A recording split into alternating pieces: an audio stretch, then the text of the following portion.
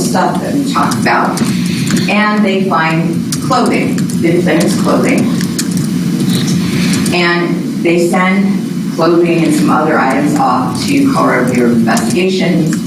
And at that point in time, Colorado Bureau of Investigations, they do forensic testing, and on the defendant's jeans, they find Scott Sessions' blood and DNA. Also, they find a lunchbox that's the defendant's, and you'll find out why it's identified as the defendant's lunchbox, but inside that lunchbox is a box of ammunition. This is .22 caliber ammunition. And they count it, and there are 44 of 50. There are 6 live rounds that are missing. This will become important a little bit later. You're also going to hear about that search, another search warrant that was taking place contemporaneously with the Weld County 45 property, because Heather Frank's apartment is being searched as well. Again, by Larimer County Sheriff's Office with Pingree Police Department aiding them. And you're going to hear that the blood evidence in this case for Scott Sessions' murder is found here at this location, that it is voluminous. It is so voluminous that it seeps through the rug all the way to the subfloor.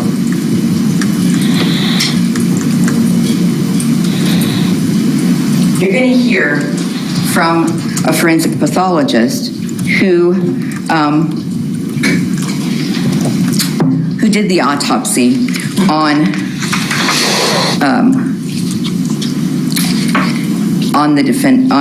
Scott Sessions, and you're going to hear that the pathologist will tell you that there is a very horrific, terrible, violent, sharp object knife wound, and that wound goes across his throat and angles downward. And it was done with such force that it goes all the way to the spinal column, and it severs the vertebral artery. That's that blood evidence that we were talking about in the entryway. But you're also going to hear from Dr. Wilkerson that Scott Sessions tried to defend himself. He wasn't a small man, he was about 6 foot. You can see the defensive wounds on his hands.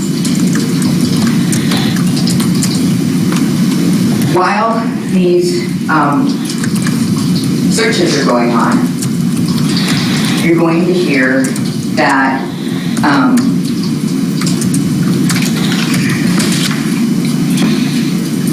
the defendant was searched after he was arrested and taken to the Larimer County Sheriff's Department, where they were going to interview him.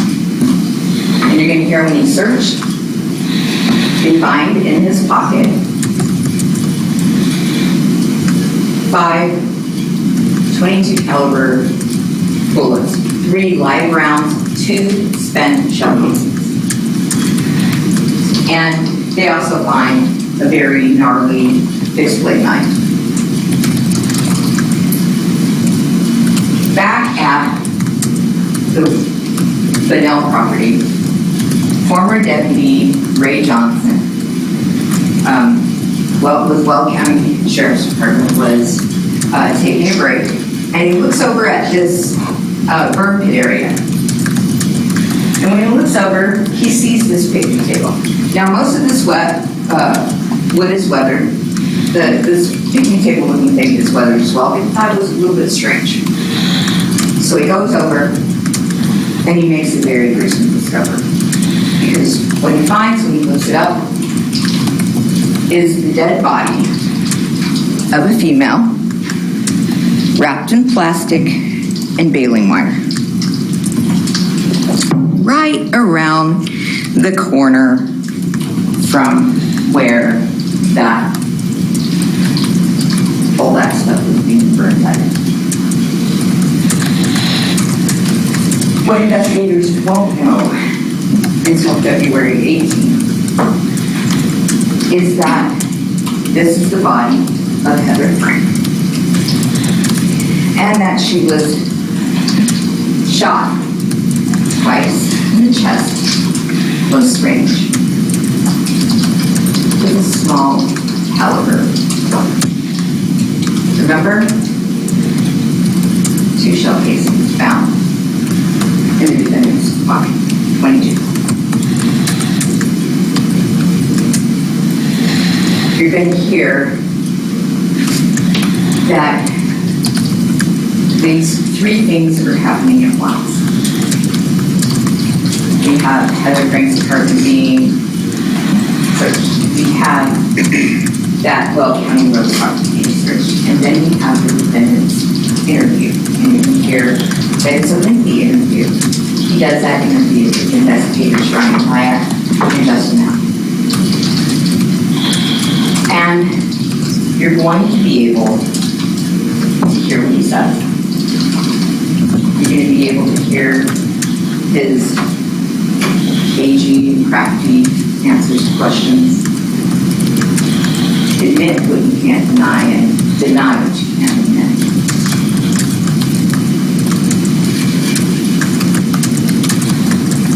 But you're going to be able to see the defendant and observe for yourself. Because the man sitting here,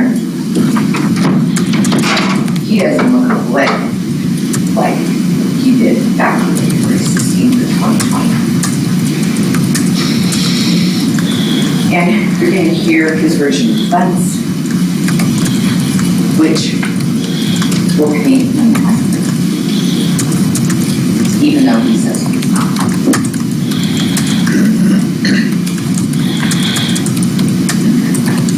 You're going to hear a lot of witnesses over the course of this particular case. You're going to hear witnesses that are experts, DNA experts, trace evidence experts. You're going to hear experts in cellular, the digital cell phone analysis, digital analysis of, electronic devices. You're going to hear a blind expert talk about victim dynamics of victims who have experienced domestic violence. You're going to hear lay witnesses, just normal people like you and me, who witnessed some piece of this crime. And you're going to hear from a number of dedicated law enforcement officers who investigated these 2 horrific murders. You're also going to hear, again, from Dr. Wilkerson, the forensic pathologist that we just spoke about. And he's going to tell you that on February 18th, he does an autopsy of Heather Frank. And Heather Frank's injuries, as I stated before, are 2 gunshot wounds to the chest. He's going to tell you that he saw soot on her sweater and that there were contact burns on her chest. He's going to tell you that they were very close together, that the directionality of these bullets were directionally close to each other. But you're also going to hear about the fact that he finds 1 projectile, is what they call it, the 1 projectile inside Heather Frank, and it's actually all the way to her back. And you're going to hear him talk to you about these specific bullet wounds. He's going to call them short bullet wounds. He's going to tell you why that's important. And he's also going to tell you about other factors that he takes into consideration when he is assessing the manner of death, not just the cause of death, but also the manner of death.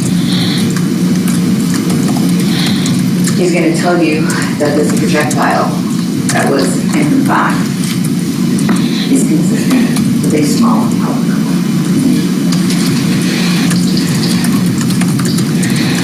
Ladies and gentlemen, those bullet wounds were on her left side and her chest. He's going to tell you about how that causes death be no mistaking here the message sent by the defendant directly to Heather Frank's phone.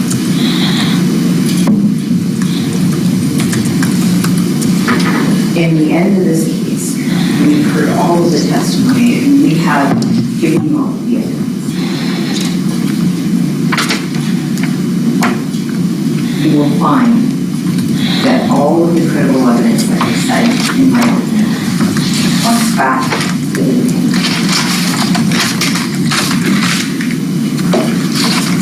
Because he could not let Heather Frank slip deadly drugs. When we prove in our case, we'll come back here into this courtroom and we'll stand in this bail for the courtroom and we'll ask you to find him guilty on all facts. Thank you.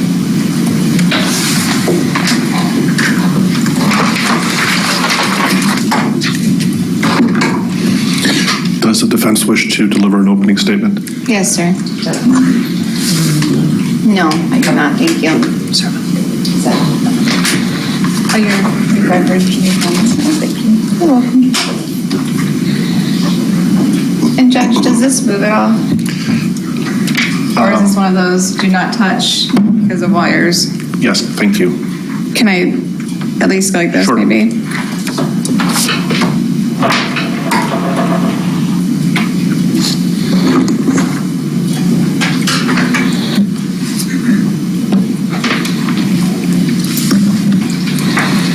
Early hunch became an assumption on which this case was built. And rather than meaningfully test the accuracy of that initial hunch, investigators were blinded by the desperation to preserve it. After a body was found in the remote area of Pingree Park, law enforcement conducted an autopsy and positively identified the individual as Scott Sessions. Based on that identification, the Larimer County Sheriff's Department reached out to the Greeley Police Department. Mr. Stan Sessions, the father of Scott Sessions, was at the Greeley Police Department to report his son missing, and the missing persons entry had just been filed with the national databases. The only information Stan had or could provide to law enforcement at the time was that he last spoke to his son the evening of February 8th. It was a brief conversation, maybe about 10 minutes. But in that conversation, Scott told his dad that he was going to meet someone in Fort Collins. And the conversation concluded when Scott indicated that he arrived at his destination in Fort Collins. However, Scott Sessions never went to Fort Collins. Scott Sessions was actually arriving at a destination here in Greeley, not that far from his own house. And that destination was the residence of Heather Frank. Investigators discovered that Scott Sessions was in fact never going to Fort Collins when they obtained the GPS data records from his cell phone. And those data records reflected that his phone last connected to a tower located at 3734 West 20th Street in Greeley, and 0.15 miles southeast of that tower. His vehicle was later found abandoned in the parking lot of the King Soopers grocery store off of 35th Avenue. So at this point, all law enforcement knew was that Scott Sessions told his father he was going to one place when he was going to another place. So law enforcement then searched his own residence, Scott Sessions' residence. And while they looked carefully for any type of evidence related to the disappearance or related to the death of Scott Sessions, they didn't find anything. What they did find was a series of usernames and passwords. And with this, Lieutenant Ben Hess of the Larimer County Sheriff's Department was able to successfully log into Scott Sessions' Facebook messages. And in reviewing those Facebook messages, he was able to find a recent conversation between Scott Sessions and Heather Frank. And in those Facebook messages, it reflected a lot regarding how they knew each other. They hadn't known each other for long. In fact, Mr. Sessions and Ms. Frank's Facebook connection was recent. January 23rd, 2020, they became Facebook friends, only 2.5 weeks before Mr. Sessions' body was found in Pingree Park. They were not in a committed relationship. They weren't even in a casual relationship. They weren't even friends. The dynamic of the conversation between the two of them on Facebook instead reflected a warm interest turned cold. It began with Mr. Sessions sending a virtual wave via Facebook Messenger to Ms. Frank on January 24th, followed by a message. Ms. Frank minimally replied that it was nice to meet him too. And to this, he tells her, quote, "Now you seriously have me craving coming over to Doug's for breakfast," with 3 emojis, including a heart. Ms. Frank was an employee at the Doug's Day Diner in Loveland. And she responded to this message saying, quote, "Nice, you should. Sunday, I'll be there." And that she worked Sunday through Wednesday. Ms. Frank asked him if he was going to see a particular band play that evening. To this, Mr. Sessions responded, quote, "You know, I kind of remember that they were playing. Do you remember where? I don't have a gig tonight, and that might be fun." And the two of them agreed to meet together and go to the event. Ms. Frank told him that she would get an Uber there. And to this, Mr. Sessions responded, quote, "I'll make sure not to get too hammered so I can get you back safe to your place afterwards. Should really be a lot of fun." Now, the tone of the Facebook conversation is important. The tone of the Facebook conversation from that point on changed. And it changed because from that point on, it no longer reflected mutual interest. The next day, after the two spent the evening together, Mr. Sessions tried to communicate with Ms. Frank.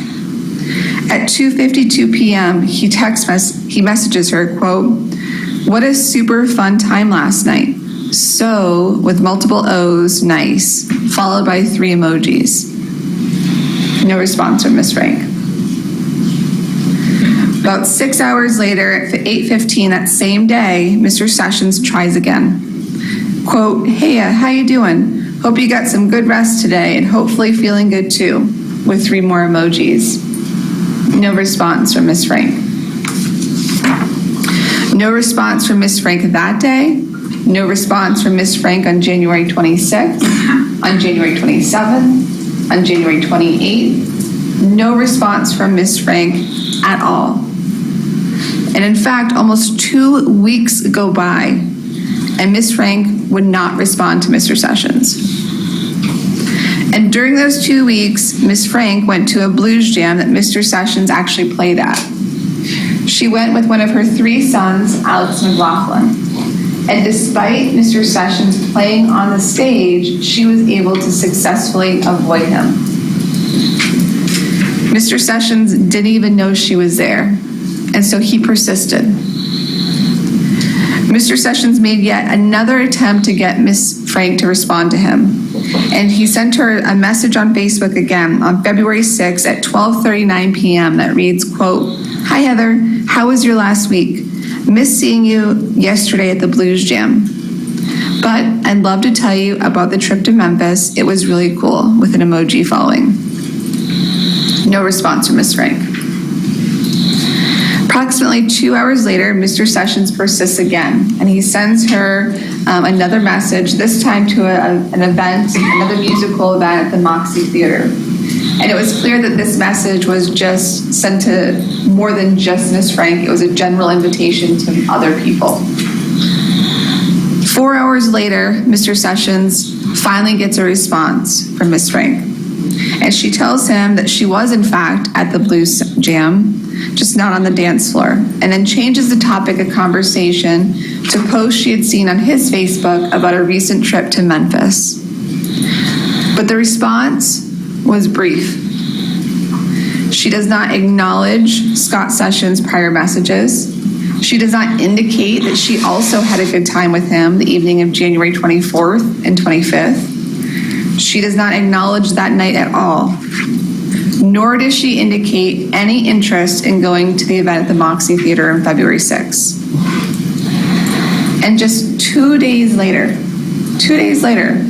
Miss Frank's cold, disinterested, and active avoidance of Mr. Sessions suddenly flips. On February 8th, Miss Frank messages Mr. Sessions, quote, "Want to come over?" And Mr. Sessions immediately takes her up on this invitation. "Sure, I just need to hop in the shower. How about I send you a message when I'm out and throw on some clothes? Sound groovy?" And the once completely unresponsive Miss Frank is now eager for Mr. Sessions to come over to her residence. "Hurry," she says. And the conversation from there also reflects that alcohol had been consumed between the two of them the evening of January 24th and 25th. Mr. Sessions asks if they need beer or if Miss Frank drank all the Crown. And Miss Frank tells him, quote, "Yep, I drink it all. Beer would be awesome." Mr. Sessions tells her he's on his way and then says, quote, "Warning, I smell pretty amazing." Miss Frank planned for Mr. Sessions to come to her residence that evening.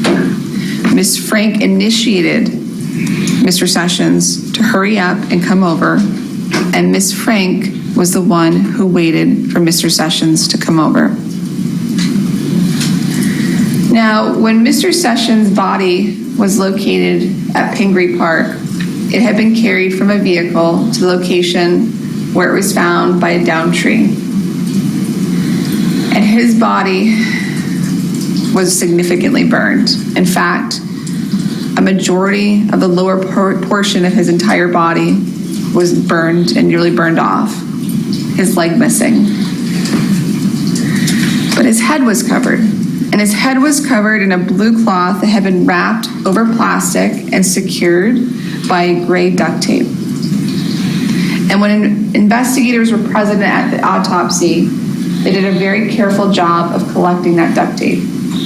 And the reason for that was they wanted to know who was it that wrapped Mr. Sessions' head in duct tape before his body was burned. And the DNA on that duct tape was Miss Frank's.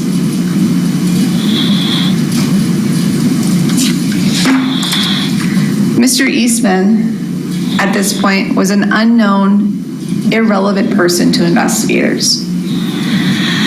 That changed when the Larimer County Sheriff's Department went to Miss Frank's residence and noticed two vehicles outside of her home. Her red Ford Fusion and Mr. Eastman's silver Subaru Crosstrek. And after running the plates on the Subaru, officers learned it was registered to Mr. Eastman. Investigators also researched and learned that the Subaru's wheelbase was similar, but not exact, to the tire impressions at the Pingree Park scene. But it wasn't until they completed a background search on Mr. Eastman when investigators discovered a toxic relationship between he and Miss Frank, including allegations of domestic violence. And from that point on, investigators developed a hunch that Mr. Eastman was involved in the death of Scott Sessions. Now, you just heard Ms. Guthrie talking about the domestic violence relationship between Mr. Eastman and Ms. Frank. And their relationship was unquestionably tumultuous and unhealthy. But it wasn't always that way. Like most relationships, it started off happy. Mr. Eastman had never been more in love, and everyone closest to him saw it and knew it. He was proud to bring her home to his family to meet them. And over the course of their relationship, Mr. Eastman proposed marriage to Miss Frank 3 times. Each of those 3 times, he was rejected. Mr. Eastman was all in. Miss Frank was not. The major catalyst of the relationship, though, was alcohol. The two had significant substance abuse dependency, specifically with alcohol. And the combination of those two with their severe addictions to alcohol created a relationship that was toxic, that was volatile, and at times violent. And you'll hear that within the first few moments of Mr. Eastman's interview with investigators, Mr. Eastman described the couple, quote, went through hell and back, treating each other bad. Ladies and gentlemen, Mr. Eastman is not a man without faults. Faults that he has never sugarcoated or denied. In fact, he candidly told detectives, quote, before that, I had been very abusive. I was physically abusive, and I know that was wrong, and I went to counseling. But with this hunch, investigators requested cell phone records from both Mr. Eastman and Miss Frank. And those phone records revealed that both Mr. Eastman and Miss Frank phones were near her residence the entire afternoon of February 8th. And both of their phones were at Miss Frank's residence when Mr. Sessions arrived around 6:26 p.m. And all 3 of their phones remained that evening. From the cell phone records, investigators also discovered that Mr. Eastman and Miss Frank's phones left her residence at approximately 6:55 in the morning on February 9th and traveled northwest in tandem to the remote area of LaPorte, Colorado, facing Ted's place. Both cell phones lost signal at approximately 7:52 a.m., and both cell phones reestablished connection approximately at 11:49 a.m. and traveled back to Miss Frank's residence again in tandem. That early hunch became an assumption on which this case was built. And that assumption was that Mr. Eastman was the type of person who was violent in the past with a partner, so he would be violent with anyone in the future. That assumption was that Mr. Eastman was the type of person who was abusive in the past, so he would be the type of person to be jealous in the future. And that assumption was that he must have been so irately jealous that Miss Frank had moved on to someone new that he slit someone's throat and took life. But these assumptions, like most, were inaccurate and not based on actualities. Over the years, Miss Frank's infidelities became something that Mr. Eastman would become used to. It wore him down to the point that he realized if he loved Miss Frank and wanted to be in her life at all, it would be something that he would just have to accept. He was no longer jealous. He was resigned. Their relationship would be on her terms and her time despite his feelings. And Mr. Eastman would rather have some time with her than nothing. But in August of 2019, Mr. Eastman had finally saved up enough money to move out of the residence that they shared and rent his own apartment. Finally, physical space. Mr. Eastman started to work on his sobriety, something that Miss Frank was not willing to do. And during this time, Mr. Eastman knew Miss Frank was still seeing other men. But again, he tried to focus on his sobriety and coming to grips with the realization that the relationship was not healthy. But he also struggled, again, with wanting to spend time with her when she would allow. Whatever attention or form of love that she was willing to give, he would accept. Things started to improve. However, Mr. Eastman was laid off from his job. And on December 24th, 2019, the unhealthy chaos of a toxic relationship that had been on and off for approximately 7 years finally came to an end when Miss Frank told him she wanted nothing to do with him anymore. Mr. Eastman at this point attempted suicide.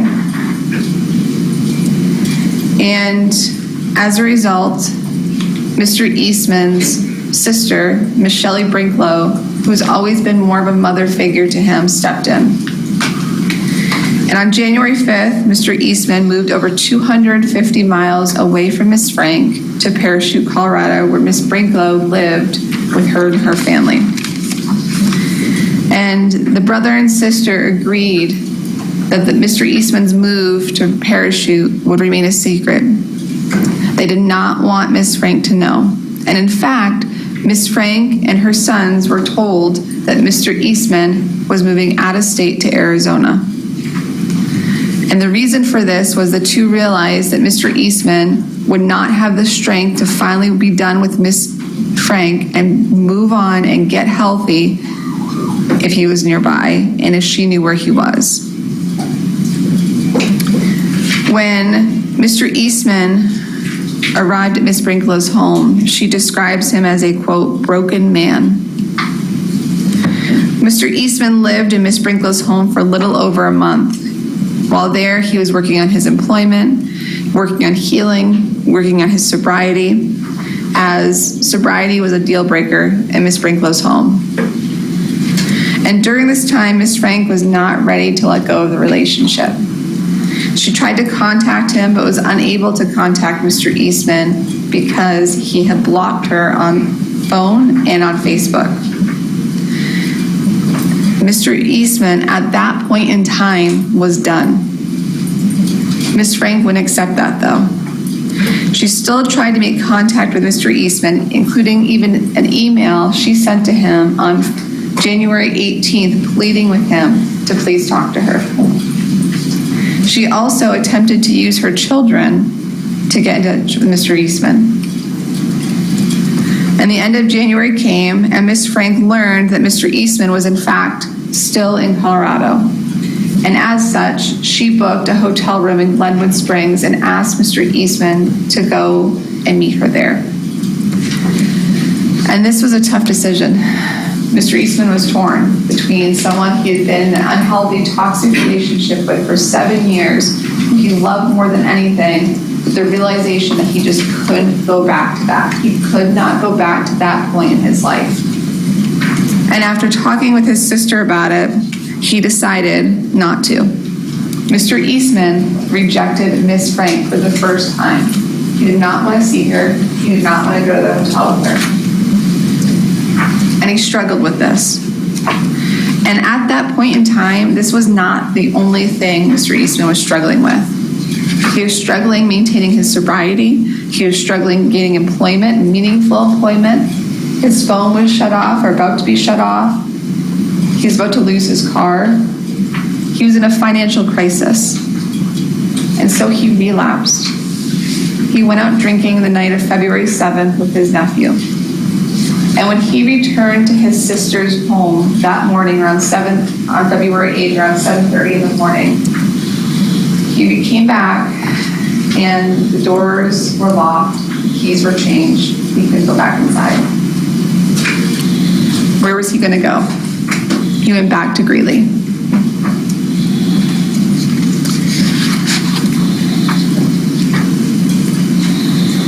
And at some point, or somehow, Mr. Eastman found himself in a position where he was somehow even more broken.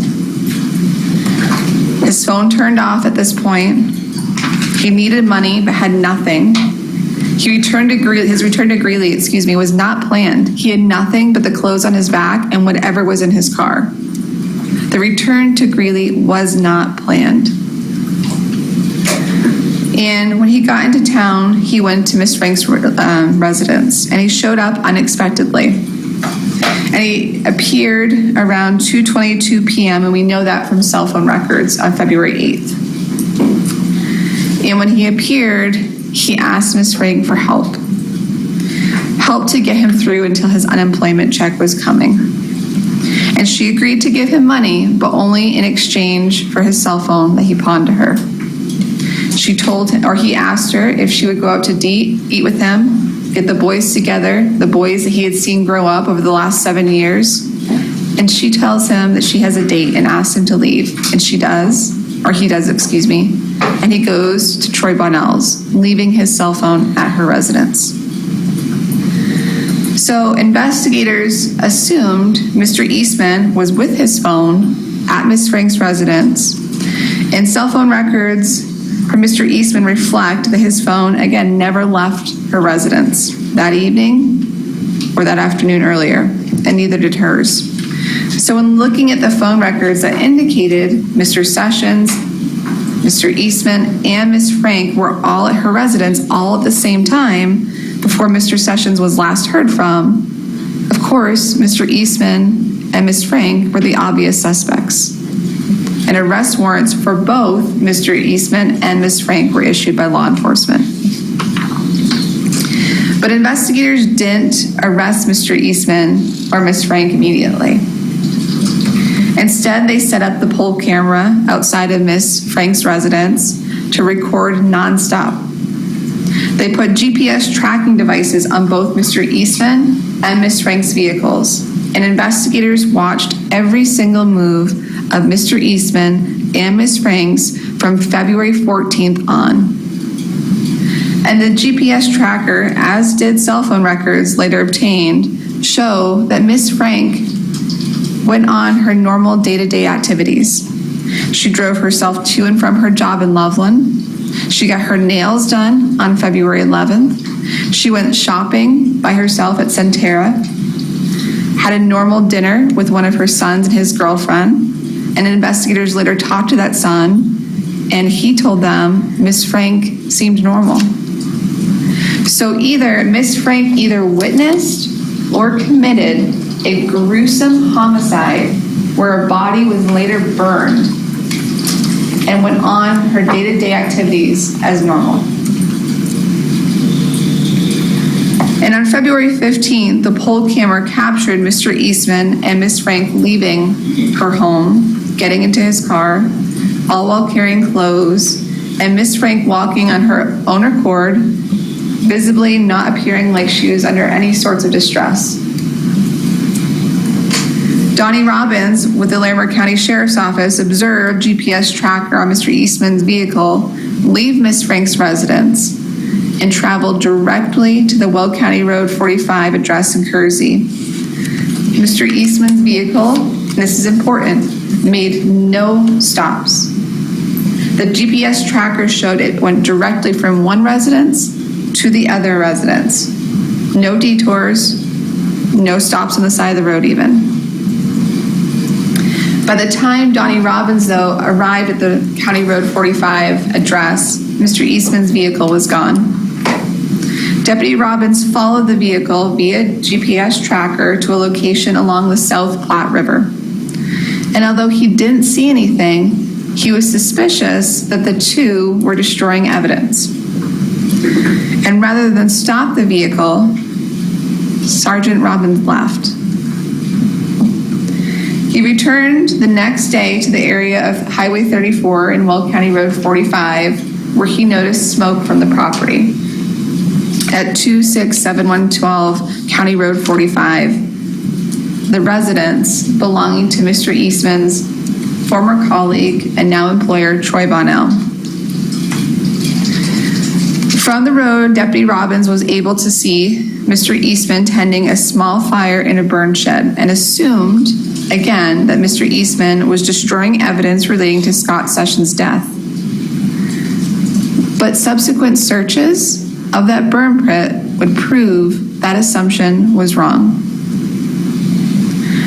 Rather than watch, though, Deputy Robbins left again, and he went to locate any potential evidence where the GPS tracker showed Mr. Eastman's vehicle the night before at the bridge. He still did not locate any evidence. Later, firefighters would come and conduct a grid search a very careful search on the river, also not finding any evidence. Deputy Robbins at that point tells Captain Coleman with the Larimer County Sheriff's Office that he believed that Mr. Eastman was burning evidence. As Deputy Robbins went back to the Weld County Road 45 address, though, he meets Mr. Eastman in the road. So Sergeant Robbins turns around and follows Mr. Eastman to the Phillips 66 gas station in Kersey.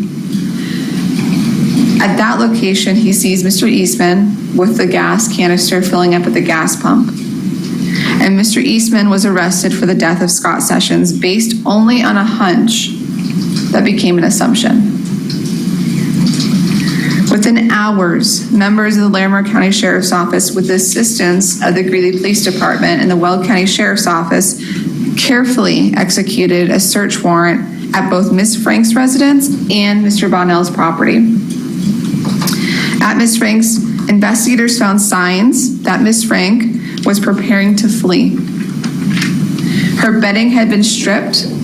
A large suitcase was found on the ground of her bedroom with clothes ready to go and her laptop nearby. And both her and Mr. Eastman's cell phones were left on the coffee table inside of her residence. Investigators were also able to confirm that Mr. Sessions' death occurred at the entryway of her residence, consistent with a quick ambush from behind with sharp force and major bloodletting. But also consistent with this information was what Mr. Eastman reported to law enforcement. When Mr. Eastman was interviewed by investigators, he told them that when he returned to Ms. Frank's house, he did so because he was concerned that she was going to get too drunk. And if she kept drinking past 8 p.m., she wouldn't be able to start her car early the next morning because of her interlock device installed in her vehicle. Torn between loyalty and the horror of what he saw and wanting to help police, Mr. Eastman told investigators that Mr. Sessions had to have been hurt somewhere pretty serious for the amount of blood he saw. He told investigators that there was, quote, blood every fucking where. Every fucking where. As he struggled to breathe while telling them this. He also told investigators that when he saw the blood, he dry heaved over and over again because there was so much blood he couldn't stomach blood. The blood was also immediately upon entry, he tells them. And from there, he says, things just got out of control. And Mr. Eastman repeatedly tells investigators that he's sorry, he just can't tell them more, but he made a promise to someone. And while investigators were searching Ms. Frank's residence, investigators were also searching Mr. Bonnell's property for anything related to Scott Sessions' homicide. And Mr. Bonnell's property is large. It's a large ranch, and the residence is south to the burn pit. And Deputy Johnson was a field evidence technician at the time with the Weld County Sheriff's Office, and his assignment was to go with Larimer County and assist with the search warrant. And the trained professionals searched the property carefully, focusing on the burn shed. They removed burning material from the shed and covered it with dirt to preserve the evidence. No knives were located in the burn shed. No firearms were located in the burn shed. In fact, nothing related to the death of Scott Sessions was located in the burn pit. And while standing in the burn pit, the same area where they saw Mr. Eastman actively tending to this small fire, investigators noticed nothing. Nothing appeared to be abnormal. Nothing appeared to be concerning to them. And both Larimer and Weld County deputies walked the whole property, searched the property, focusing again on the burn pit area, and found nothing suspicious. Approximately 45 minutes into the search, Deputy Johnson took a break and walked out of the burn pit area and walked north past the dirt burns surrounding both sides of the burn shed and went to a porta potty that was already on scene. And while urinating next to the porta potty, he noticed the wooden table and thought that looks out of place. Still did not see anything though.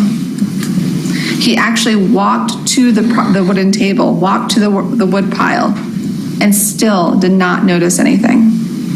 It wasn't until he physically lifted up the table that he saw Miss Frank's body. And law enforcement initially did not know it was her. They had to do an autopsy where they positively identified it as Miss Frank. And as you heard, Miss Frank was killed by 2 gunshot wounds to her left chest, both with small caliber ammunition. And the autopsy would only unfortunately find 1 bullet. The second bullet was never recovered. So with Mr. Eastman already arrested, already in custody for the death of Scott Sessions, and now Miss Frank's deceased body was found, the assumption was that the cause of both deaths had to be Mr. Eastman. And that was cemented. And the foundation of this case was laid, and the foundation was that the assumption was, built on an assumption that Mr. Eastman was so jealous about Miss Frank moving on that he murdered them both. That was it. That's what it had to be. And the government has been blinded by their desperation to prove that, or to preserve that ever since.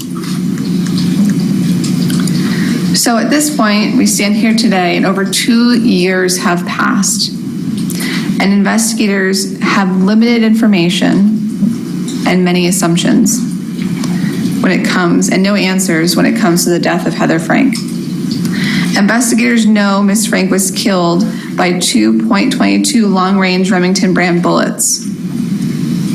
But a tool marks examiner that they sent the request to examined 1 bullet recovered from Miss Frank and the 22 casings located in Mr. Eastman's pocket. And she will tell you she is unable to determine if the recovered bullet from Miss Frank matched the casings from Mr. Eastman's pocket. All she can say is that they're .22 caliber ammunition, and all she can tell you is that they're Remington brand. And she will also tell you that Remington brand is one of the 4 most largest brand companies to make these types of bullets, and they make billions of these bullets a year. Investigators located the lunchbox inside Mr. Bonnell's garage and had Mr. Eastman's belongings in and around it. Also within the lunchbox, law enforcement discovered a case of 22 long-range Remington bullets and assumed that those bullets were his, and assumed that those bullets are what were used to kill Miss Frank. However, neither Mr. Eastman's DNA or fingerprints were located on the box or any cartridges inside. And while there was a small amount of Mr. Eastman's DNA located on Miss Frank, that was to be expected. They were cohabitating at the time. They were together at the time. But that's it. That is all investigators knew, and that is all investigators know. Investigators have not to this day found where Miss Frank was killed. They know she was alive when she walked to and got into Mr. Eastman's car, and they know the car drove straight to Mr. Bonnell's property with no stops, no detours, but there was no sign of a murder at Mr. Bonnell's property. And Mr. Bonnell told investigators that he never saw Miss Frank, and he thought Mr. Eastman left the property as soon as he dropped off his tools. He also told investigators that he was up most of the night and didn't hear or see anything. And neither did his girlfriend, Jennifer Edmonds, who was staying the night with him. And while trying to find where Miss Frank was killed, investigators turned to the GPS tracker.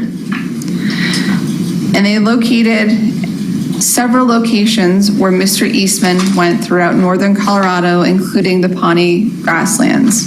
And that was over the course of the night from February 15th to February 16th. And again, law enforcement had done a careful search of Mr. Bonnell's property.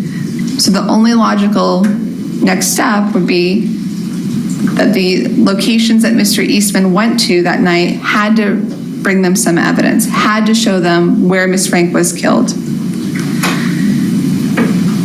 But it didn't. Trained investigators went to each location and they knew exactly where Mr. Eastman went because they had the GPS data locations and because they could see the tire impressions in the ground. Trained investigators carefully searched, even utilizing a drone, and found nothing. No weapons, no murder site, nothing related to either death.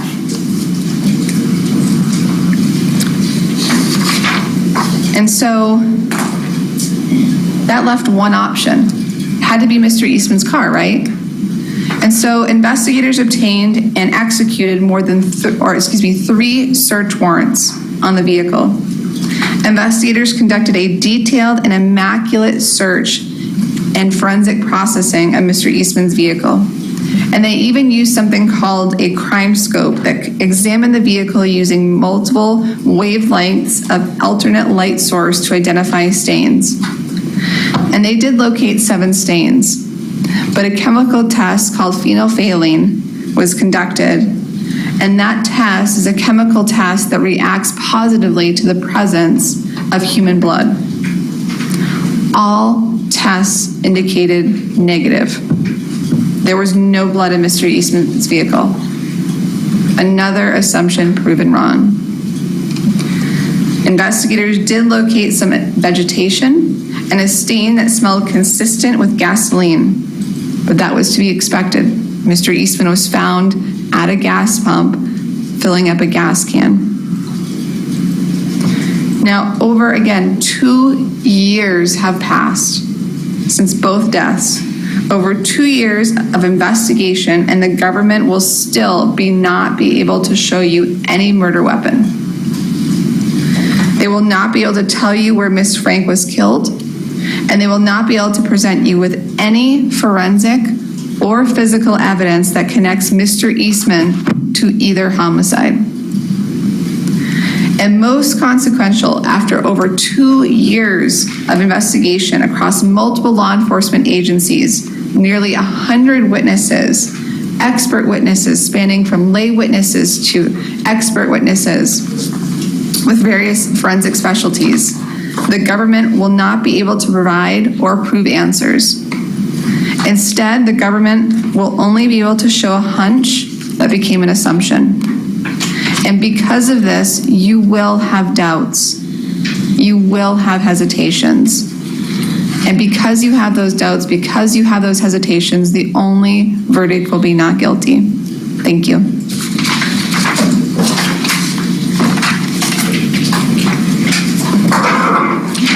Thank you. We're going to take our mid-morning break for about 15 minutes.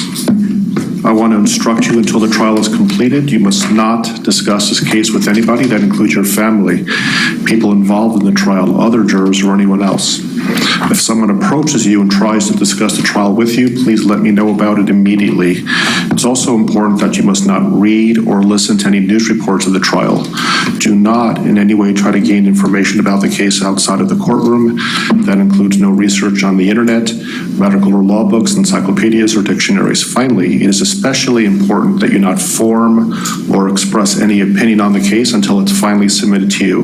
Why don't we all agree to get started up again at about 10:15 or so? Okay, let's all please rise for the jury.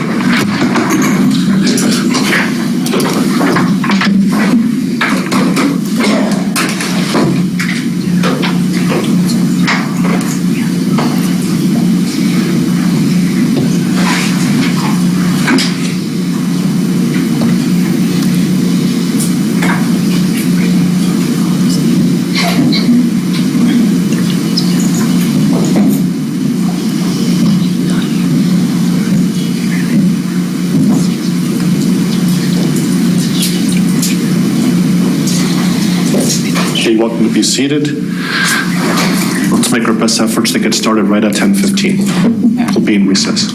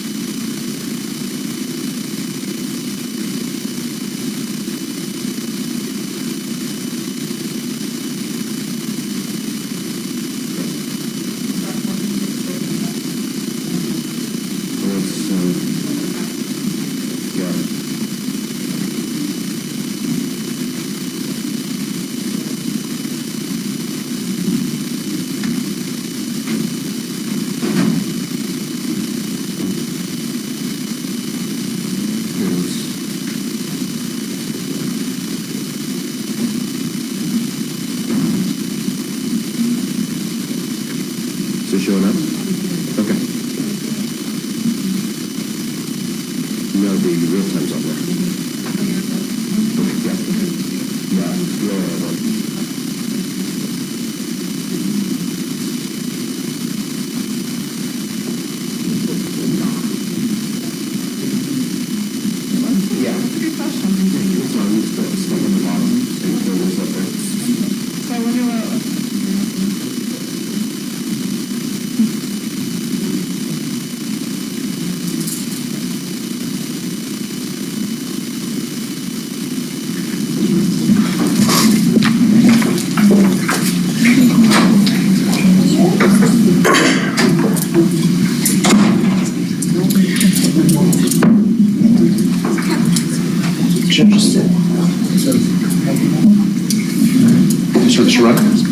I think this needs to be on the record. Is it a hearing device? Christina's working on it right.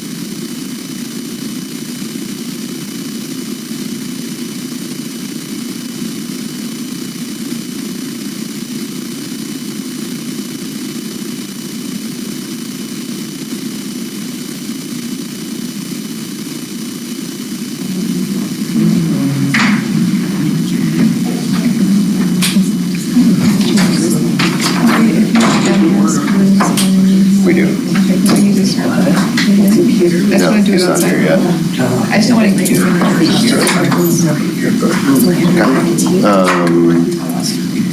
It's supposed to be here around 11. So. What's that? Yes.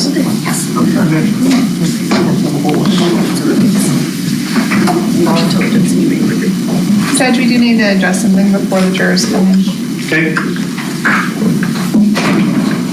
Okay, we are on the record outside the presence of the jury, and Ms. Devereaux had an issue she wanted to raise. Ms. Devereaux? Your Honor, just that we noticed juror 13 was falling asleep during openings. There was a point where we watched her be asleep for about 45 seconds. We're not asking for anything at this time other than if the court could maybe invite the jurors to make sure they're doing whatever they need to do to stay awake and carefully listening to the evidence. Whether that's coffee, breaks, I'm not sure what the problem is, maybe inquiring with her independently and seeing what her situation is, if she's able to pay close attention this morning, or if she's experiencing something in her personal life that's preventing her from being able to do so. But that's all we're requesting at this time. Mr. Runn? I did not observe it, so I don't have any additional comment or information. I didn't observe it either. I will monitor that, and if it's necessary, we will have a discussion with juror number 13.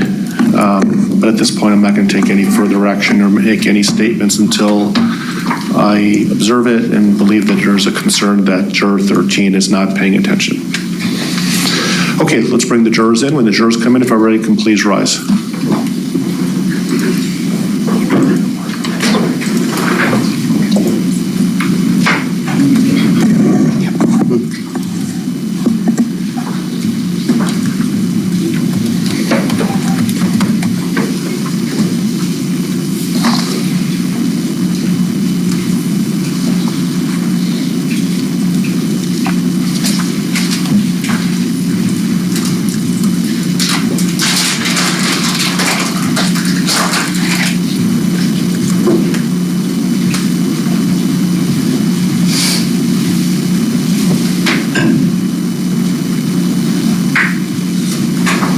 Please rise.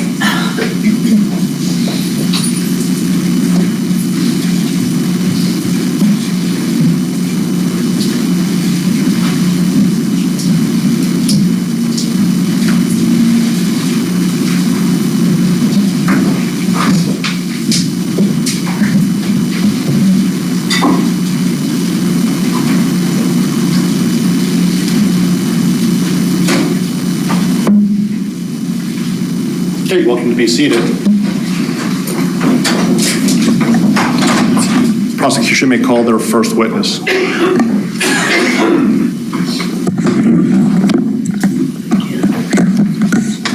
Your Honor, the people would call William Mean to the stand. And that is spelled M-E-I-N. Good morning, sir. If I can please have you come to the witness stand. Before you sit down, if I can please have you raise your right hand, I will swear you in as a witness. And do you solemnly swear or affirm under penalties of law that the testimony you're about to give will be the truth?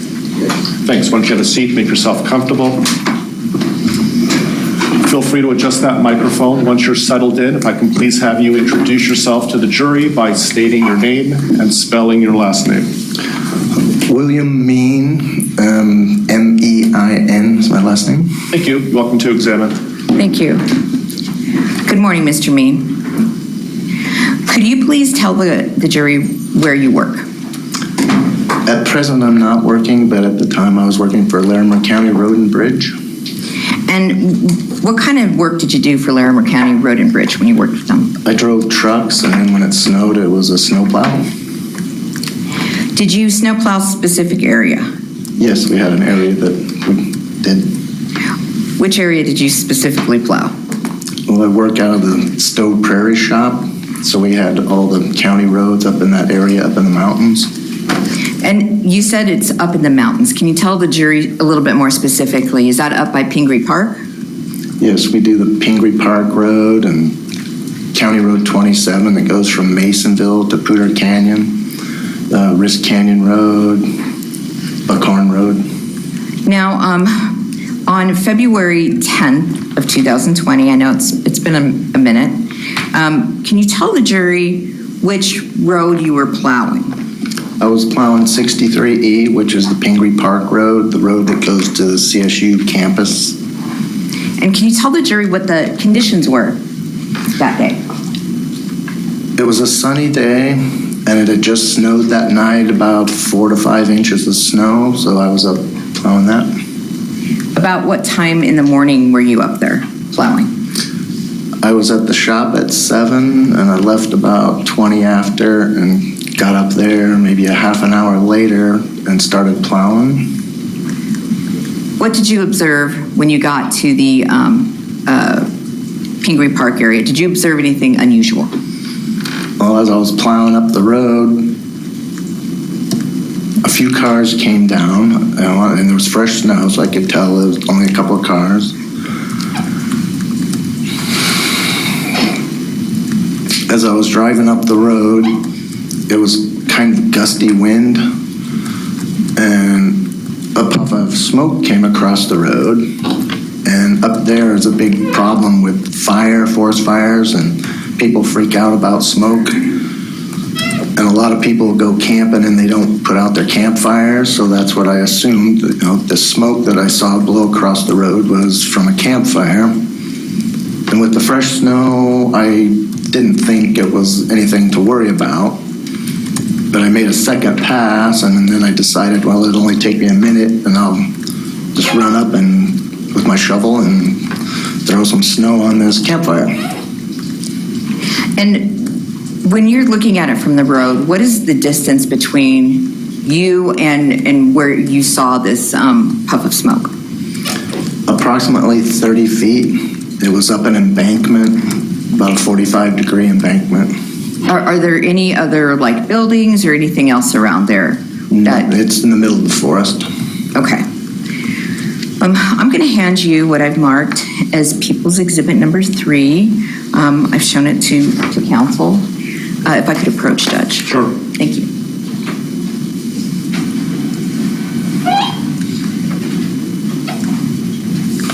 Mr. Mean, does that photograph sort of help you with where this area was that you saw this smoke?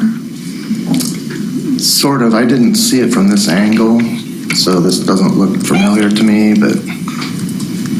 But is that an accurate reflection of that area in general? Yes. Okay. Your Honor, at this time I would move to admit People's Exhibit 3. Any objection? No, Your Honor. 3 is admitted into evidence.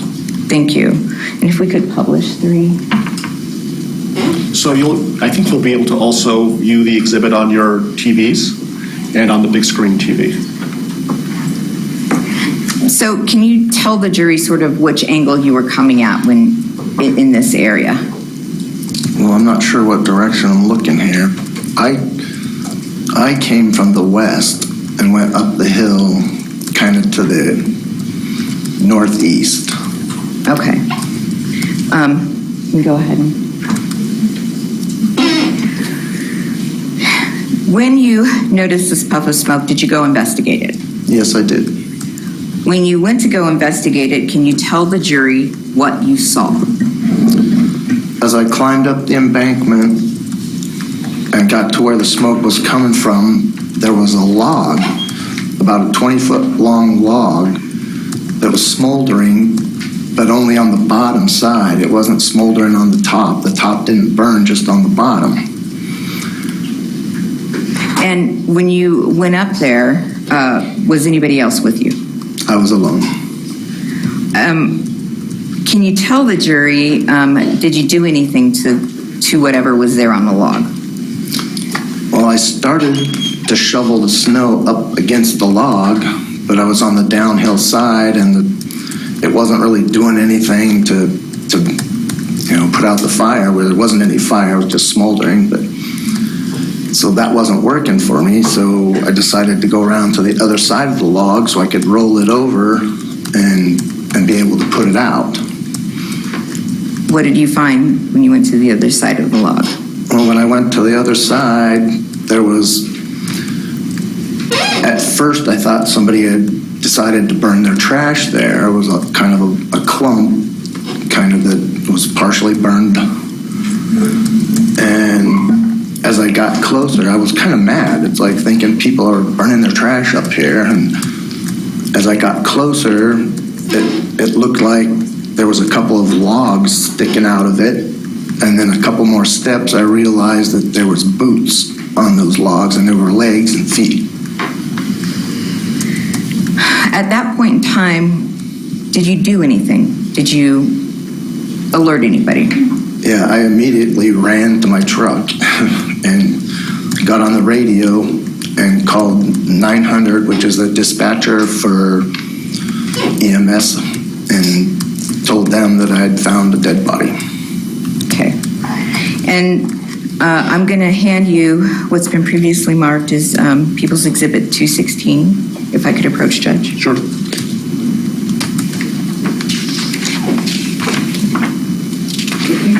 Please take a look at Exhibit 216. Is that CD familiar to you? Yeah, this is a recording of my voice on the radio. And that's to dispatch, right? Correct. And it's a very short period of time, correct? Correct. And you had signed it, so you obviously you listened to it. Yes. And is it an accurate reflection of when you called 911 related to this body that you found? Yes. Your Honor, at this time, the people would move to admit People's Exhibit 216. Any objection? No, Your Honor. 216 is admitted into evidence. You're welcome to publish. Thank you. 900, 163, Road and Bridge. Road and Bridge 163. I'm on the Pingree Park Road at the Monument Gulch exit, and I have a dead body. Okay, we'll get help on the way. Are you able to provide any details? Well, there was a tree on fire, and I went up to put it out, and he's laying next to it. Okay, and you believe he's beyond any help? Yeah, he's definitely passed away. Okay.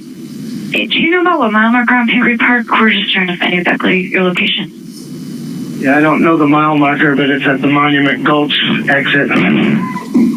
Okay, so from Pingree Park, I see about mile marker 8, and then it would be Forest Road 135 on the east side of the road. Does that sound right?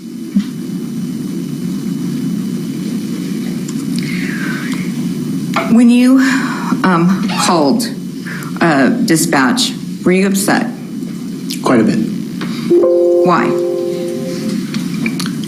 Well, I knew that was a crime scene and that somebody had passed away.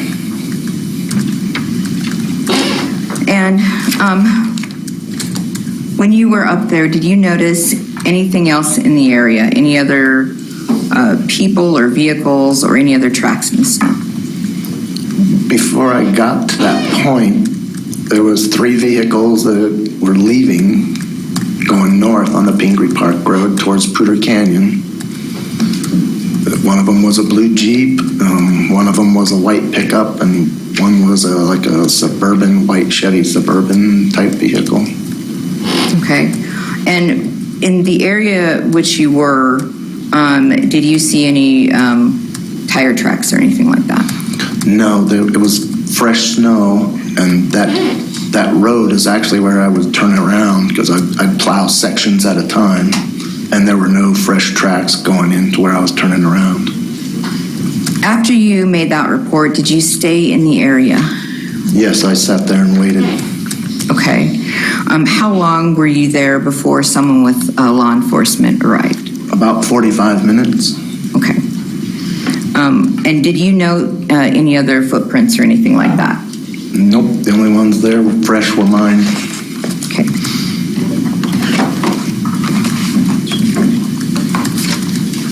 If I could have a moment, Judge.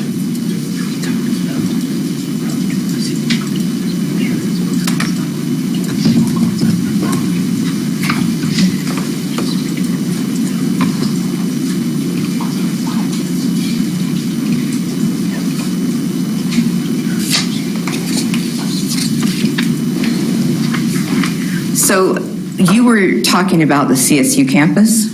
Yes. You're not talking about the main campus, right? You're just talking about the satellite office or whatever. Yeah, it's the mountain campus, which is clear at the very end of the road. And can you tell the jury how far off of Highway 14 this area was where you discovered this body? Approximately 10 miles from Poudre Canyon. So it was pretty well into Poudre Canyon Road Yeah. from Highway 14. Yeah. Yeah, it was like 3/4 of the way. When you got there and you said you went and you thought it was a log that was on fire or smoldering, was it just the log that was smoldering or was the body also smoldering? Describe that. Just the log. Just the log. Yes. Okay. I have no further questions, Judge. Thank you. Thank you. Any cross-examination?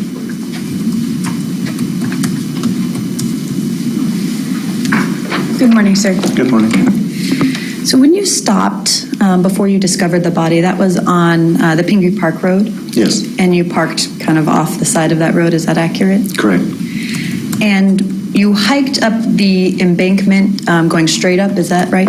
At a 45-degree angle. Okay, at a 45-degree angle, and there were no other footprints going up the hill or the embankment where you walked? No. No other tracks in the snow of any kind that you could see? Not on the way up to it. And when you came down after you discovered the body, you came straight down the hill? Sort of. You didn't- Straight towards my truck. Okay. And you didn't walk in the same tracks you had going up to the body, is that accurate? That's possible, yeah. And so you waited for other people to arrive on scene. The first person to arrive was the Parks and Wildlife Officer Scholwert, correct? Correct. And when he arrived, you showed him the path that you walked to the body? Correct. And he followed your tracks up? Yes. And while you stayed at the plow? Yeah, he asked me if I wanted to go up there with him, and I told him I didn't need to do that. Okay. Thank you. Any redirect? No, Your Honor. Thank you. Thank you. Any questions from the jury? Thank you, sir. We appreciate your time. You're welcome to step down. May this witness be excused from his subpoena. From the people's subpoena, yes. He's under our subpoena still. Okay. Thank you. So you Oh, may... I'm sorry, he's not, excuse me. Okay, you are excused from your subpoena. Thank you for your time. Next witness, please.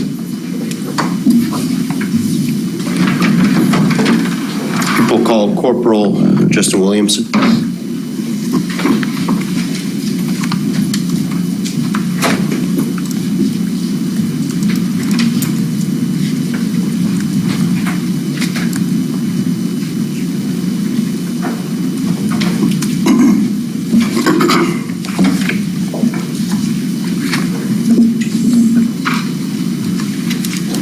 morning.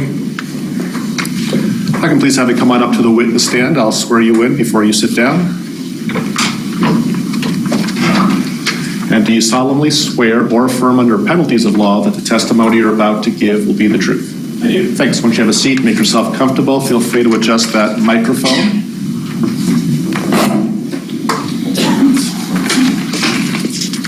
Once you're settled in, if I could please have you introduce yourself to the jury by stating your name and spelling your last name. I'm Corporal Justin Williamson, Williamson. Thank you. You're welcome to examine. Thank you. Corporal Williamson, can you tell the jury where you currently work? I work for the Larimer County Sheriff's Office. How long have you been employed with Larimer County Sheriff's Office? Just over 21 years. And can you tell the jury, back in February of 2020, were you working a specific area? I was a patrol corporal, so I wasn't assigned any specific area that day. Were you dispatched someplace in the morning? I was, yes. Can you tell the jury what time you arrived there? What time I arrived? Yes. I don't know the exact time that I arrived. I was dispatched at 9:38 a.m. that morning to a report of a found body. Approximately how long do you think it took to get you up there? Probably with the location, 45 minutes to an hour. When you arrived at that location, can you tell the jury, first of all, what area we're talking about?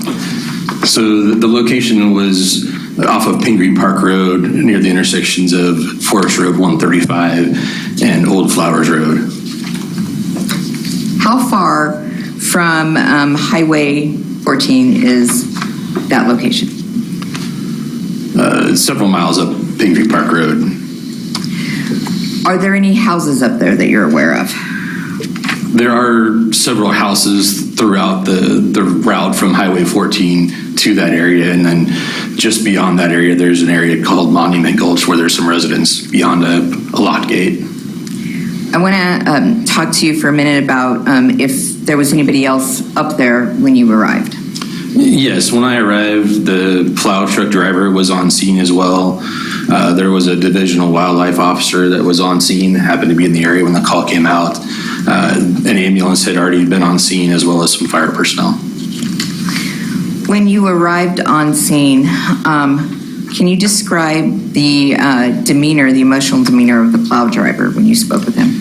When I spoke with him, he seemed pretty shaken. I just spoke with him briefly so then I could move on to the scene and start controlling the scene. So when you were talking about starting to control the scene, what are some of the things that you did initially to control that scene? I had the fire department continue to block the roadway on 135 near the intersection of the Old Flowers Road so nobody could continue on up to the area where the body was. I left my vehicle on the roadway to continue to block that as well. And did you note were you noting any specific things regarding where the body was and what was surrounding the body? So the body was found near a large log that was down on the ground and it was still smoldering.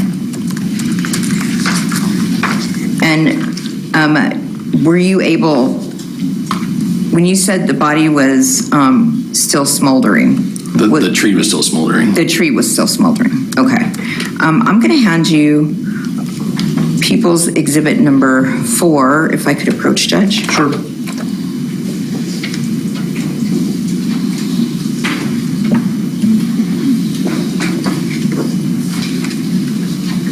Corporal Williamson, does that photograph look familiar to you? Yes, it does.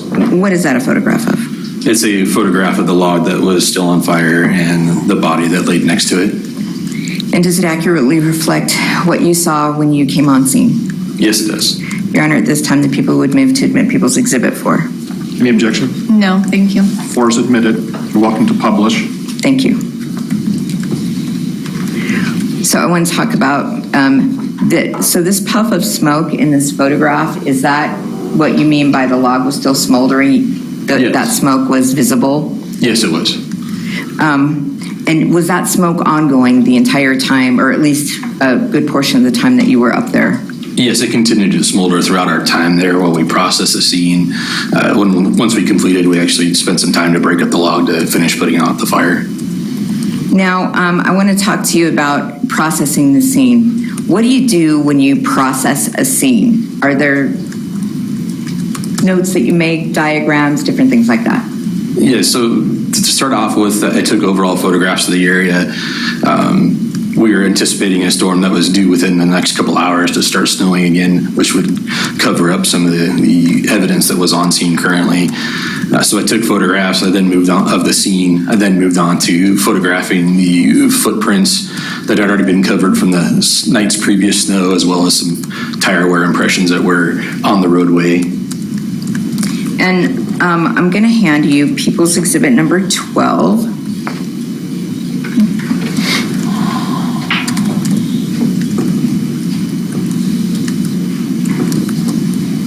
Do you recognize that diagram? It's a diagram. This is not the one that I completed. Okay. Is it familiar to you regarding where you found evidence in the... Yes, it is. In the process that you were doing at the time? Correct, yes. And does it accurately reflect the area and the evidence as you processed it? Yes, it does. Your Honor, at this time, the people would move to admit People's Exhibit 12. Any objection? No. 12 is admitted into evidence. You're welcome to publish. Thank you. And if we could publish 12. So when we were talking about the different items that you were photographing and the different sort of pieces of evidence that you were noting, can you tell the jury this V-shaped thing? What are you noting there specifically? What is being noted there? The bottom? Mm-hmm. So that's a triangulation of distances from two known locations. Two stumps were used to triangulate the distances to the body. So the two stumps were selected nearby the body, and then distances taken from each of those two stumps to each portion of the body so it could be recreated later.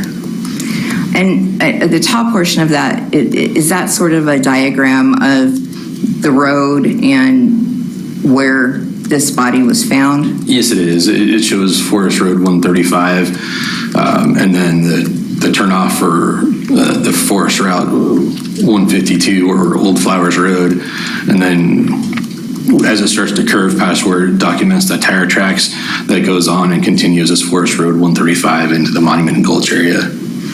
Were you able to see the body that was found there? Yes, I was. And what did you note about its appearance? Upon my first approach, I noticed that it was significantly burnt from the waist down and not quite as badly burnt from the upper torso up. And what could you tell anything about what it was wrapped in? Was it wrapped in any way? After I was able to approach closer, it did appear that there was plastic over the top of the head. Okay. Did you move the body in any way at that point in time? I did not move the body. Were other people coming up to help you process the scene? Yes, Lieutenant Harkin arrived shortly after I arrived, and he had contacted and requested investigations and the lab to respond to assist with processing. And you said you took pictures, and you took pictures of like footprints and different things like that. Can you tell the jury specifically about what you noted about any footprints or tire marks that were around that area? Sure. I'll start off with the footprints. When I arrived on scene, I approached, I noticed that there was some older footprints that came from the areas that are designated by the tire marks that goes towards the stump. Those were covered over with snow from the previous night's snow. And then I noticed on the south side of the stump, where it would indicate the down tree, that would be the south side, that there was fresh footprints. I later learned that those were from the Divisional Wildlife Officer, as well as the EMS crew that came in to make the pronouncement. Okay. And how long did it take for the EMS crew to get there? Were they there before you? They had arrived on scene, made the assessment, declared him deceased, and then were staged in the area when I arrived. Okay. And when you're talking about this body and the smoldering that was going on with this log, how big was that log? Probably well over 10 feet in length. And can you describe for the jury sort of how round it was, what the width was at least? Just a rough estimate, at least 18 inches in diameter or more. Okay, so it was a pretty big log. Yeah, it's a large log. Were there branches or anything else that were nearby? That log, from my recollection, was fairly bare, with no branches protruding from it. Was there anything on the body that you could tell? No, I couldn't see anything besides the body and the burnt log next to it. Did you see any vehicles when you were there processing the scene? There was no vehicles on scene that were not associated with law enforcement, fire, or the plow truck driver that was there. How far off of the road from where the plow driver was plowing was this body? I'm not sure we took that measurement, but the estimate would probably be 15 to 20 feet. Okay.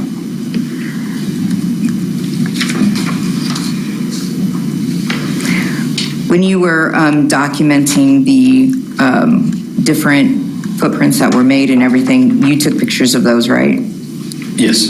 And you had help regarding documenting that area as well, didn't you? Yes. Once Corporal Dan Gillum and Sergeant Smith arrived on scene, I assisted them with the continuing of the processing the scene.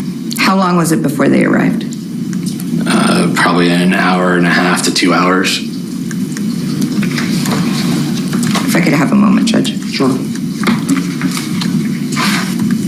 I have no further questions for this witness. Thank you. Thank you. Any cross-examination? Thank you.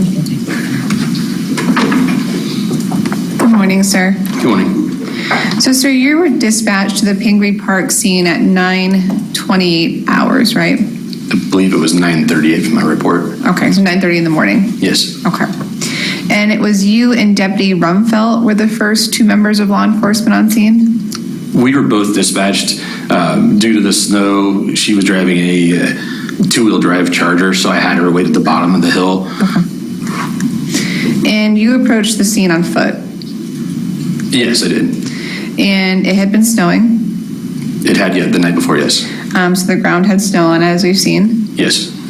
And the information that you had when you arrived on foot was that a body had been found? Correct, yes. And a body was found next to a tree and on fire? Yes. And so before you arrived on scene, you were aware that you were potentially arriving to a crime scene? Yes, it was. A very serious crime scene? Yes. And based on your training experience, you knew that that meant you had to be very cautious as to where you stepped? That's correct, yes. And you had to be very cautious because you had to do your best to preserve the scene? Yes. Preserve evidence? Yes. And that included potential footprints on scene? Yes. And so as you approached the scene, you walked to the north of any footprints? That is correct, yes.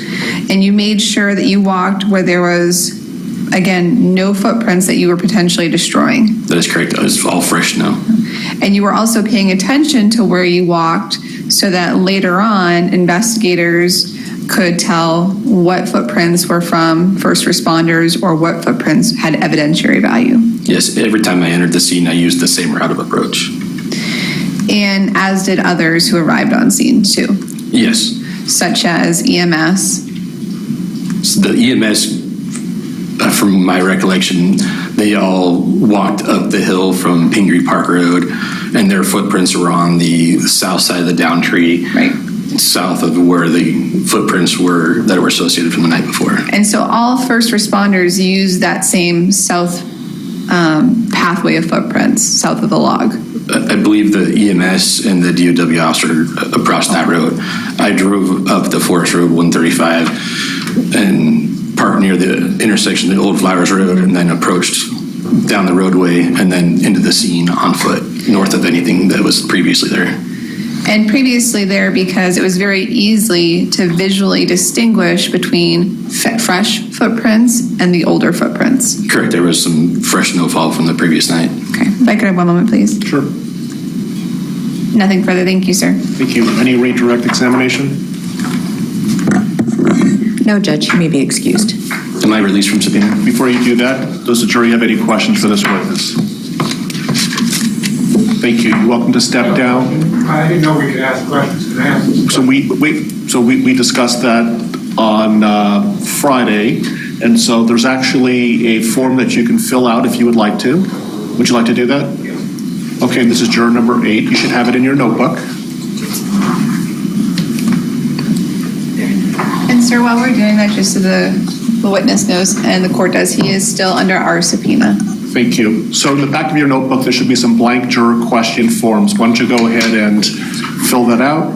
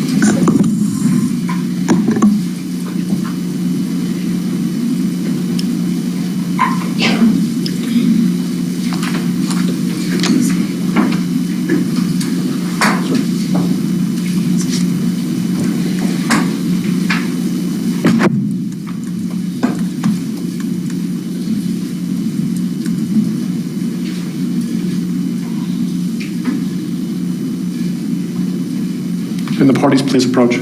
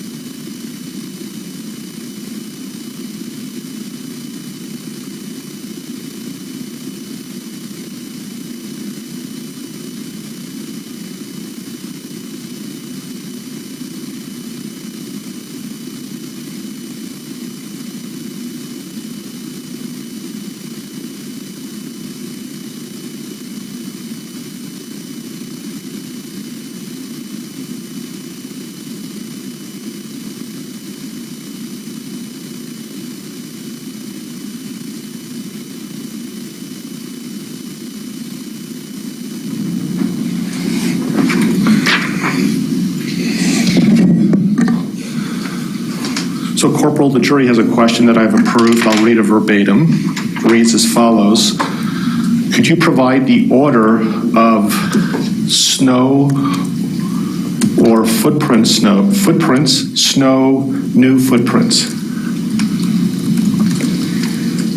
I'm not sure if I understand the question, but when I arrived on scene, it had snowed overnight the previous night. There was fresh footprints that would have happened within the time frame of before my arrival and since the last snowfall, and those would have been attributed to the ambulance crew and the DOW officer, and those were all to the south side of the downed tree. There was footprints that had been covered over by snow from the previous night's snow that were on the north side of the tree. Any footprints that I made were further north than any of the footprints that had been previously covered by the snow the night previous. Thank you. Any follow-up, Ms. Guthrie?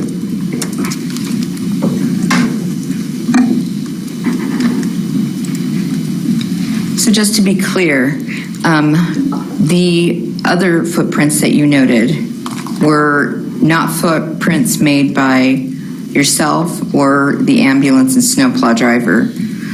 These were other footprints that you noted. Correct, yes. Okay, thank you. I have no further questions. Thank you. Ms. Deborah? Can I have one moment, please?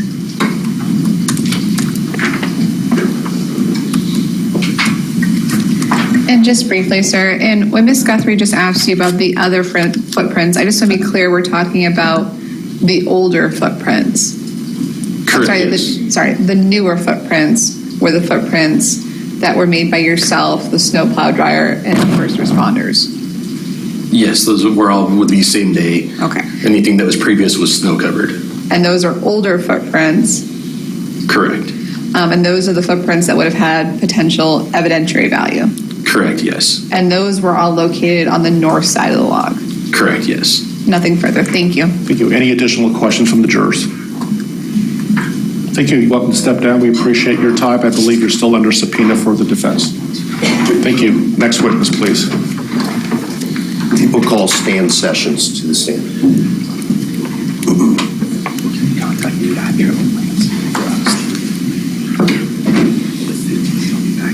Good morning. Good morning. Sir, if I can please have you come to the witness stand. Before you sit down, I'm going to have you raise your right hand and swear you in if that's okay. And so do you solemnly swear or affirm under penalties of law that the testimony you're about to give will be the truth? Yes. Thanks. Why don't you have a seat, make yourself comfortable. Feel free to adjust that microphone. Once you're settled in, if I can please have you introduce yourself to the jury by stating your name and spelling your last name. My name is Stanley F. Sessions, Sessions. Thank you. The lawyers are going to ask you some questions. Mr. Runn, you're welcome to examine. Thank you, Your Honor, and good morning, sir. Do you live here in Greeley? I live east of Greeley. Okay. And how long have you lived in this area? Since 1970. Did you and your wife raise your family here? Pretty much. How many kids did you and your wife have? Let me clarify. We were here in 1970 to 73, and then back in 1976 till the present time. All right. And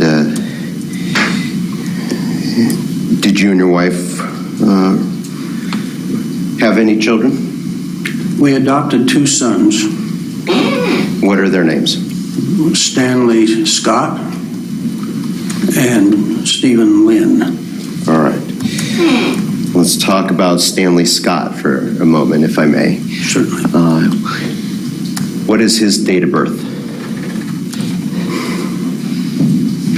It's March 25th, 1966.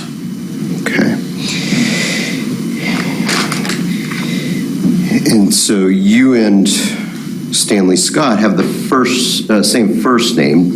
What did your son go by? Scott. All right. So everybody knew him as Scott, and that's what he was called within your family as well. Is that correct? Right. That is correct.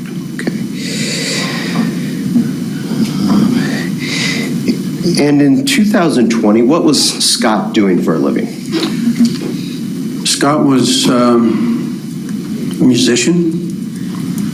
He had finally arrived at a point where he was making most of his living playing in a band regionally along the Front Range, mostly.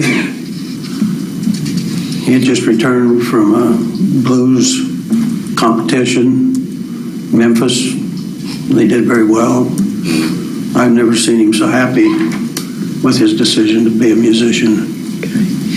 And what was the name of the band that he played for? It was called the Movers and Shakers, headquartered in Aurora. How long had he played with the Movers and Shakers? About 5 years. And what kind of gigs or venues were they playing at that time? Well, they were playing nightclubs. They were playing special occasions for people that had the means to throw birthday parties and that kind of thing. They played several venues, the Moxie here, blues festival jams. They played in the Fort Collins area more than Greeley. And what instrument did he play? He played the trumpet. Okay. How long had Scott played the trumpet? His first trumpet was approximately 8 years old. Okay. And played all the way up to the time of his death? He did, including his degree in music. Okay. Where was Scott living prior to Scott was living at 2112 7th Street Road in Greeley. Okay. And was he living there alone? Yes, he was. Did you and Scott have a close relationship at that time? Yes, any dad-son relationship, I guess, is ups and downs, but it was generally always wide open communications.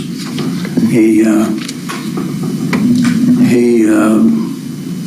was very busy and worked at night, slept a lot in the day, so our conversations were frequent, but weren't daily.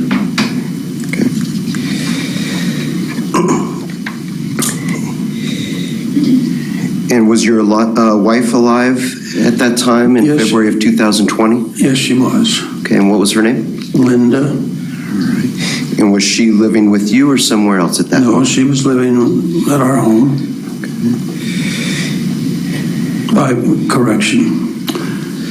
She was in a care facility in North Glen at that particular moment. Okay. Later was released home, but at the time of the murder, she was in a care facility.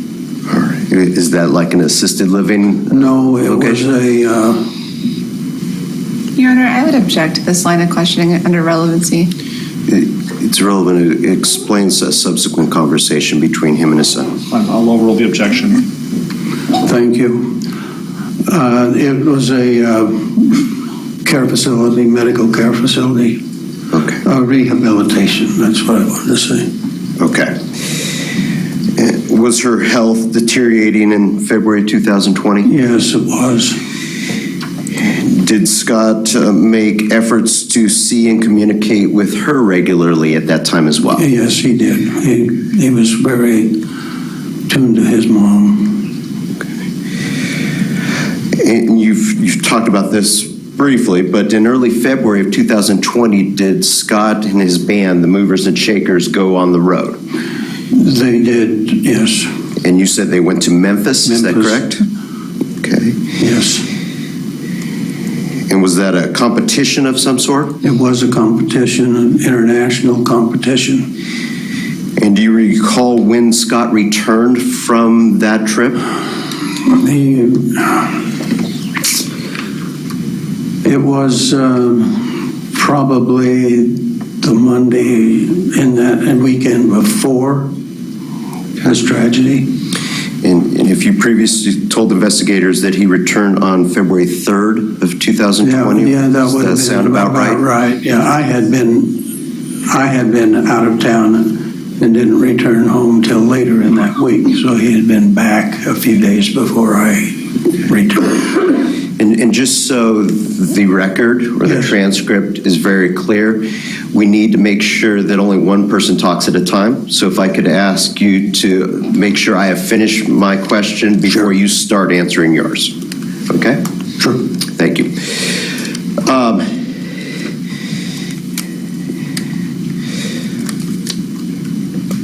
All right, you said you think he returned on February 3rd, is that correct? That's right. And you said you had also gone out of town around that same time, is that right? That is correct.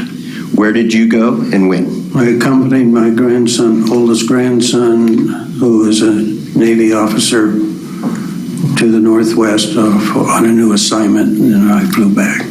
And do you recall what day you returned to Northern Colorado? Well, it would have been probably they got back on the 3rd. Probably been the 4th or 5th of that month. Okay. Do you recall telling investigators, and I know this is a while ago, but do you recall telling investigators in 2020 that you returned to Greeley on February 8th? That could be true, yes. Okay. I would guess, yes, I think we should go with that report date because it was current at that time. All right. Those events were fresh in your mind when you were talking to investigators in February of 2000? Yes. That's an example. We need to make sure you let me finish the question, even if you know what the question's going to be. Please let me finish before you start your answer, okay? It's just going to make the transcript much cleaner and the court reporter much happier.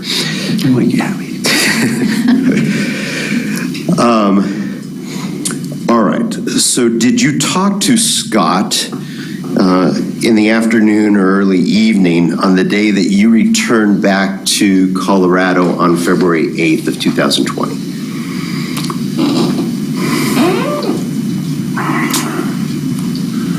I don't believe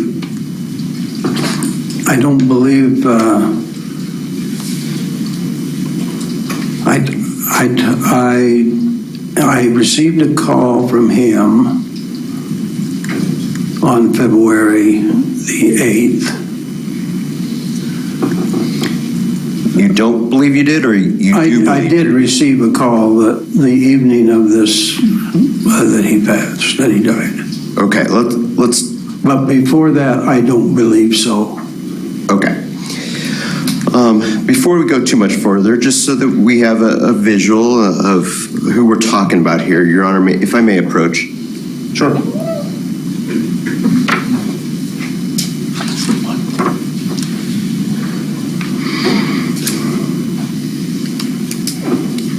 Thank you.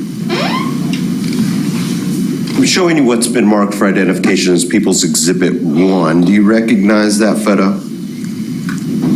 Yes. Who is that a picture of? That would be Stanley Scott Sessions. Your son? My son. Okay. And that photo was taken during his life. Is that about what Scott looked like in February of 2020? Yes. Okay. And in that photo, you can't really see all of his hair. About what was the length of his hair? Did his hair look like on approximately February 8th of 2020? He had a fairly short haircut. It wasn't a buzz cut, but it was not. It was not down to his collar. It was pretty well groomed. Okay. And in that photograph, Scott is wearing glasses. Is that correct? Yes. And did he typically wear glasses? Yes.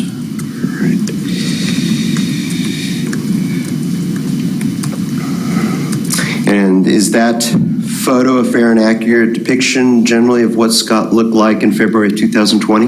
Yes. People would offer Exhibit 1 into evidence. Any objection? No. Exhibit 1's admitted into evidence. You're welcome to publish if you like.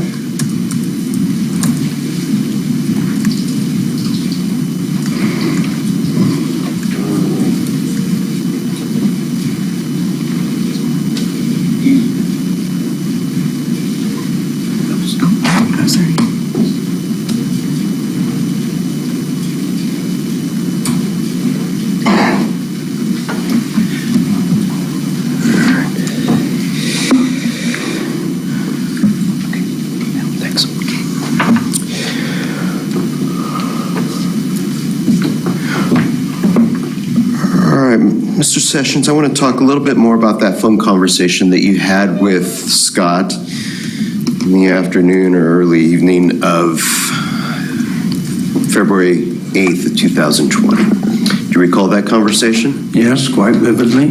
Where were you when that conversation took place? I would believe I was at home. Okay.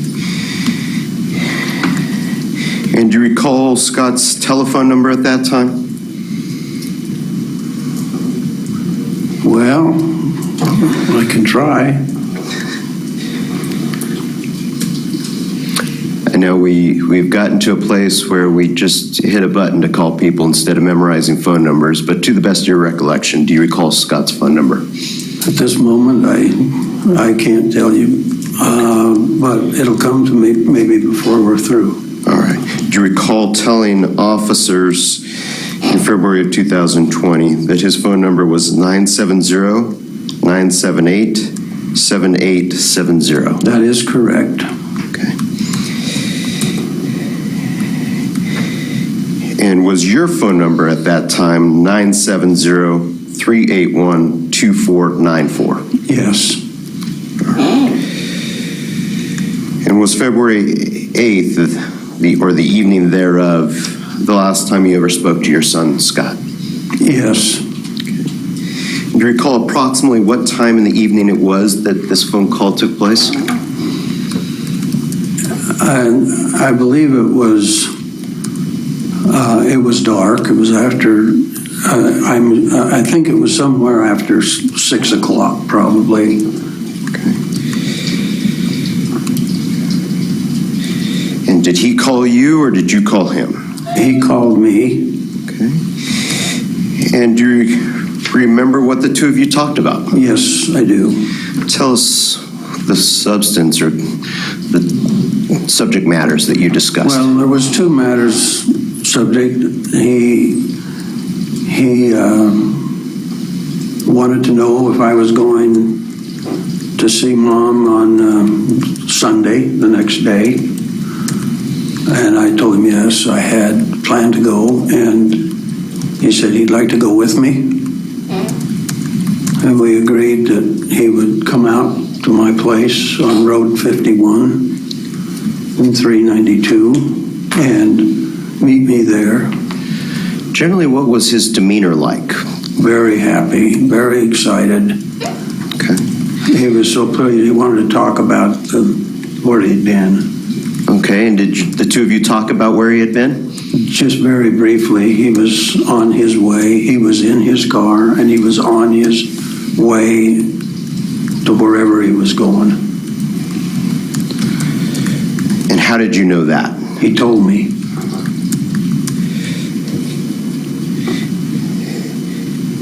And what is your memory of where he said he was going?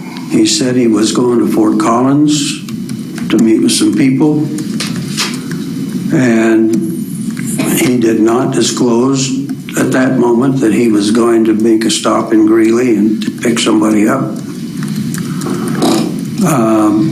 Then he said, I'm looking for the number. Oh, there it is. There's an apartment number. I'm here now, so I'll sign off and I'll see you in the morning. I still believe. Wait. Yeah, let me ask a question and then we'll go from there. Did Scott show up that next day on Sunday to go see his mother with you? No, he did not.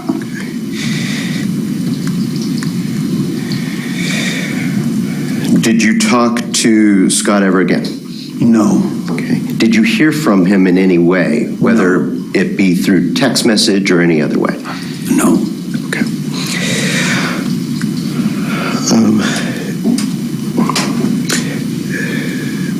I want to take you forward a couple days then, or a few days, to February 11th. Were you contacted on that day by a member of one of Scott's bands, George Gray? Yes, I was, I believe it would have been a Tuesday morning. Okay.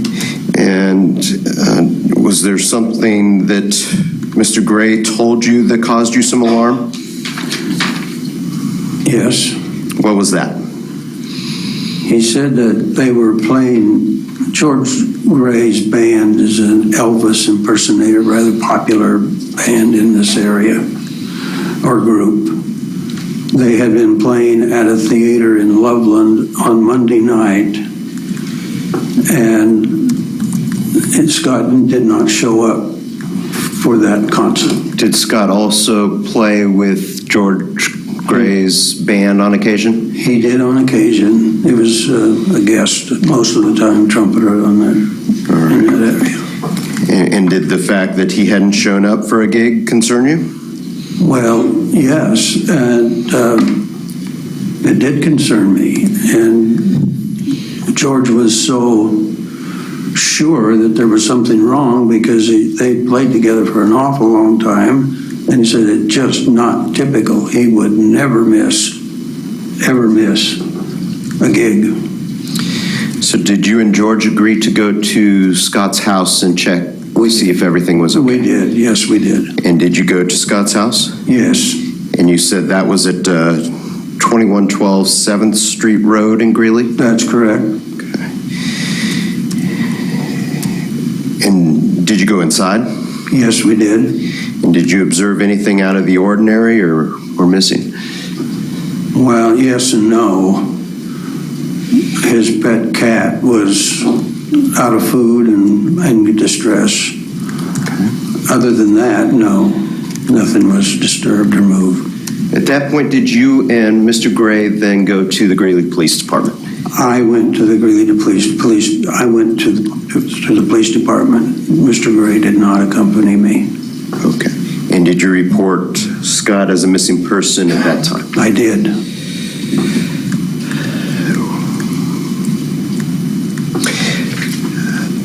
Do you recall when you were notified that Scott had been killed? Later that day, I think sometime in the early afternoon, I left the police department and had gone back home, and I got a phone call from the Greeley Police Department that asked me if I could come in around 4 o'clock and meet with a couple of the detectives. Okay. And that was 4 o'clock in the afternoon Yes, on the that's 11th? correct. Yes. I'm sorry, if you could just talk one at a time, I'd appreciate it. Okay. Yes, that would be correct. Thank you. And was it at that meeting that you were informed that Scott had been killed and his body had been identified by the coroner's office? Yes, I was.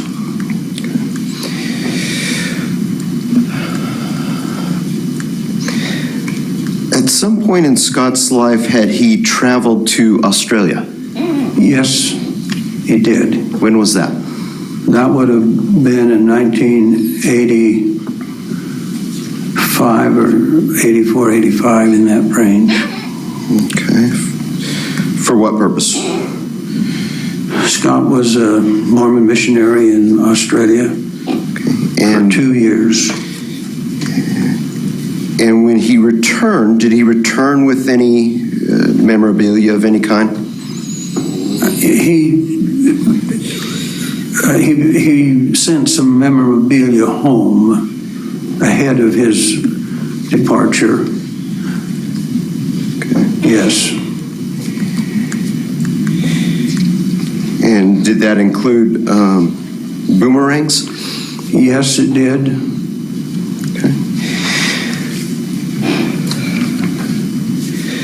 Do you recall what type of vehicle Scott was driving at the time of his death in February of 2020? Yes, as a Ford Escape, I think it was a 2011 gold color.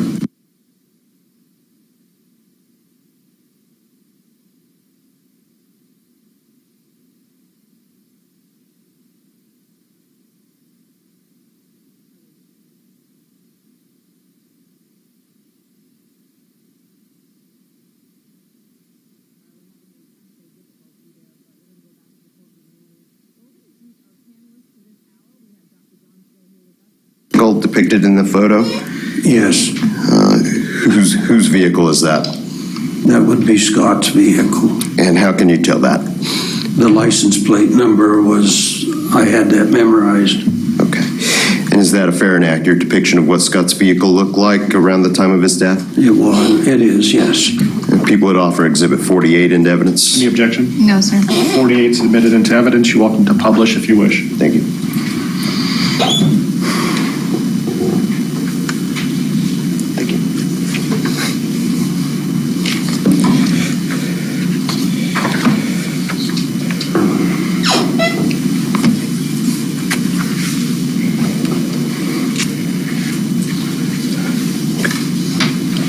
If I could just a moment.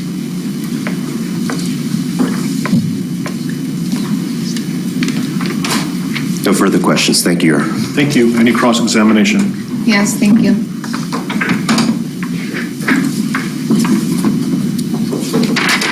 Good morning, sir. Sir, as we just heard, you went to the Greeley Police Department because you were worried about your son. Yes. And you were so worried about your son, you actually went down physically in person. Yes. You didn't call. No. And when you arrived, you spoke to the gentleman at the front desk reception of the Greeley Police Department. That's correct. And again, you were very worried because, as we heard, it was so unlike your son not to show up to a music gig. That's correct. And you had also tried contacting him several times. That's correct. You also tried contacting several known associates of his. Yes, that's correct. And you couldn't reach him at all. That is correct. And you went to the Greeley Police Department for help. That's correct. You went for law enforcement's help. That's correct. And you told them every detail you knew. Yes. Including that last conversation you had with your son. Yes. I'm sorry, was that yes? Yes. And you told it to them as accurate as you could remember it? Yes. And it was fresh in your mind because it had just happened. That's correct. And that was when you told them specifically that your son had told you that he went to Fort Collins. That's correct. And he was going to Fort Collins to meet somebody. That's correct. And I believe it was to meet with some people. Not one. I did not get that impression. okay, I appreciate that. Thank you, sir. And a moment ago, you testified that he did not tell you that he was going to Greeley to pick somebody up. He did not. And you added that last part about picking someone up in Greeley because, as his father, you are the victim representative in this case. That's correct. And so, unlike other witnesses, you've been able to sit through all of the other hearings in this case. That's correct. And you've had open communication with the district attorney's office. Exactly, yes. And so you know that extra piece about Greeley, about the stop in Greeley. Yes. Scott never told you anything about going to Greeley. No. And in fact, the part about picking someone up in Greeley is speculation on your part. Yeah, I guess so. Mm-hmm. So in other words, you don't know if he was planning to stay in Greeley that night and then go to Fort Collins, or just to stay in Greeley that entire night. He told me he was going to meet some people in Fort Collins. And again, he never told you anything about Greeley. Nothing. And Mr. Wren also just asked you if you were close with your son. Yes. And you testified that you were. Yes. And that topic of conversation also came up when you met with detectives at the Greeley Police Department. Yes.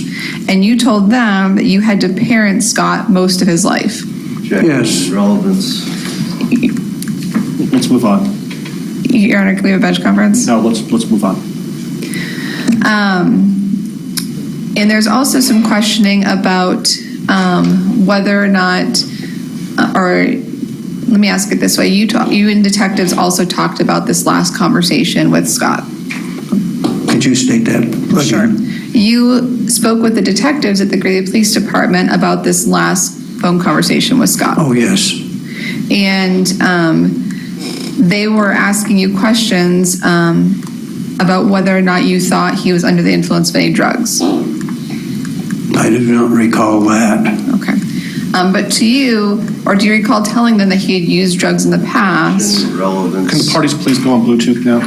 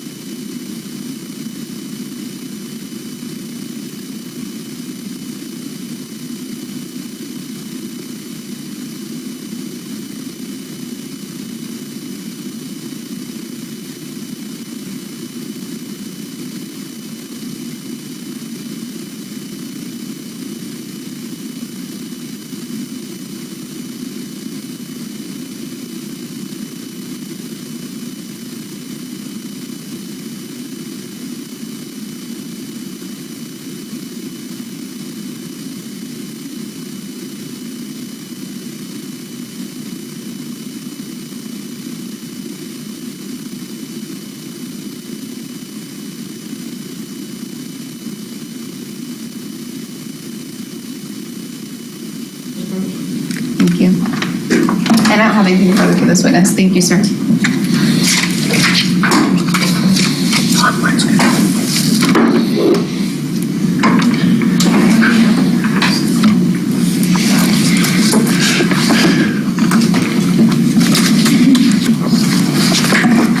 Any redirect, Mr. Wren? No, Your Honor.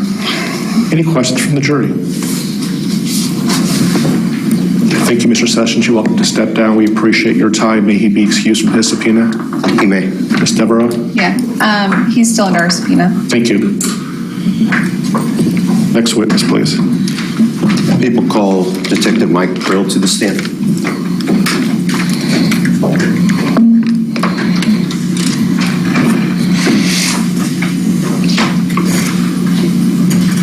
Could you get that one?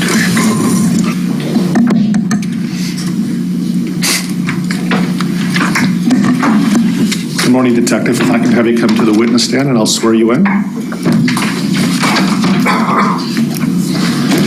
And do you solemnly swear or affirm under penalties of law that the testimony you're about to give will be the truth? Thanks. Once you have a seat, make yourself comfortable. Feel free to adjust that microphone. Once you're settled in, if I could please have you introduce yourself to this jury by stating your name and spelling your last name. My name's Michael Prill, P-R-I-L-L. Thank you. You're welcome to examine. Thank you, Your Honor.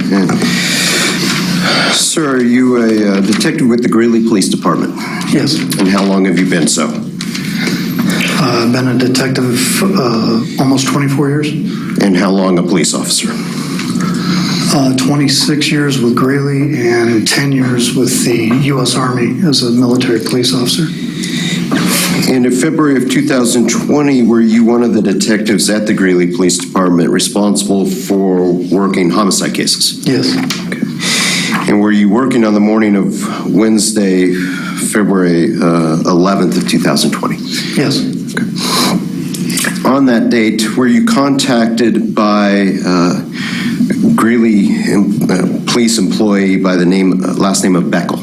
Yes. And what is his role at the police department? He at the time was a non-sworn employee. I think their title is public safety technician. They're the people you would meet, say, at the front desk at the police department. All right. And what did Mr. Beckel tell you at that time? Let me just run through. Stanley F. Sessions had called the police department to report his son, Stanley S. Sessions, also known as Scott, as a missing person. Beckel said when he later input Scott Sessions' data information into basically a national computer, listing him as a missing person, Beckel was contacted by Larimer County deputies advising that they had noticed this entry that Beckel had made and advising that they'd recovered Scott Sessions' body in their jurisdiction. Okay, and Larimer County had informed Greeley that they had in fact recovered Scott's body the day before, is that correct? On the 10th? Right. And based on that information, did you then subsequently meet with Larimer County Sheriff's deputies? I did. They requested that I come out and meet with the team that had been assembled investigating this recovery, I guess. And then later that afternoon, were you present when death notification was provided to Mr. Stanley Sessions? Yes. After Mr. Sessions was informed of his son's death, and this is all on the afternoon of the 11th, is that correct? Yeah, by this point, it's almost 5 p.m. On the 11th. Okay. After Mr. Sessions had been notified of his son's death, did you and others respond to Scott's house at 2112 7th Street in Greeley? Yes. And did you look through the house at that time? Yes. Okay. And you were allowed in by Scott's father? That's correct. And did you observe any signs of anything unusual taking place inside the home? No. Okay. Did you collect some items while you were in the house that you speculated might be important as the investigation into Scott's death progressed? Yes. Did some of the items that you would collect at that time include a sheet of paper with some computer usernames and passwords for various websites and other things? Yes. Okay. And did you provide that information to the Larimer County Sheriff's Office? I did. Okay. No further questions. Thank you. Thank you. Any cross-examination? Yes.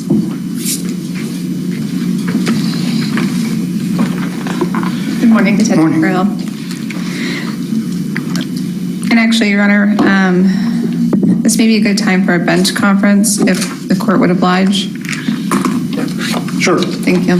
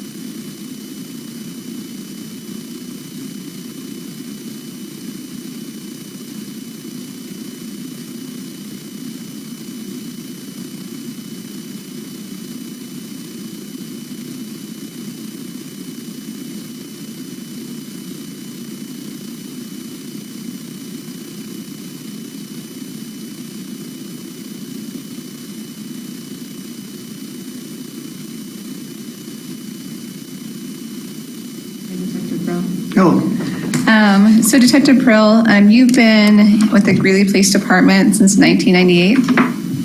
No, 96. 96. I became a detective in 98. Okay. And before that, you were with the Army? Yeah, as a military police officer. Okay. And you were a military police officer in what year? 85 to 95. So you've been a police officer since before I was born? Thanks. The point is, you've been a detective for many years, correct, sir? Yes, Okay. And so this is not the first time that you've worked on a homicide case? no, it's not. Okay. And you've worked on numerous homicides? I do. In fact, you're probably one of the most experienced detectives at the Greeley Police Department currently. Thank Not you to toot again. your own horn, but, and so when you received this information from Public Safety Technician Beckel, one of the first things you did, one of the first steps you did, was look at the Greeley Police Department archives Yes. for Mr. Sessions. Right. And can you explain to the jury what we mean by the Greeley Police Department archives?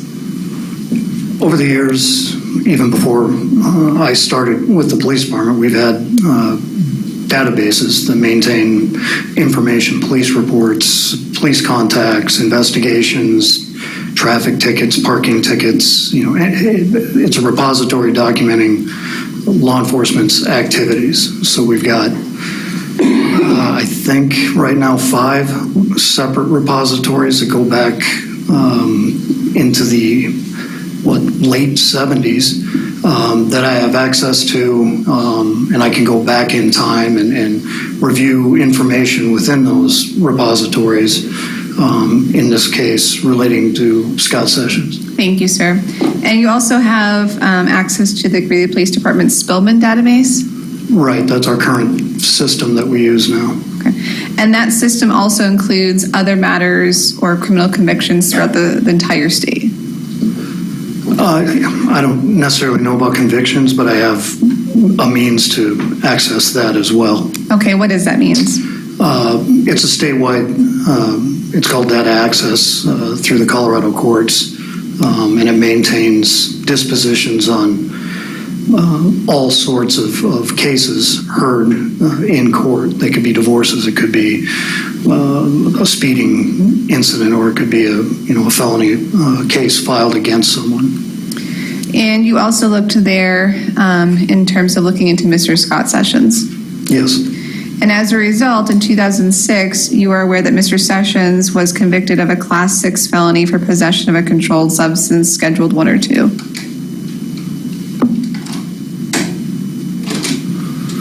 I remember several misdemeanors, but I don't remember the felony. I'm not saying it's not there, I just don't remember. Would it refresh your recollection to review your report? Sure, yes.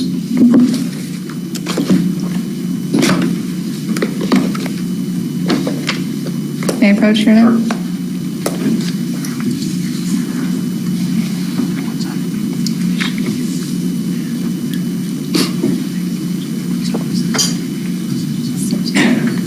May I approach? Sure.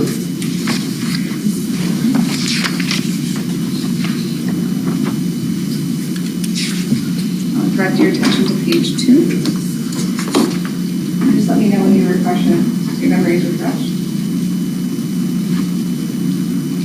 And the specific question is as to a 2006 incident, is that Yes. correct? For possession of a controlled substance.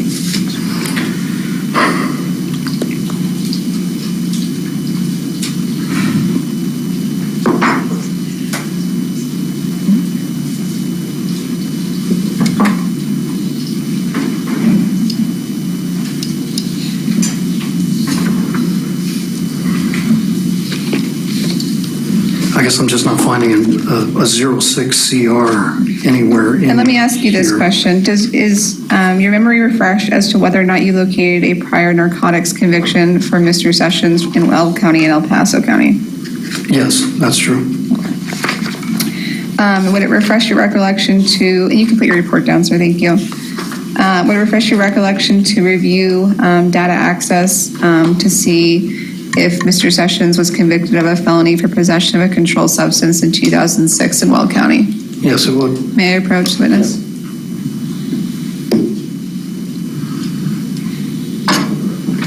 I'm going to hand you my laptop. Try not to put anything funny on it, okay?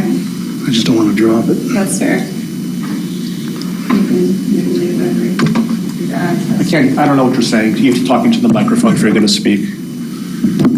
Can Your Honor, I was just telling the witness that he can manipulate the mouse to look through data access and let me know when his memory is refreshed, please. Thank you.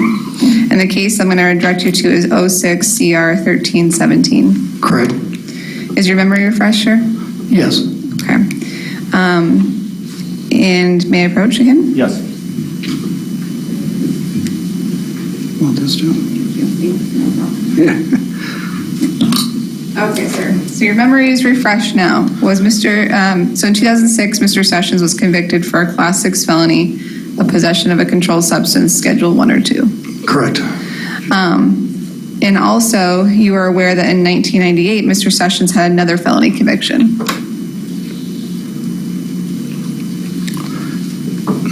I just remember seeing that in the report that you just had me refresh my memory from. And that was out of El Paso County? Right. Would it refresh your recollection to review data access for that case as well? For the number, for sure, yes. May I approach? Sure.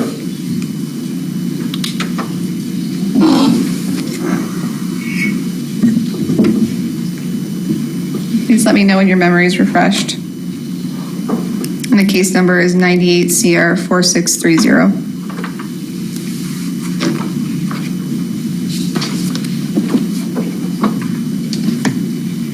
Okay. Your memory is refreshed, sir? Yes. May I approach? Sure. You're welcome.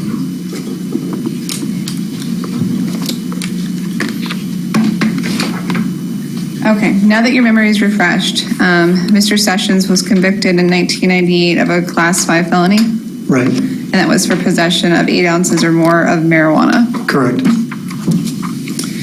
So, after you did this initial work on the case, on February 11th, you traveled to the Larimer County Sheriff's Office. Yes. To the administrative portion of their office? Yes. Okay. And there you met with roughly about 15 deputies from the Larimer County Sheriff's?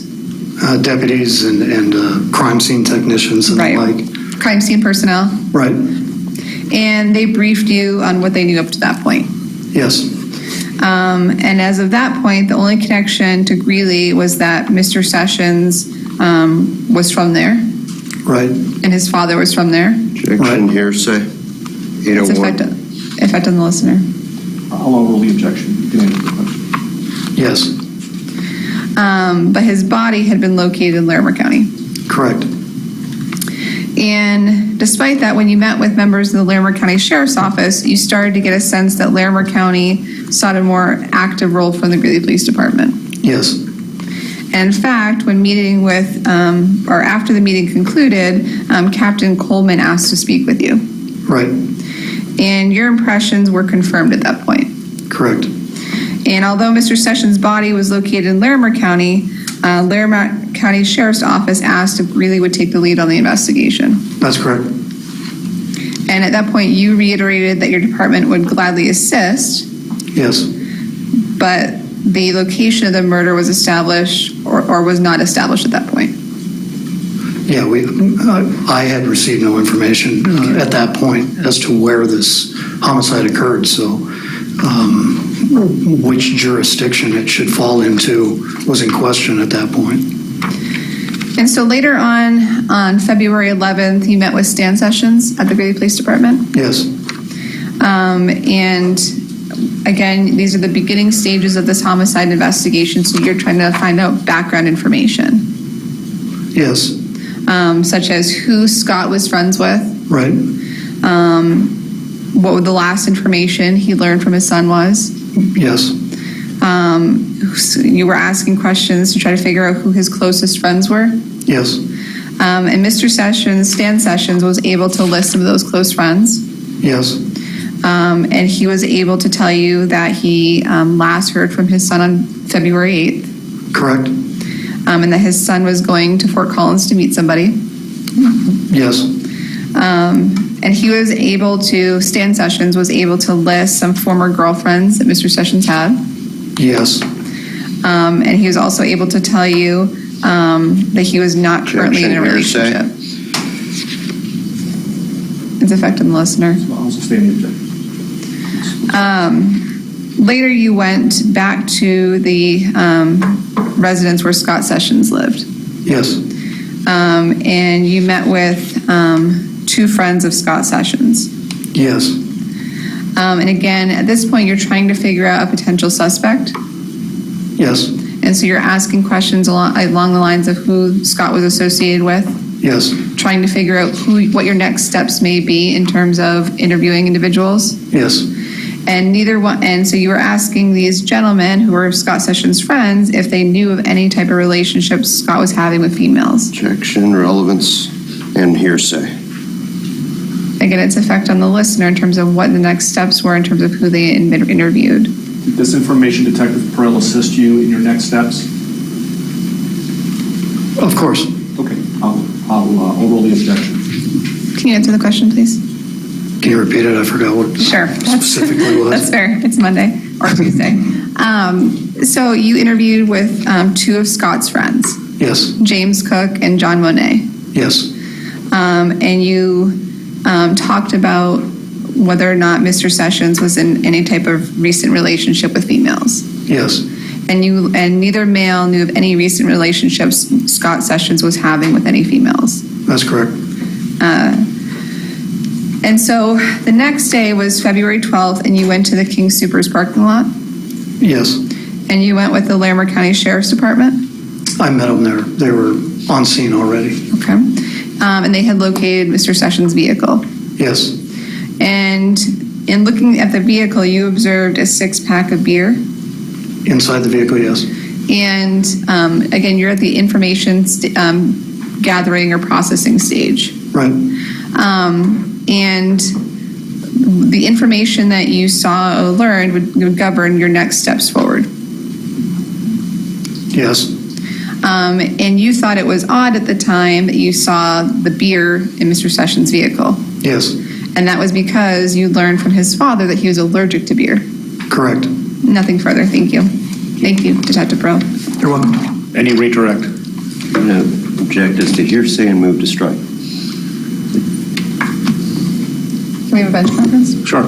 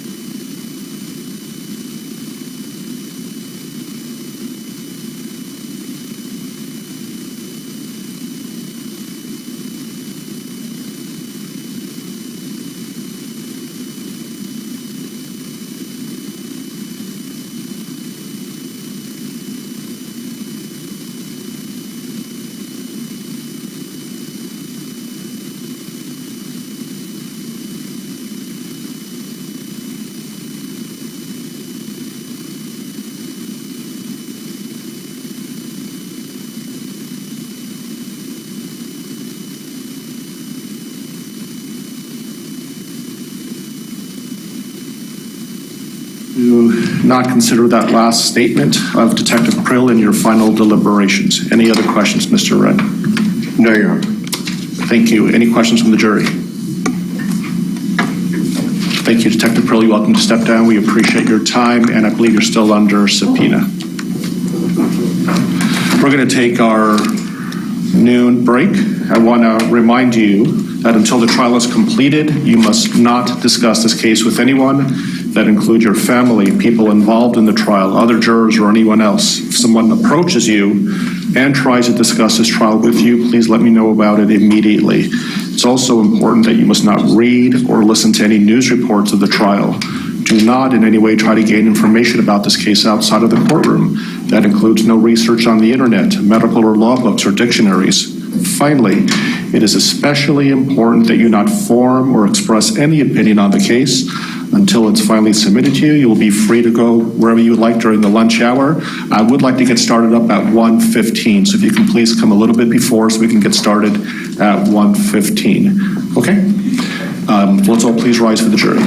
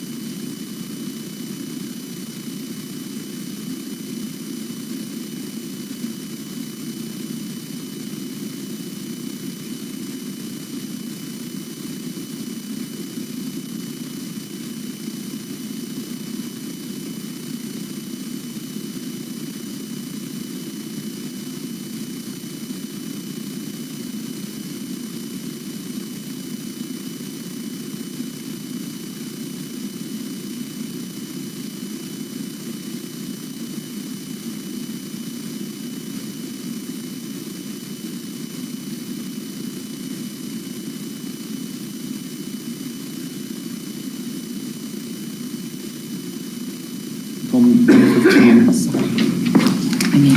Did it work?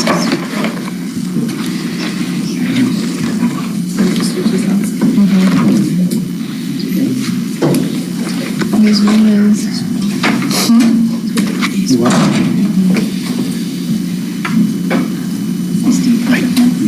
Sorry.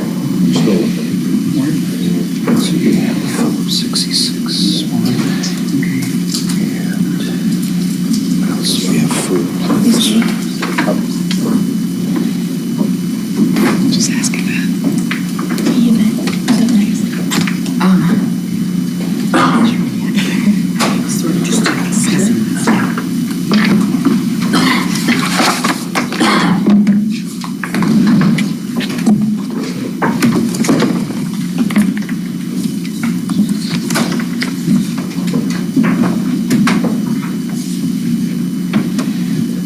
Oh, 212.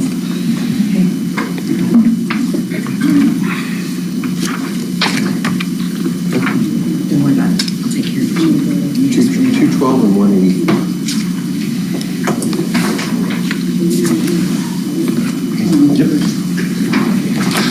So this is going We're off the record. Any issues before we get started? I'm just going to show an exhibit to defense counsel.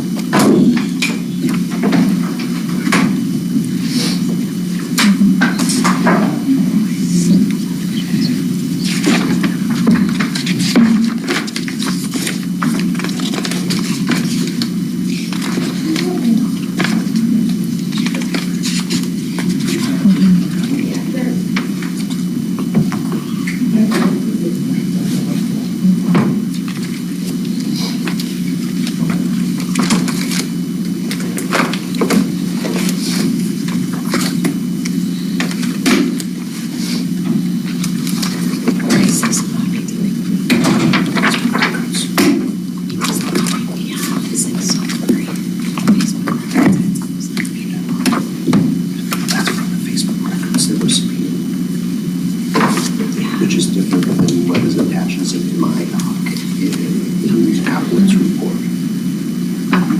Does that make sense? Yeah. Because, yeah, these are more clear. Yeah, those are way Because clearer. they're taken from the disk rather than screenshots. Facebook records of sessions of Facebook. Well, how do you get them? They come through as like a media. Oh, okay. Well, whatever, Yeah. whatever form. When it came through via the media discovery packet, it's still blurry.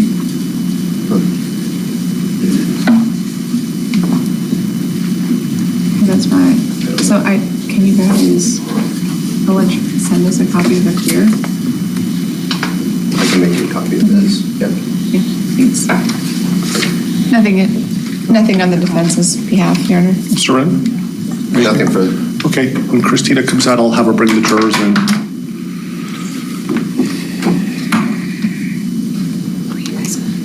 Yes.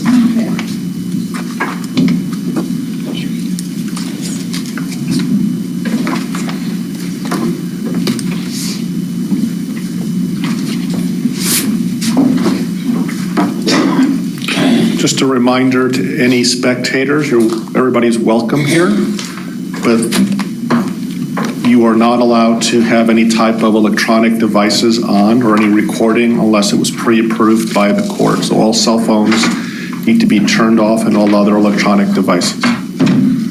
Thank you.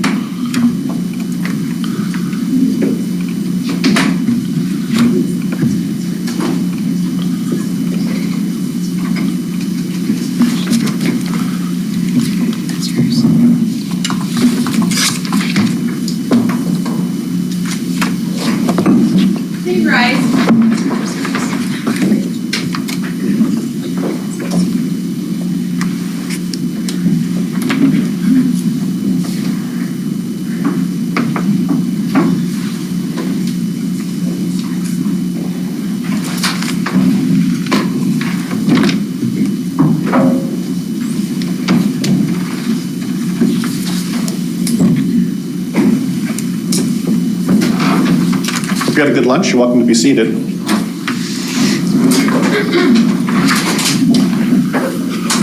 Prosecution may call their next witness. People call Ben Hess to the stand. Hess.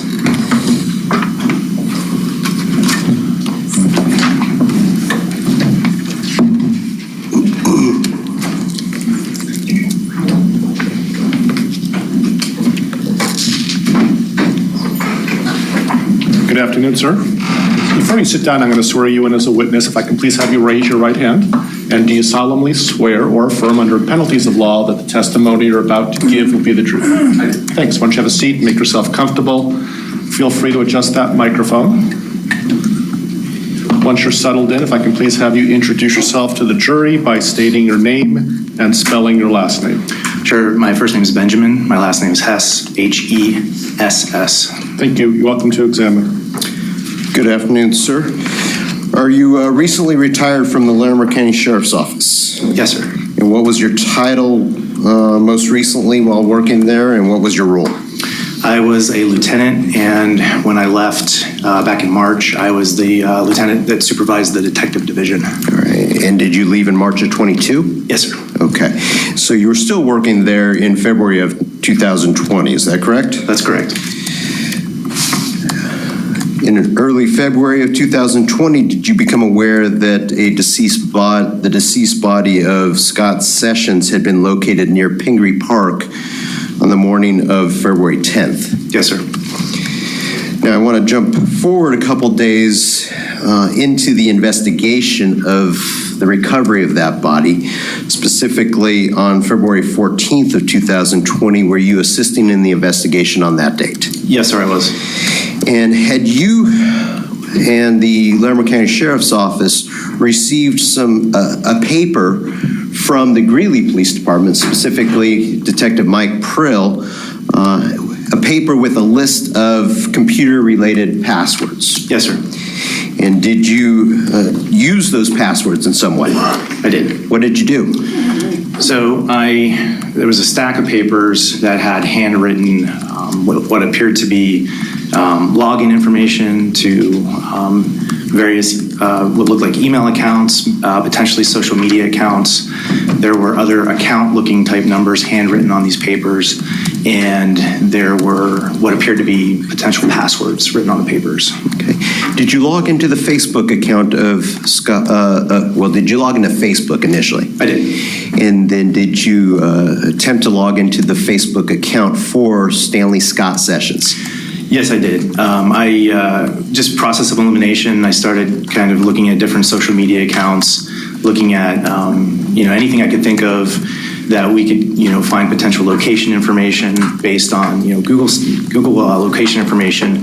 None of that panned out, but by process of elimination, one of the account names, login information, and passwords that were written down got me into his Facebook account. Okay, so prior to that, was his Facebook account private? Yes, sir. Okay, in other words, the public couldn't access his Facebook Messenger conversations without some type of password, is that correct? Not to my knowledge. All right. So once you found a password that actually accessed his Facebook account, what did you do then? At the time, we were trying to, again, locate or find location information for Mr. Sessions. And one of the pieces of information that came to my attention was that he had told somebody on the night or on the day of, I believe, of his disappearance that he was going to meet a friend. So I started looking in his Facebook Messenger account and observed messages that really lined up timeline-wise with what would have been that time frame that he was going to meet the friend. Okay, so you were looking for information close in time to the evening of February 8th? Yes, sir. And whether or not he was communicating with anybody about meeting up that night, is that correct? Correct. And did you find something? I did. What did you find? I found that he was messaging with somebody, and I don't remember exactly what her screen name was, but what we later determined to be Heather Frank's Facebook Messenger account. Okay.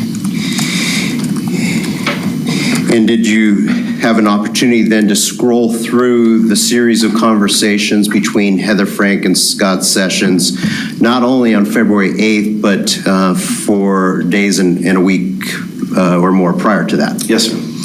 May I approach, Your Honor? Sure.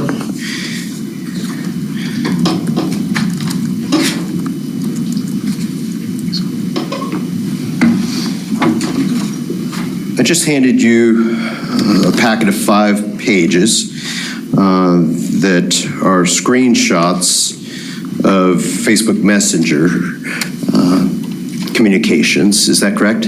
Yes, sir. Do you recognize the 5 pages that I just handed you? Yes, sir. What do you recognize those to be? I recognize these as the messenger conversation that I observed on the 14th of February. Okay. So you observed those on February 14th, and they are Facebook Messenger conversations between whom? What appears to be Scott Sessions and Heather Frank. Okay. And those are copied from Scott Sessions' Facebook account, is that correct? Yes, sir. And are those fair and accurate copies of what you observed when you were looking into the Facebook Messenger account of Scott Sessions on February 14th of 2020? Yes, sir. People would offer Exhibit 232 into evidence. Any objection? No, Your Honor. Exhibit 232 are admitted into evidence, and you're welcome to publish if you wish. Okay.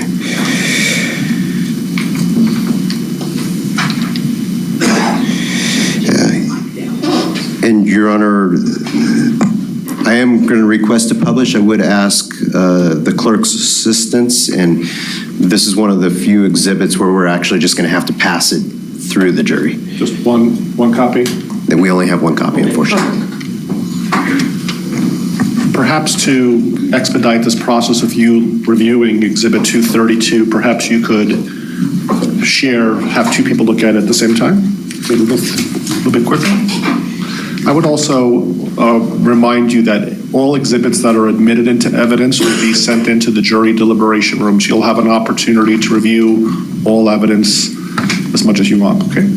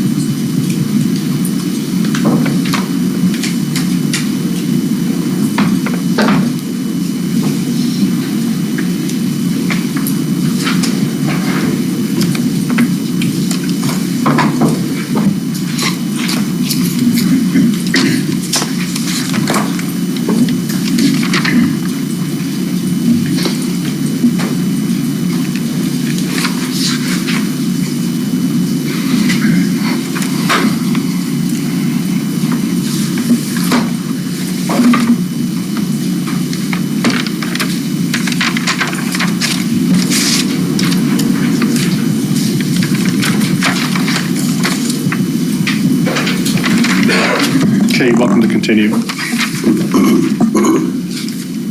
Thank you.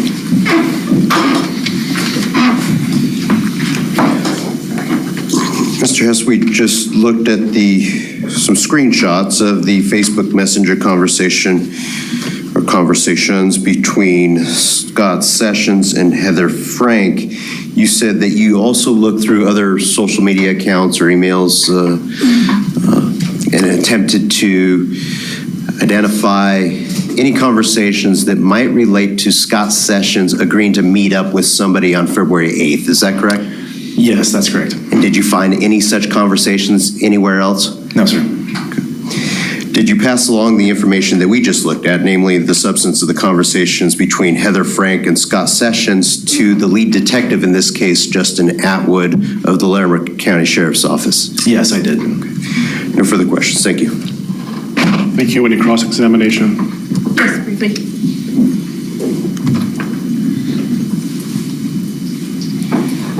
Good afternoon. Hi. So Mr. Sessions first messaged Ms. Frank on January 24th of 2020, correct? Are you saying did he the Yes. first time? It appeared that way from the messages, yeah. And in that first message, he referenced the day that they met, correct? Correct. He didn't state the explicit date, but referenced Wednesday. I believe so, yeah. And the Wednesday prior to the first message would have been January 22nd of 2020? I'm assuming so. Your Honor, just to be safe, I'd ask the court to take judicial notice of the fact that January 22nd, 2020 was a Wednesday pursuant to Colorado Rule of Evidence 201. 1 second, please. January 22nd? Yes. January 22nd, 2020 was a Wednesday, and the court will take judicial notice of that fact that's not subject to reasonable dispute. Thank you. And Mr. Sessions mentioned wanting to eat breakfast at Doug's, correct? I would have to refer again specifically to the conversation, but I believe that's what I recall. Would it refresh your recollection? Absolutely, yeah. Your Honor, may I approach? Sure.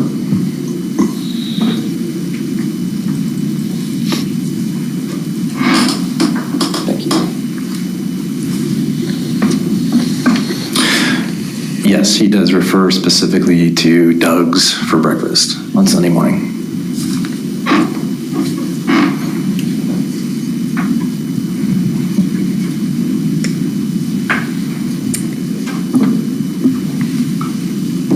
However, they don't make any specific plans to meet on any particular date at Doug's, correct? Correct.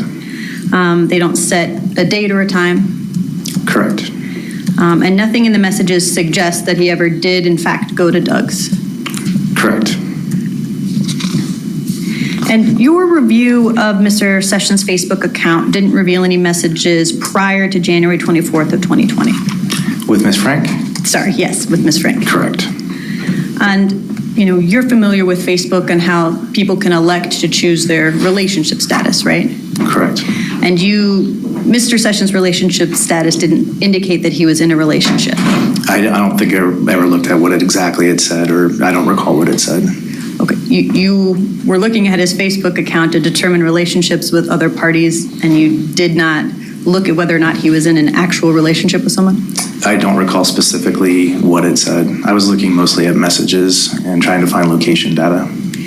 And your review of his account of the messages between Mr. Sessions and Ms. Frank did not indicate that they were in a relationship with one another? No, there was some indication in the messages that they may have spent the night together, but other than that, no. There were no messages indicating they were in some sort of committed or exclusive relationship? Correct. And the messages document that Mr. Sessions and Ms. Frank had only seen each other in person at most 3 times. I'm sorry? The messages between Mr. Sessions and Ms. Frank indicate that they had only seen each other in person at most 3 times, correct? Yeah, I'm going to object on grounds of speculation. The messages speak for themselves. Anything else would be interpretation or speculation. So you agree that you would be guessing by answering that question? Yes, sir. So I'll sustain the objection. The messages indicate that they had met on at least 3 occasions. Either 2 or 3. I think I'm not exactly. I wouldn't be comfortable stating for sure if it was 2 or 3. One message references meeting at the Blues Jam on Wednesday, January 22nd. Right, when they first met. And one referenced the Queen Bee and the Stingers concert they attended on January 24th. Correct. And then on February 8th of 2020, Ms. Frank invited him over to her house, correct? Yeah, that's why I said for sure too, because obviously the third time is obviously the time that we're in question. And at no point during their Facebook exchanges did Mr. Sessions and Ms. Frank exchange phone numbers. Not to my recollection, no. Nor is there any reference to traditional phone calls between the two. Not that I saw. And to your knowledge, based on your review of the various social media sites, the investigation in the case never revealed any communication between the two of them by any means other than Facebook. Correct. No further questions. Thank you. Any redirect? No, Your Honor. Thank you. Any questions from the jury? Thank you. Appreciate your time. You're welcome to step down. Thank you. May he be discharged from his subpoena? Yes. Your Honor, he's also under the defense a subpoena. We'd ask him to remain here at the courthouse until he has a chance to speak with our investigator and we're able to continue his subpoena on the record. Thank you. Appreciate that. Next witness, please. Judge, the people would call Elizabeth Davis to the stand.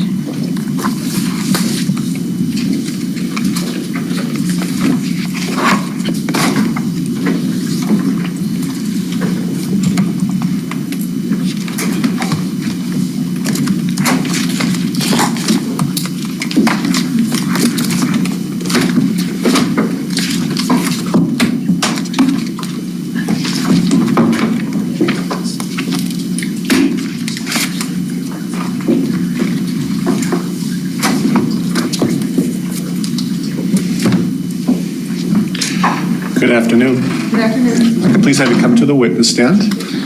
And before you sit down, I'm going to have you raise your right hand and swear you in as a witness. Is that okay? Yes, sir. And so do you solemnly swear or affirm under penalties of law that the testimony you're about to give will be the truth? Yes, sir. Thanks. Once you have a seat, make yourself comfortable. Feel free to adjust that microphone. Once you're settled in, if I can please have you introduce yourself to the jury by stating your name and spelling your last name. My name is Elizabeth. Last name is Davis, Davis. Thank you. You're welcome to examine. Thank you. Good afternoon, Ms. Davis. Good afternoon. First of all, can you tell the jury if you have a nickname? I do. My nickname is Pork Chop. Most people call me that or PC. I really don't go by Elizabeth. So, Ms. Davis. Yes, ma'am. Where do you work? I work at the Mishawaka Amphitheater. How long have you worked there? 8 years. Are you a specific rank at the Mishawaka? I am a manager bartender. Yes, okay. Ma'am. Back on, I think it was, back in February of 2020, specifically on the 12th of February of 2020, did somebody get in contact with you about surveillance, possibly? Yes, ma'am. Somebody came in and looked at our video cameras. Would that have been a man by the name of Deputy Ian? It was a man. Okay. I don't recall his name, no ma'am. And were you able to give him a copy of the surveillance? Yes, ma'am. Can you tell the jury a little bit about that surveillance, how that works? The detective got there that day, and I had to go through my little MOD book to find all the passwords and everything, and he accessed our video cameras. It's pretty simple. And do your video cameras, do they have specific timestamps or anything like that? They do. They do have a timestamp on there. Do you know if they're accurate? To my knowledge, yes, ma'am. Okay. When you were able to access that video surveillance, is it tamper-proof? I assume you can't tamper with it. Your Honor, I'd object to speculation. Yes, I don't want you to guess or speculate. If you don't know the answer, just let us know. Yeah. Has anybody ever... They're new. We recently got them in the last 4 years. So nobody's ever messed with them or nothing like that. Okay. And when you gave him that timestamp or that video, It was for a lengthy period of time, right? Yes, ma'am. He was there watching for a while. Okay. I'm going to hand you, it's been previously marked as People's Exhibit 183.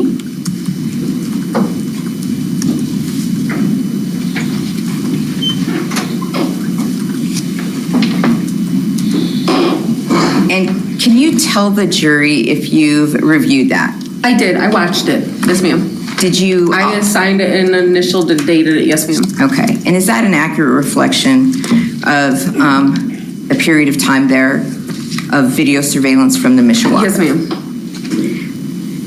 I can have that back. Thank you. At this time, the people move to admit People's Exhibit 183. Any objection?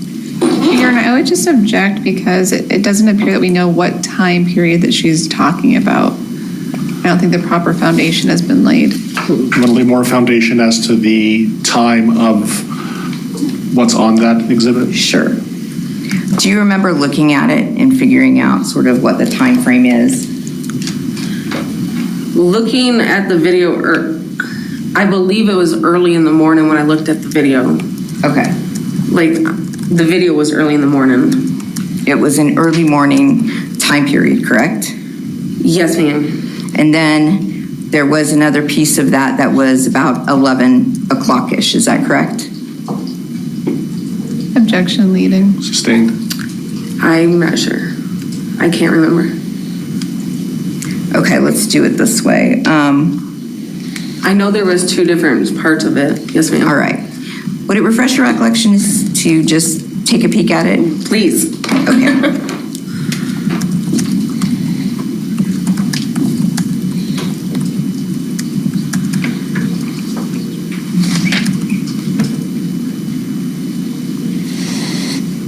Do you keep this surveillance, first of all?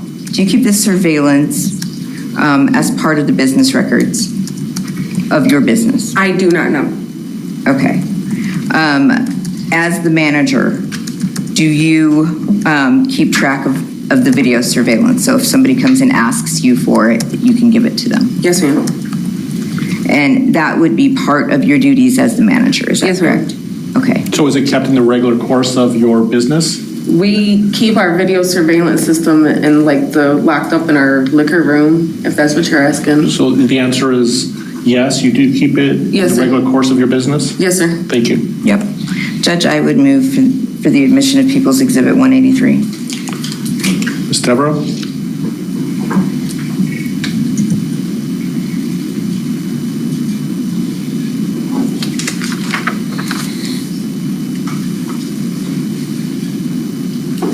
Your Honor, I still think we need the dates and times, and I still don't believe that we've heard anything from this witness that reflects that. So I don't believe the proper foundation has been laid even through the business records exception. Anything else, Ms. Guthrie? Judge, I do believe that we've laid foundation that it's a business record, that was downloaded, and that she gave that information to Deputy Enan. Thanks. The court's going to overrule the objection. 183 is admitted into evidence. You're welcome to publish if you wish. I'm actually going to wait to publish with Deputy Enan. I don't have any further questions for this witness. Thank you, Ms. Davis. Thank you. Any cross-examination? No, thank you. Any questions from the jury? Thank you, Ms. Davis. We appreciate your time. May she be discharged from her subpoena. She may be discharged from the people's subpoena, yes. Ms. Devereaux? She is not under our subpoena. Thank you, ma'am. You are free to leave. Thank you. Have a nice day. Next witness, please. Your Honor, the people would call Deputy Jesse Enan to the stand.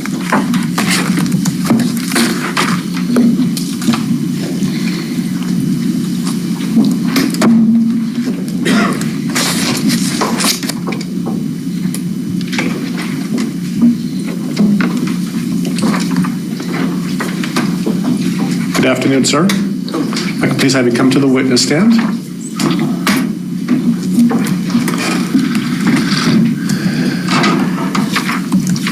So I was going to have you raise your right hand, but I'm not sure that's a good idea. Probably not right now, sir. So do you solemnly swear or affirm under penalties of law that the testimony you're about to give will be the truth? I do. Thanks. Why don't you have a seat, make yourself comfortable. Feel free to adjust that microphone. Once you're settled in, if I can please have you introduce yourself to this jury by stating your name and spelling your last name. Hi there, my name is Jesse Ihnen. My last name is spelled I-H-N-E-N. Thank you. You're welcome to examine. Thank you.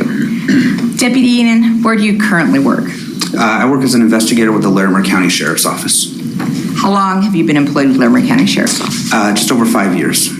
Did you have any prior law enforcement experience? I do. I was a police officer for the Colorado State University Police Department for about 10 years prior to that, 4 of which I was a field supervisor. I want to take you back to February 12th of 2020. Were you involved in an investigation regarding Scott Sessions and a dead body that was found up in Pingree Park? I was. Can you tell the jury, back on February 12th of 2020, first of all, what you were supposed to be doing on that day? Did you receive instruction about something that needed to be done in this case? I did. My first assignment for that day was to head to sort of the northwestern corner of the county to pick up some security camera footage or put in requests for security camera footage from a number of businesses.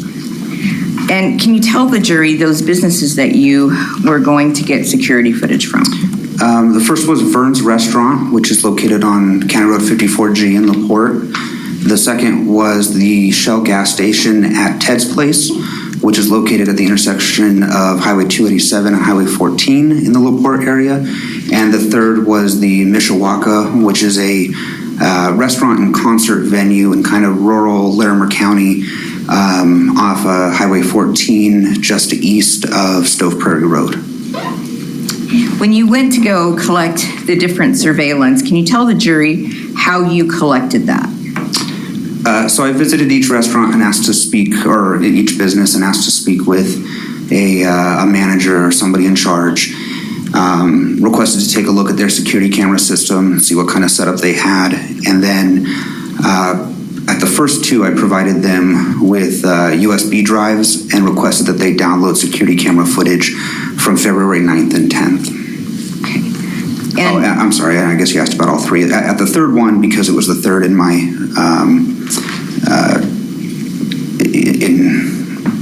just kind of went one after the other. At the third one, I went, and the manager didn't know exactly how to download the footage herself, but she set me up on their computer and showed me some written instructions that an IT person had left behind. At that one, I did the download myself rather than having other staff members work on it for me. And for how long a period did you do that download for? 39 hours.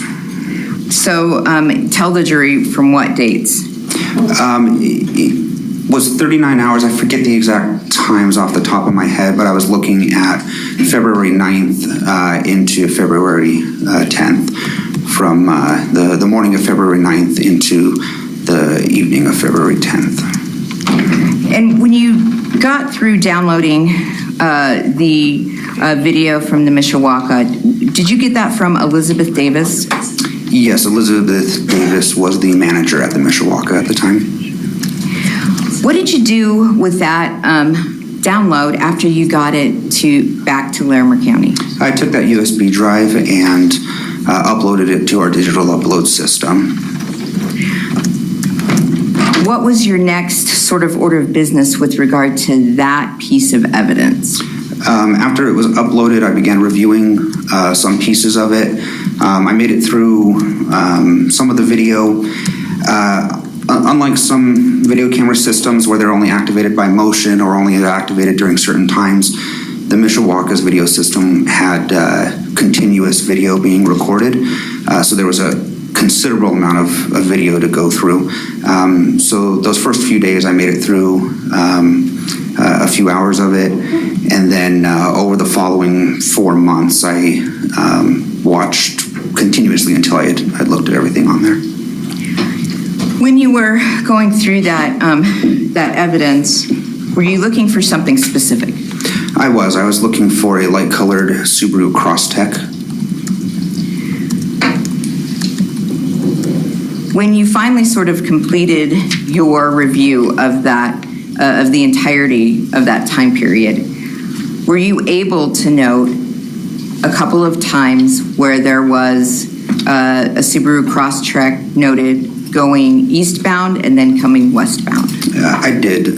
Specifically, I noted that on February 9th, 2020 at 08:37 or 8:37 in the morning, there was a light-colored Subaru Crosstrek that appeared to have, Crosstrek that appeared to have some front-end damage going westbound, and then a light-colored Subaru Crosstrek similarly going eastbound at 11:30 hours. And did you inform the investigators in this case about that information? Well, I did about the 11:31. My understanding was that other investigators had already examined the video from the 8:37 timeframe. Judge, at this time, I would ask to publish People's Exhibit 183. Sure.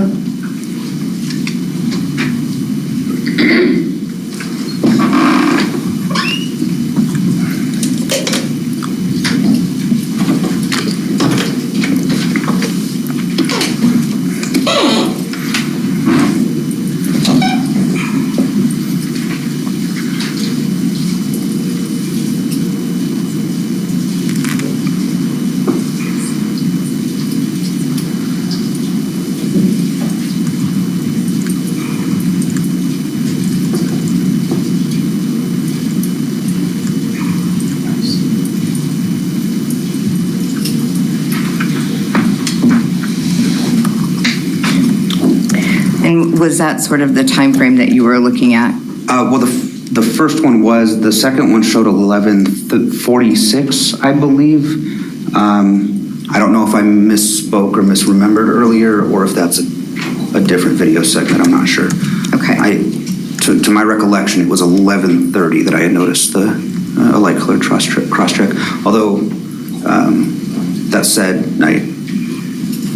there may have been other Subaru Crosstreks that traveled around that same time. Okay.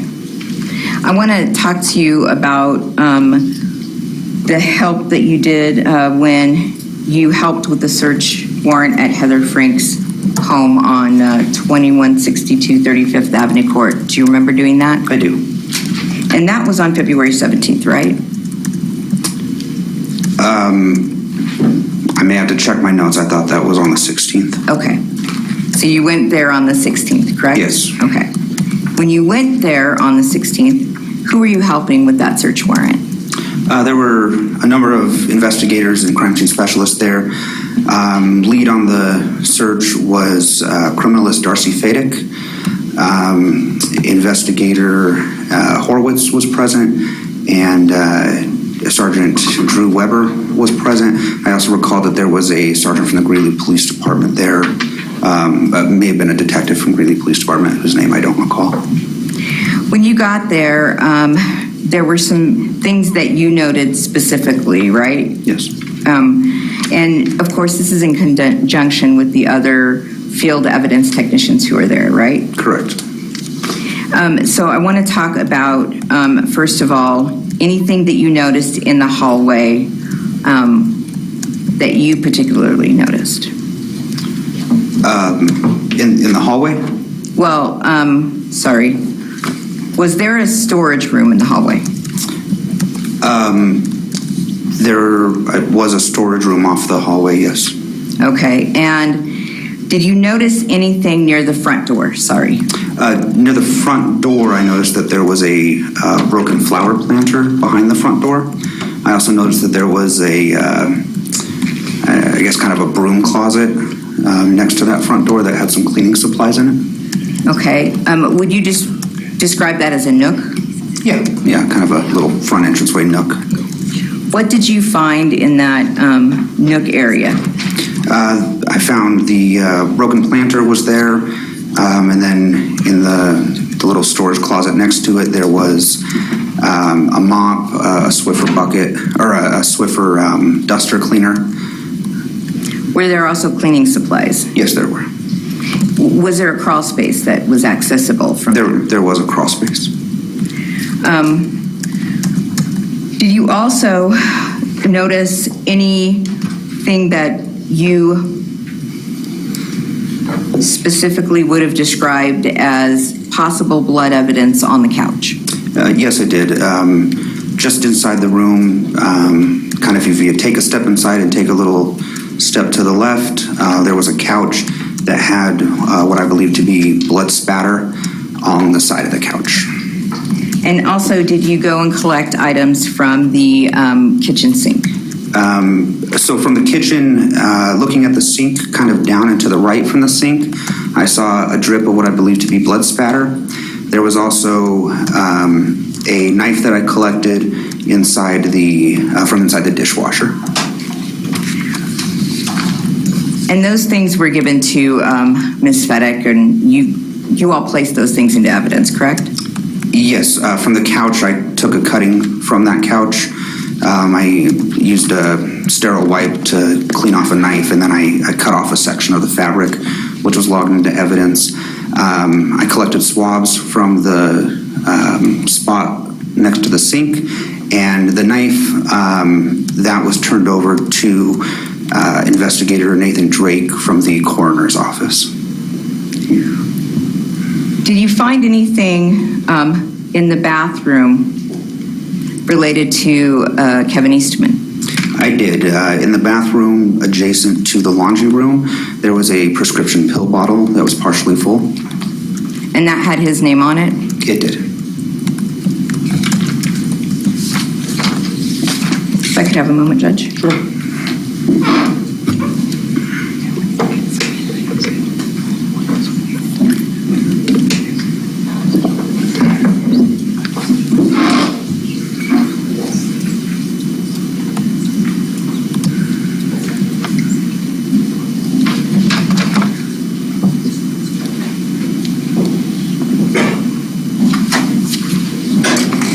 I want to ask you about the Mishawaka.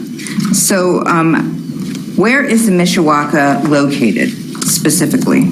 I'd have to refer to my notes. I'm sorry, I don't have a great memory for addresses. I don't specifically recall the address.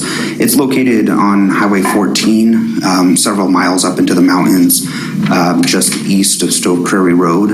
It's kind of a very remote restaurant and concert venue that's kind of known for its scenic views, and it sits up next to the Poudre River. How far up Highway 14 from, for example, Ted's place is it? I'm sorry, off the top of my head, I don't recall exactly how many miles it is. It's at least well, I don't want to guess at the distance. I'm sorry. I don't recall exactly how many miles. Past the Mishawaka, what is next up the Poudre Canyon? Past the Mishawaka, kind of the next landmark you'd run into would be Stove Prairie Road. And then past that, for quite a long ways, you just go past a lot of campsites and a few rural homes. Eventually, you get up to the Continental Divide, and then pretty soon after that, you're out of the county. Okay. And the Mishawaka, you said it was a concert venue and a restaurant, right? That's correct. Past the Mishawaka, or some place past the Mishawaka, do you sort of lose cell service? Yeah, it's actually pretty difficult to get cell service for quite a long ways leading up to the Mishawaka and quite a long ways past it. There's spotty coverage depending on what you have coming and going from there. But I believe even at the Mishawaka itself, cell service is extremely spotty. When I was there, I had to use the business's phone actually to call and update my supervisor about what I'd been doing. Okay. And when we were talking about that video, you said that you were looking for a very specific vehicle, right? Correct. And you looked from February 9th, you said, through February 10th, correct? Correct.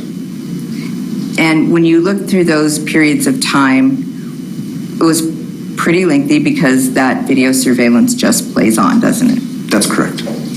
And when you were looking through that, it took you quite a bit of time to locate the Subaru Crosstrek, right?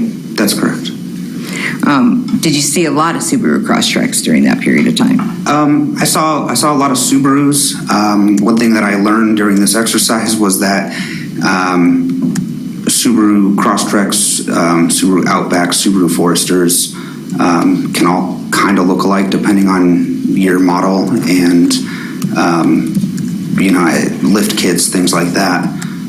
So there were quite a few Subarus. You mentioned that you were looking for a specific Crosstrek that had some damage on it. Is that right? Yes, my understanding was that I was looking for one with front end damage. All right.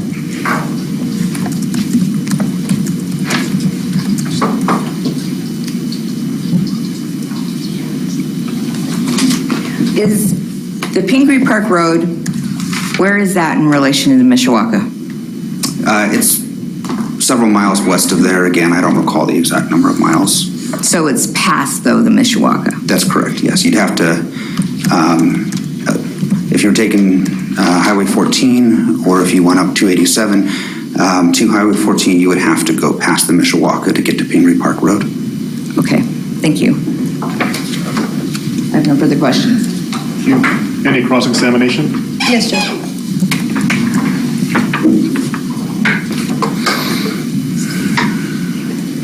Good afternoon. Good afternoon. So let's start with the Mishawaka video. You testified on direct that you were looking for a very specific vehicle, correct? My understanding was that I needed to be looking for a Subaru Crosstrek with front end damage, yes. But you don't consider yourself an expert in vehicle recognition? No, I am not. And you haven't received any special training in that area? I have not. Well, as you were looking at the video surveillance, you were taking notes of every vehicle that you saw pass? That's correct. You were noting what type of vehicle it was? Yes. Whether it was an SUV or sedan? Correct. Truck? That Yes, sort of that's thing? correct. And the color? Yes, that's correct. But you weren't making any more detailed notes than that? No, my notes were essentially make, model, if I could tell. Especially depending on the light conditions, it was very difficult to tell sometimes. If I couldn't determine make and model, I would note either if it was a SUV, CUV, pickup truck, things along those lines. If I had more specific details, such as logos or things like that, I would note them. Okay. And you mentioned some of the conditions, so I want to talk with you about that a little bit. The clarity of the videos from the Mishawaka was affected by a variety of factors. Would you agree? Yes. First, the lighting conditions. Yes. The blur kind of created by vehicles in motion. Yes. And the distorted vehicle dimensions based on the angle of the camera. Yes. As well as the weather, correct? Correct. At times it was snowing heavily? Correct. Due to the lack of clarity on the videos, you could not positively identify the driver of the vehicle that you believed you were looking for. That is correct. Or any of the passengers. Correct. You could not determine the number of people in the vehicle? No, I could not. Certainly couldn't identify the gender of the people in the vehicle? No, I could not. You weren't able to see inside the vehicle at all? On some of them going by, you could make out forms to some extent. Occasionally you could tell if there was a passenger or not. But generally speaking, no, it was difficult to see inside the vehicle. And specifically the vehicle that's believed to be Mr. Eastman's, you could not see the passengers in that vehicle? I could not say confidently who was inside that vehicle. And you were also not able to get a license plate number off of that vehicle either? Correct. So I want to turn now to your participation in the search of Ms. Frank's residence. When you arrived, you observed evidence of a bloodletting event? That's correct. Most significantly, 2 large stains? 2 large stains on the ground where carpet had been removed prior to my arrival, and the blood stain on the couch were indicative of bloodletting. And in the front nook near the front door, you observed 2 mops? Mops and other cleaning supplies, yes. And you didn't see any visible blood stain on those mops? No, I did not. But you tested the heads of each mop for the presence of blood, correct? I did. Using a phenolphthalein presumptive test? That is correct. And you tested the mops to rule out their use in any efforts to clean up the evidence of blood that you saw on the ground, correct? I tested the mops to attempt to determine if there was presumptive blood on there. I guess due to a number of factors, I guess I'm uncomfortable saying that it wouldn't necessarily rule it out. Other chemicals can break down blood and cause false negatives on phthalate tests. The testing on the mops did not reveal the presence of blood. The testing on the mops did not reveal the presence of blood. You also participated, at least somewhat, in the search of the kitchen area? That's correct. And you searched specifically the kitchen for knives? Knives was one of the things I was looking for, yes. And specifically ones that might have blood stains on them? That's correct. And you did not find any knives which you believe to have blood on them? No, I did not. You identified one possible knife of interest, correct? There was one knife from the dishwasher that looked like it might have had some sort of biological material on it. And that didn't look like blood to you? My guess was that it may, well, again, I'm uncomfortable expressing a guess, I suppose. I don't believe it was blood. Okay. And you did a presumptive test? I did a presumptive test. And that was negative? Correct. And so the knife we're talking about was found in the dishwasher, correct? That's correct. And from what you could tell, based on your observations of the other dishes in the dishwasher, it appeared the dishwasher had been run? That is correct. And the knife just might not have gotten fully clean? Yes. And that knife was collected for additional testing? It was. I also want to talk about the blood stain near the kitchen sink. After you determined that tested presumptive positive for the presence of blood, correct? Yes, it did. And you labeled that stain as stain number AC? That's correct. And then you swabbed the stain? That is correct. And you sealed those swabs? I did. And you packaged those swabs consistent with your agency policies and procedures? Yes, I did. For later testing? Correct. For example, possible DNA testing? Exactly, yes. And the swab was then entered into evidence? It was. And preserved consistent with your agency policies and procedures? I believe that it was, yes. And during the search of Ms. Frank's residence, Mr. Sessions' phone was not located? I don't recall specifically whether or not his phone was located at the residence. You did not locate his phone? I did not find his phone. Or his wallet? I did not find his wallet either. Or any of his clothes? I don't know that I could say specifically whether or not his clothes was present. There was clothes at the residence, but I didn't take any steps to determine specifically what clothes may have belonged to one person versus another.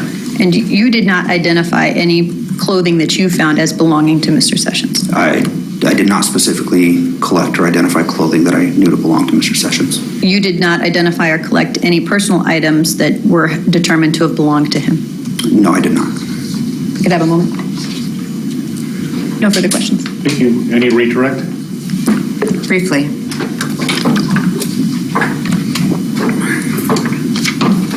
When you were reviewing the video surveillance from the Mishawaka, do you remember what the conditions were on that day that you were looking at?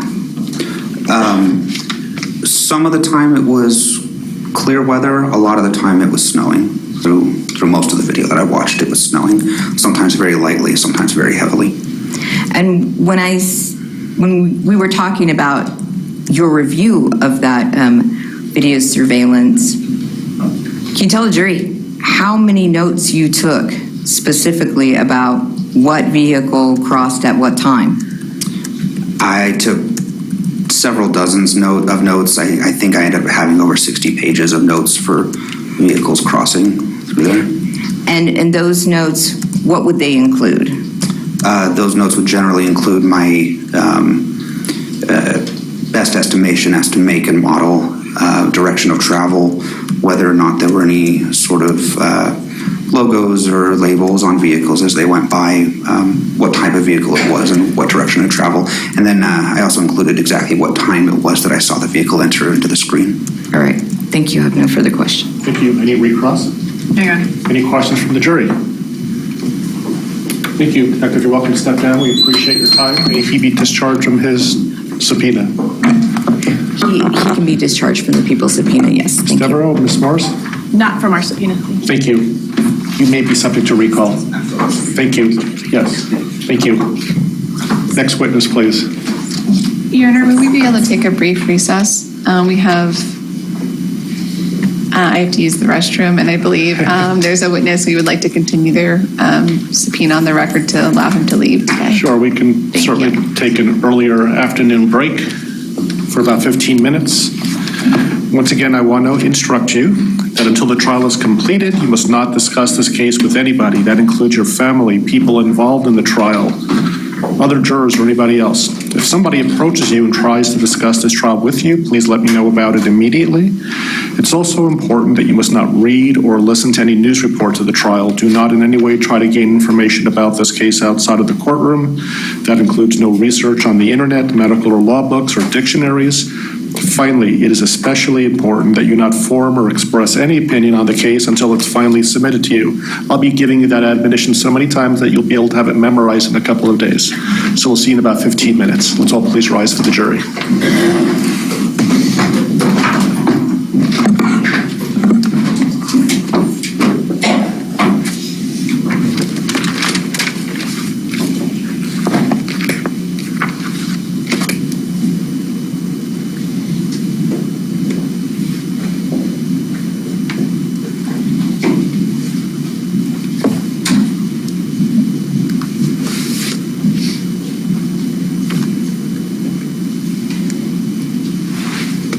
Okay, you're welcome to be seated, and we'll see you back in about 15 minutes.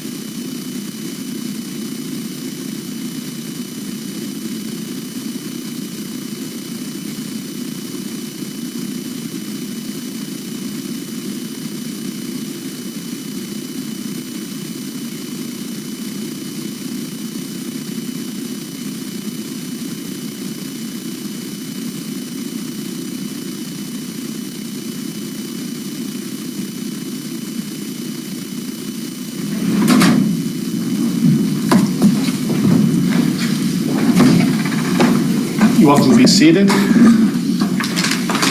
Your Honor, before we bring the jury out, can we just continue? Lieutenant Hess's on the record, please. Sure.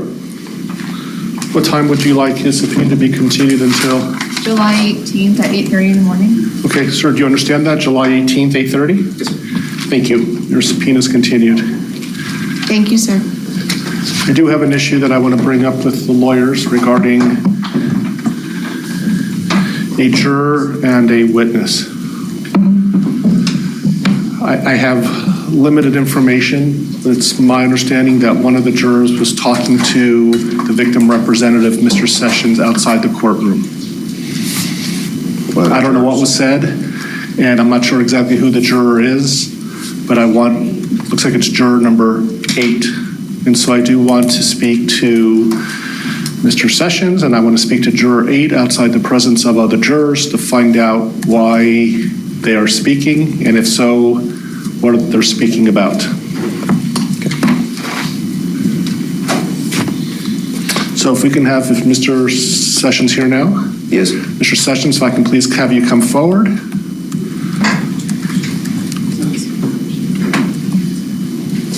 Okay. Witness box. Give me 1 second. We're going to put this on the record. Okay, we're back. I'm going to have you sit at the witness stand here. We're back on the record outside the presence of the jury. And it's come to this court's attention that Mr. Sessions was speaking to one of the jurors. I'm not sure if that's accurate or not. And so I want to ask Mr. Sessions if he was speaking to a juror, if so, why, and what was said. Mr. Sessions, were you speaking to one of the jurors during the break? Yeah, I guess I was. Okay. Wasn't conscious of that. You weren't aware that you were speaking to a juror? No, well, no. Okay. And when I say you were talking to a juror, do you know who I'm referring to? Yeah, I do. And what did you talk about? Asked him if he had a good lunch over at Subway, because I was there too. Did you speak to him at Subway, or did you speak to him here at the courthouse? Didn't speak to him at Subway. And so your conversation was limited to whether he had a good lunch at Subway? Pretty much. Were you aware that you were not allowed to speak to any jurors in this case or any other people, like I instructed you first thing this morning? Yeah, I guess I was, yeah. Was a little nervous this morning, I'll have to admit. I'm not sure how much I heard of your instructions. Mr. Wren, do you have any questions?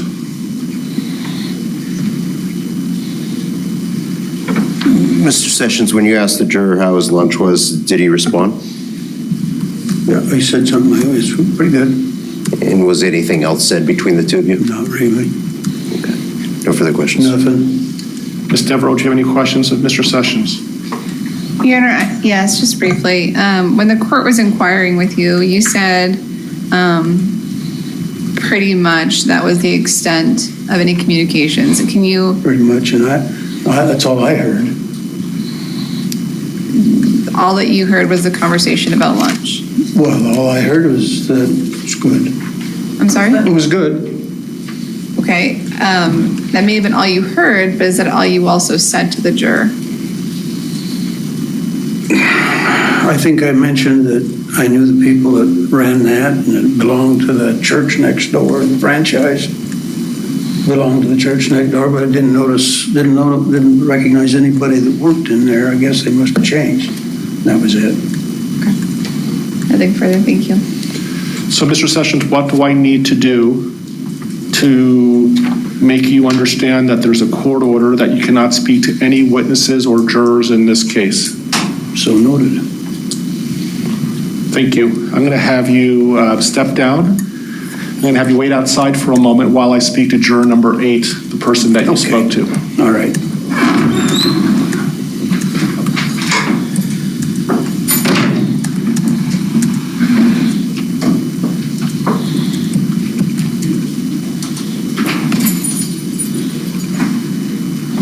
If we could please bring in juror number 8. I'm assuming the parties want to speak to juror number 8. Yes, please.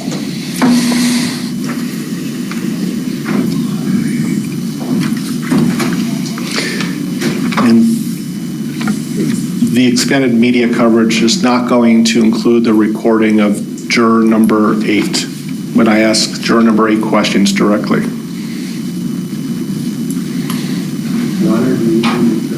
Please, if that can be turned off.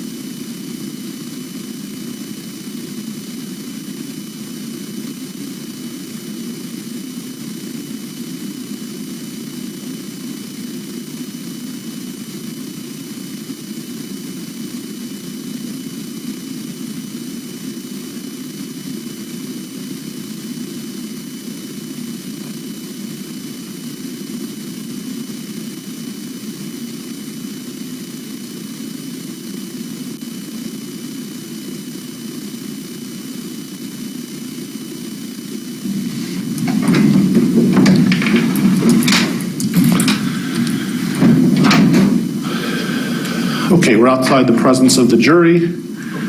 We've now interviewed Mr. Sessions and juror number 8.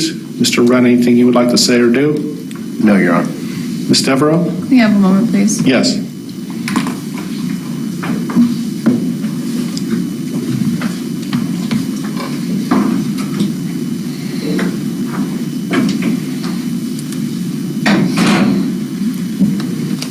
You know, we have 2 requests.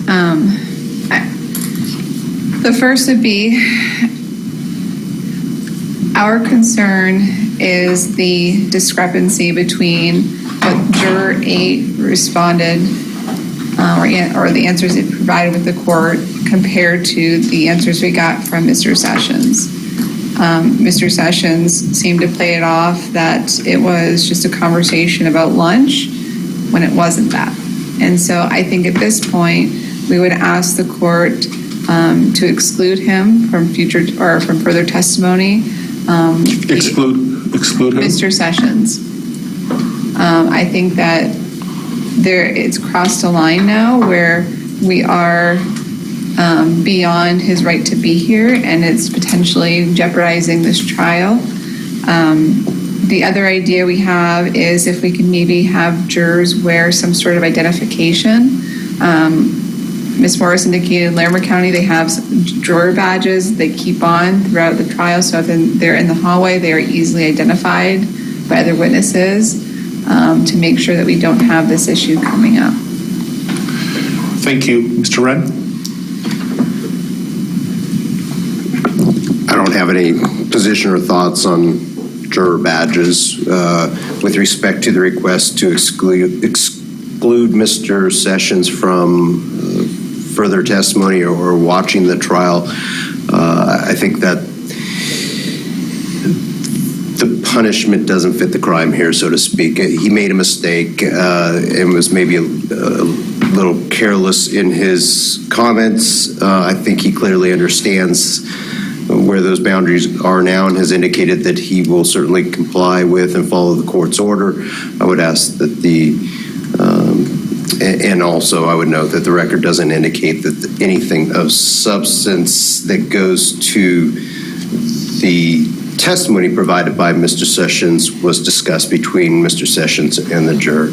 And so for that reason, I would object to the court excluding Mr. Sessions from the remainder of the trial under VRA.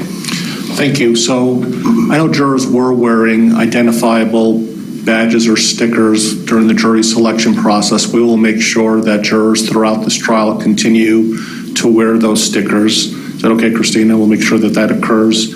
As it relates to the issue of excluding Mr. Sessions, Mr. Sessions is a victim under the Victims' Rights Amendment, Article 2, Section 16A of the Colorado Constitution, and the court has to balance the victim's constitutional right to be present at all critical stages of the proceeding, including this trial, with Mr. Eastman's right to a fair trial. At this point, I am not going to exclude Mr. Sessions from this trial. If this type of conduct continues in the future, and I'm hoping this was an honest mistake, then I will continue to balance that need and may exclude him in the future. I don't want to do that, but that's not up to me, that's up to him. And so at this point, I will deny the request to exclude him under the Victims' Rights Amendment. But if the victim advocate can make sure that he also understands what he can and cannot do, I try to make it as clear as I could to him today of what his obligations are. Okay? Any other issues before we bring the jurors in? There you are. All right, let's bring the jury in.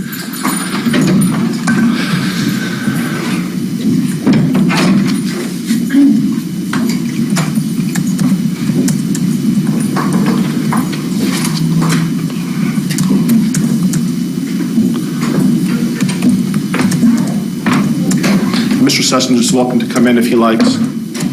I know I excluded him for a moment.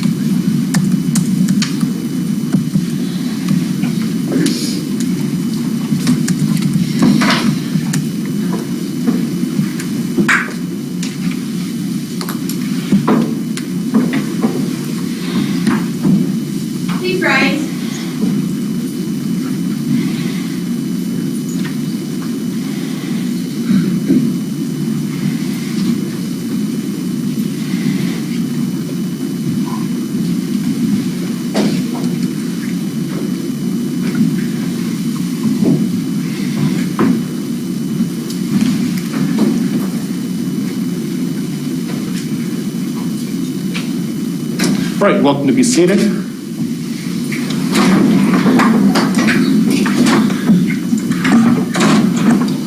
Without sounding like a broken record, I want to give you an admonition again because it seems like there's a need to do so again. And so when I give you this admonition, and I say this respectfully, it's not a recommendation, it's not a guideline, it's a court order. And so let me read that admonition if I can have your undivided attention. Until the trial is completed, you must not discuss this case with anybody. That includes your family, people involved in the trial, other jurors, or anyone else. If someone approaches you and tries to discuss the trial with you, let me know about it immediately. So, does everybody understand that? Okay, thank you. You're welcome to call your next witness, Mr. Rudd. Thank you, Your Honor. The people call David Yunvall to the stand.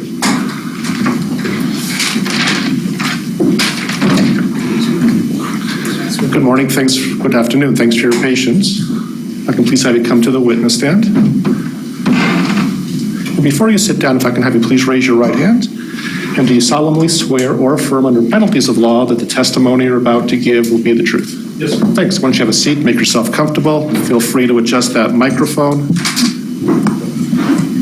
Once you're settled in, if I can please have you introduce yourself to the jury by stating your name and spelling your last name. My name is Dave Youngbull. Last name is LJUNGVALL, Jr. Thank you. You're welcome to examine, Mr. Rudd. Thank you, Your Honor, and good afternoon, sir. Where do you work? I work for King Soopers. And what's your position there? I'm a asset protection specialist for the Northern District. Okay. And so does that include many different King Soopers throughout this area? Yes, that's correct. All right. And does that include the King Soopers that is located in Greeley here at the intersection there of 35th Avenue and 20th Street? Yes, that's store number 11. Okay. And are you familiar with the surveillance system at that store in your capacity as the asset prevention? I think of it as loss prevention officer, but what did you call it? Asset protection for King Soopers program, yes. Asset protection, thank you. In your capacity as asset protection, are you familiar with the surveillance system that is used at that King Soopers? Yes, I am. And were you familiar with that system as it was being used in February of 2020? Yes. Okay.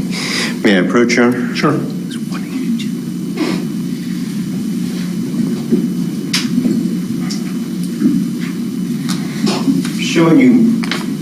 Showing you what has been marked for identification as People's Exhibit 182. Do you recognize that disc? Yes, sir. And have you had an opportunity to watch what is on that disc? Yes, sir. And is that reflected by your initials and date on that disc? Yes, I initialed it and dated it today. Okay. As the asset protection employee for King Soopers, specifically that King Soopers, are you a custodian of the surveillance video that is maintained by King Soopers? Yes, yes, we are. Okay. And is the surveillance video that is maintained by that King Soopers kept at or is it recording events that occur at or near the time that they occur? In other words, is it a live feed, so to speak? Yes, it's recorded live. Okay. And so can you see it live, and also is that then recorded for preservation at for viewing at a later time? Yes, it's stored onto a hard drive. Okay. And are you a custodian of those videos? Yes. Okay. And are those videos taken by those surveillance cameras kept in the regular course of business for King Soopers? That's correct. Okay. And did you have an opportunity to watch then the specific details that were depicted on People's Exhibit 182? Yes, I did. Is that a fair and accurate copy of the video surveillance system that was maintained by King Soopers on February 11th of 2020? That's what it was dated, yes. Okay. And specifically, there's a clip from the early morning hours, or 6:48 to 6:50 a.m. time period on February 11th of 2020. Is that correct? Yes. And is that a fair and accurate depiction of that video camera at King Soopers? Yes. People would offer Exhibit 182 into evidence. Any objection? No. 182 is admitted. You're welcome to publish when you wish. Thank you. I will do so through another witness. Thank you. Thank you. No further questions. Thank you. Any cross-examination? No, sir, thank you. Any questions from the jury? Thank you, sir. We appreciate your time. May he be discharged from his subpoena? He may. Ms. Devereaux? He's not under our subpoena. Thank you. And Mr. Wren, do you want to hold on to that exhibit, or do you want to leave with the court reporter? If we could have it placed on the court reporter's desk. Thank you. Appreciate your time. Yes, sir. Next witness, please. People call Tyler Thomas to the stand.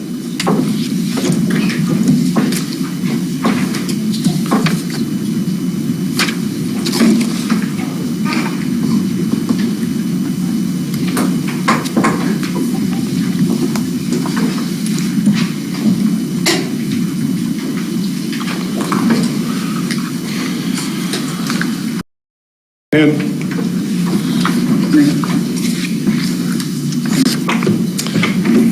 I could just have you come up to the witness stand before you sit down, I'm going to swear you in as a witness. And do you solemnly swear or affirm under penalties of law that the testimony you're about to give will be the truth? Thanks. Once you have a seat, make yourself comfortable. Feel free to adjust that microphone. Once you're settled in, if I can please have you introduce yourself to this jury by stating your name and spelling your last name. Tyler Thomas, last name Thomas. Thank you. You're welcome to examine. Thank you, Your Honor. And sir, are you a police officer or a deputy with the Larimer County Sheriff's Office? Yes, sir. I'm a deputy sheriff for Larimer County Sheriff's Office and have been so for approximately 4.5 years. And were you asked to assist in the investigation into the death of Scott Sessions? Yes, I was. Specifically, were you asked to see if you could try and locate Scott Sessions' vehicle, which had been described to you as a tan 2011 Ford Escape?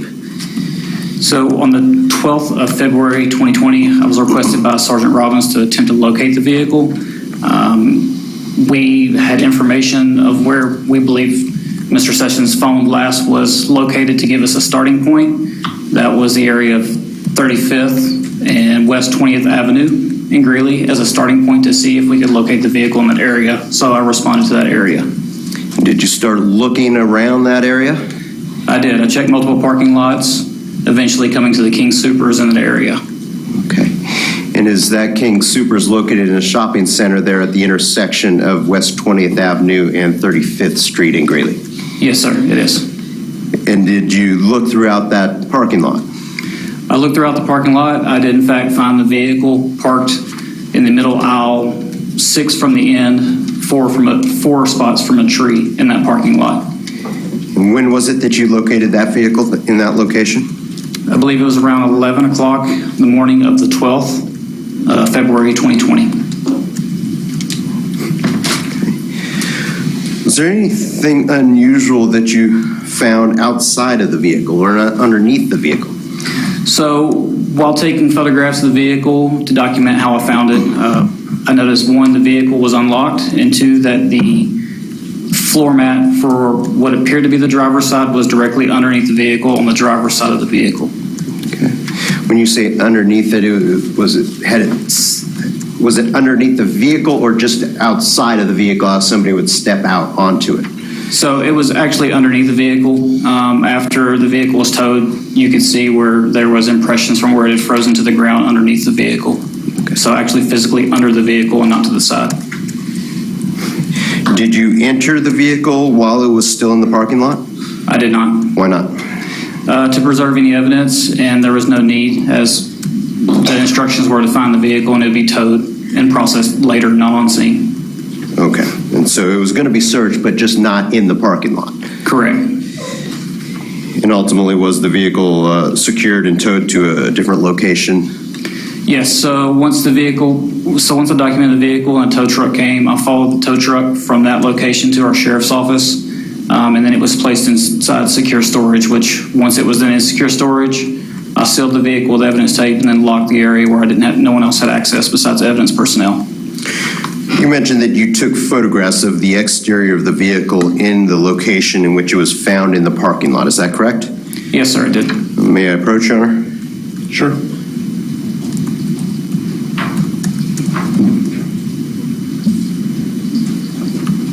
I'm showing you what's been marked for identification as People's Exhibit 6. Do you recognize that photograph?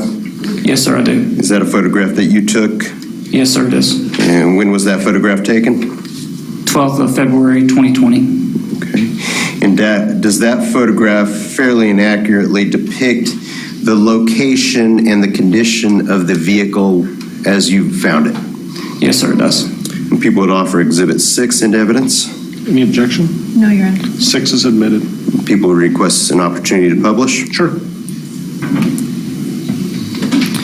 Okay, and if I could just direct your attention to your right there on the plasma screen. Where is King Supers relative to the vehicle in that photo? So from this perspective, if you're looking directly at the vehicle, King Supers would be to your left, and directly down that aisle, this would be the center aisle and the front doors of the King Supers. Okay.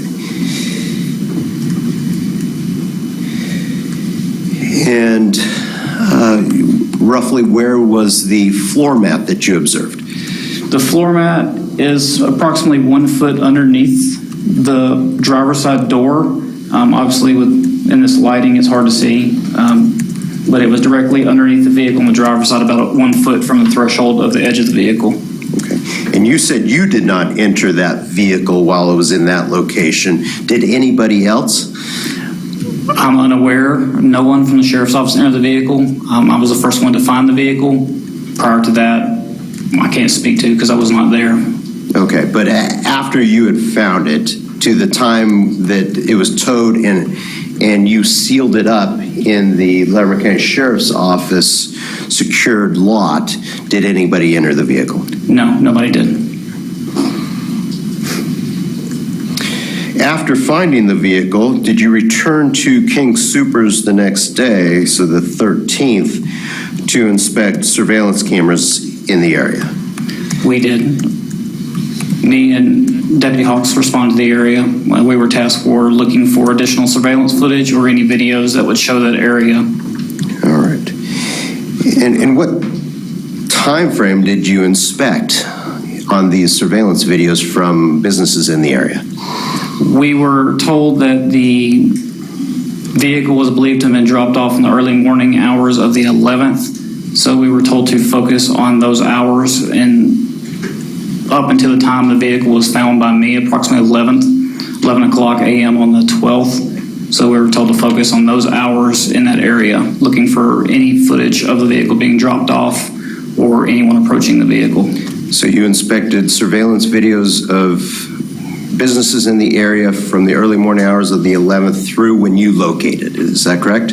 That was the instructions, yes, sir. And did you do that in live time? In other words, I mean, that's a long period of time to sit and watch videos. So most of the businesses, unfortunately, in that area did not have workable camera footage or any footage that they had accessed. At that time, we left instructions with the different businesses of the times that we were interested in the footage of, and then with instructions of someone would return and collect that as we could. As the video was collected, it was then watched, but the initial instruction was to find places with accessible footage and to give them instructions of what time period we were looking for. Okay. And did you ultimately collect video footage from that King Soopers? I did. Okay. Did you also collect video footage from a Banner Health urgent care clinic that was in that area? I viewed footage from their company directly at their company. Okay. And did you have an opportunity to watch the early morning hours of February 11th on their footage? I did. Okay. And did you, in doing so, did you see anything that caught your attention? On the 11th at approximately 6:48 a.m. on the camera time, a vehicle approaches the same general location where I found this vehicle. You see a male appearing subject exit the vehicle, walk around the vehicle several times for approximately 90 seconds before walking away from the vehicle and not coming back on the screen. Okay. In which direction did the individual walk away from that vehicle? From perspective, it appeared to be a generally south direction from the parking lot. Okay.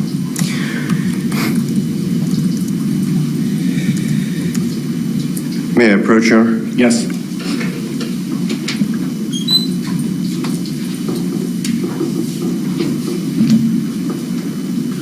Just provided you with a CD, or actually I think it's a DVD.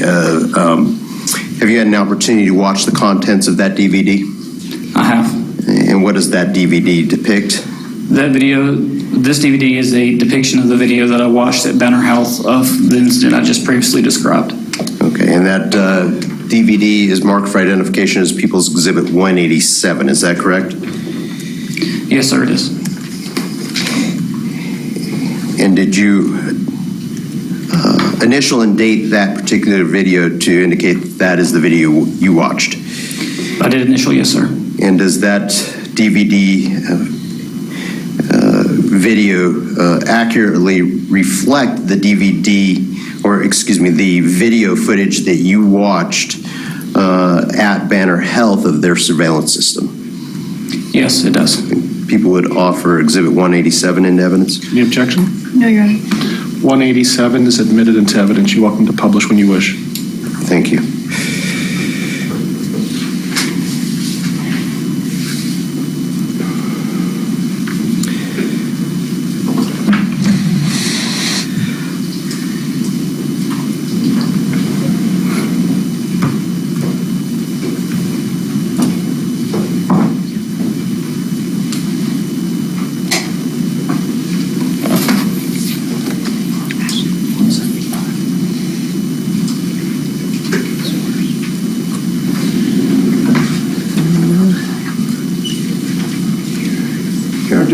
Can we use the easel?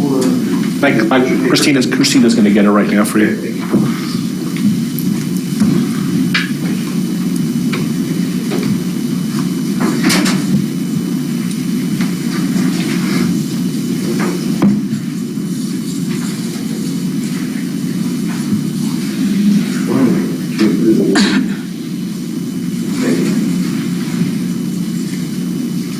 Not sure if everybody, well, if it gets admitted, then we'll make sure all the jurors can see it. Shows I've been in your way. If I may approach you. Sure. Deputy Thomas, I'm showing you what's been I'm showing you what's been previously marked for identification as People's Exhibit 175. Could you just take a moment and orientate yourself as to that aerial photo? Yes, sir. Do you recognize the scene depicted in People's Exhibit 175? I did. It appears to be the shopping center of the King Supers where I located the vehicle. Is that a fair and accurate aerial photograph of the area of King Supers in the parking lot as it appeared on February 11th of 2000, actually February 12th of 2020? Layout's the same, the difference being, difference being when I was there was snow. But yes, it is the same layout as parking lot style. People that offer Exhibit 175 in evidence. Any objection? No, Your Honor. 175 is admitted. You're welcome to publish. Perhaps you can position it in a way where all the jurors can see it. Can everybody see that? We usually have a pointer somewhere. Let's see it. I don't see it either. Okay. We have one here, Mr. Redd. Great, thank you.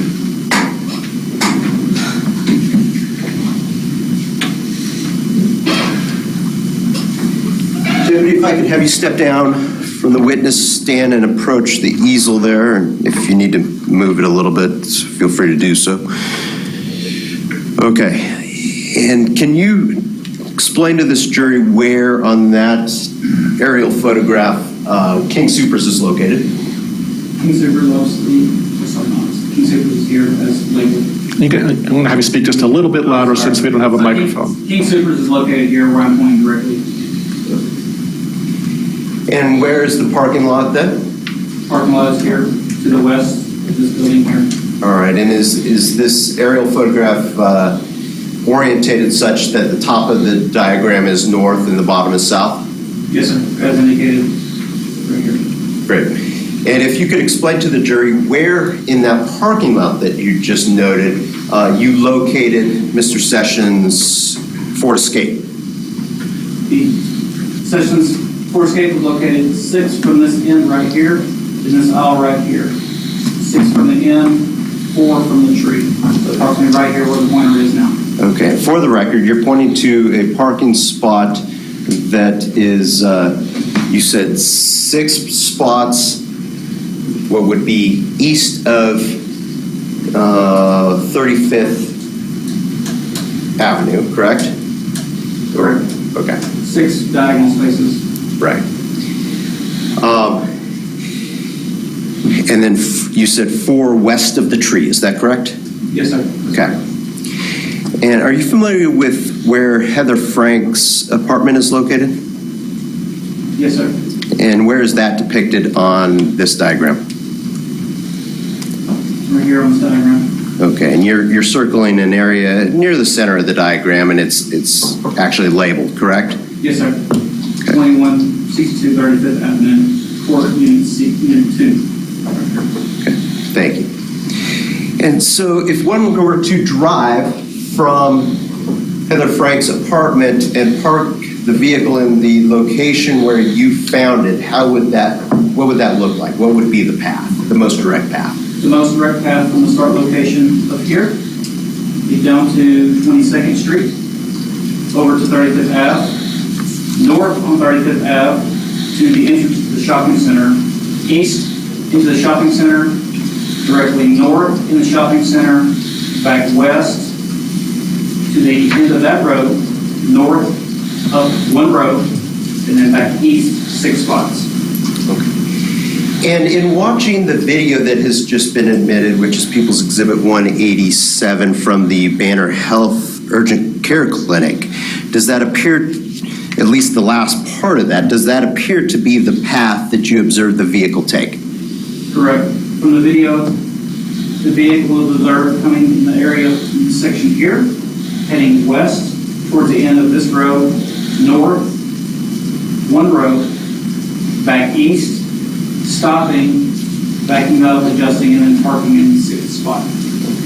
And is that similar to what you can see in the surveillance video from King Supers as well? I did not. Okay, thank you. Okay, great. If you could go ahead and have a seat then.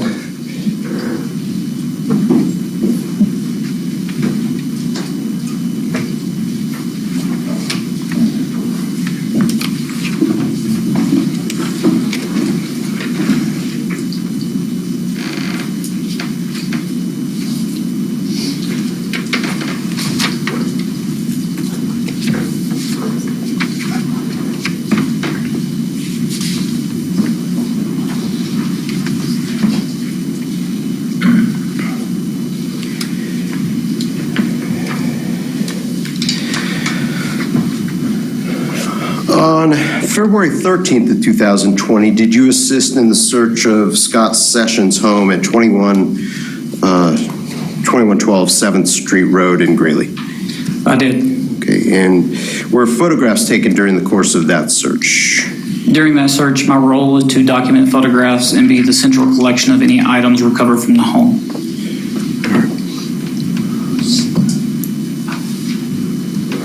May I approach? Sure. Showing you what's been marked for identification as People's Exhibit 5. Do you recognize what is depicted in that photograph? I do. It is one picture from the garage of the home. Okay. And what is depicted in that photograph?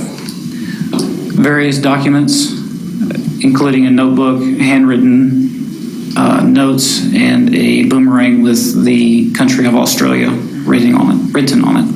Where was that photograph taken within the home? It was not within the home. It was inside the detached garage on the property itself. Okay.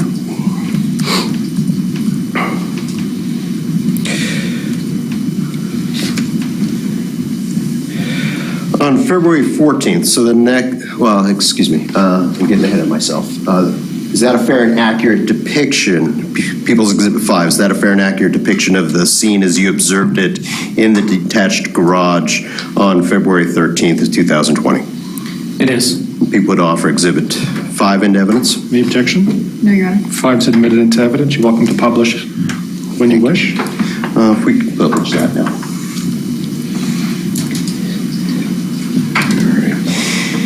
And before we get too much further along, I would ask to also publish 187, which is the Banner Health Urgent Care Clinic video. Sure. 187. Okay.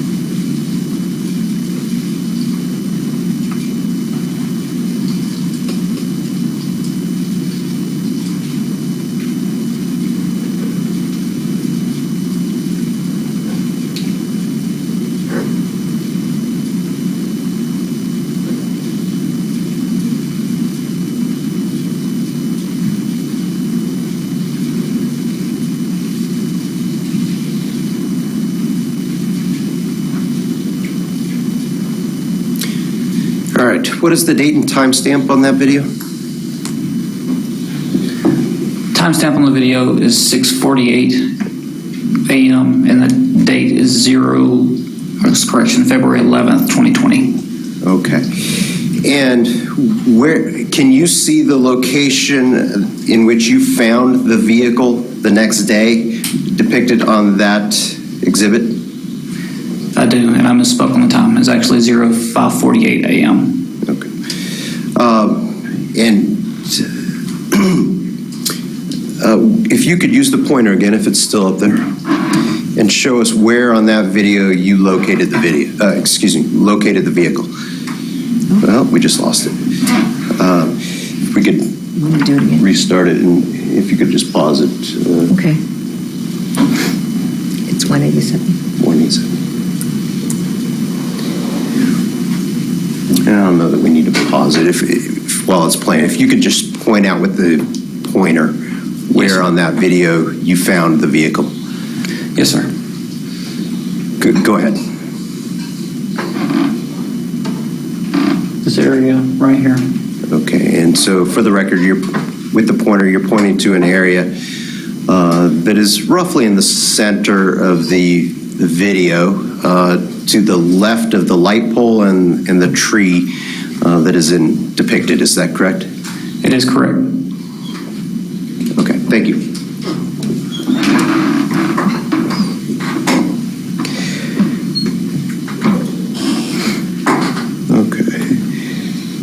If we could then publish the photo that has been admitted as People's Exhibit 5 as well.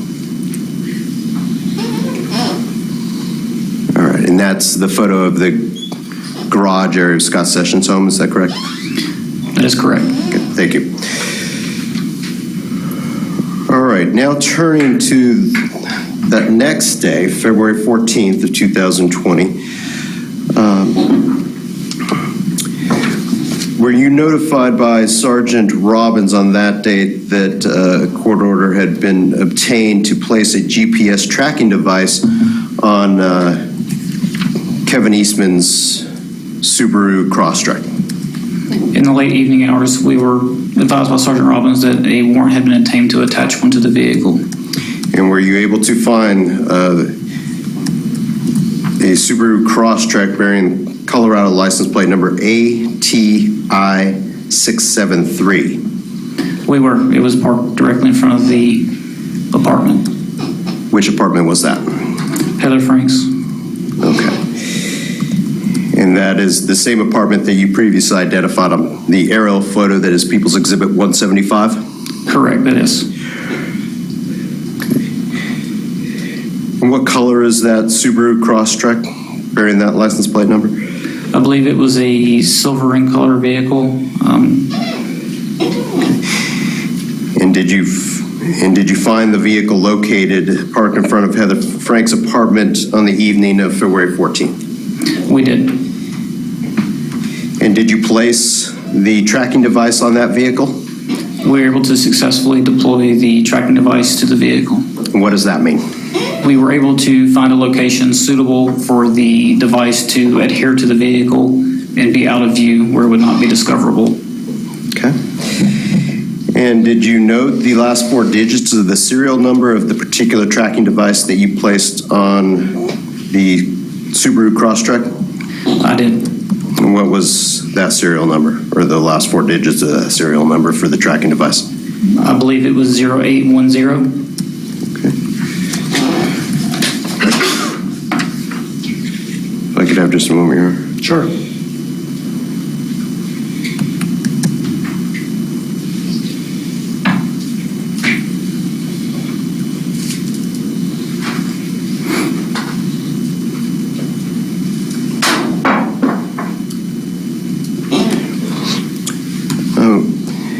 If your report indicates that the tracking device that was placed on the Subaru Crosstrek was 0693, would that be accurate? Correct. Okay. Would it assist you to refresh your memory by looking at your report to get the exact number? Yes, sir. May I approach? Yes.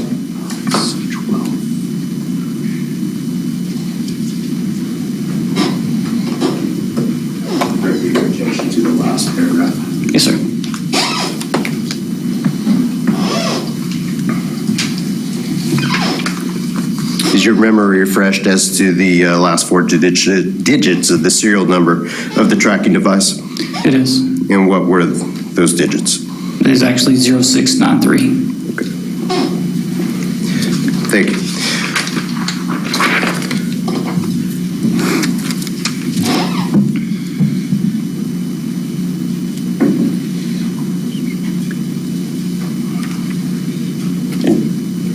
Just for clarification, you previously described the cross streets for the King Supers as 35th Avenue and West 20th Avenue. Isn't it correct that it's West 20th Street?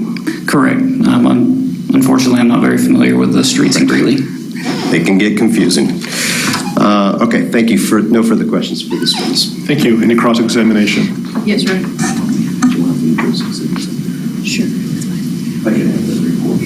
Yes, sir.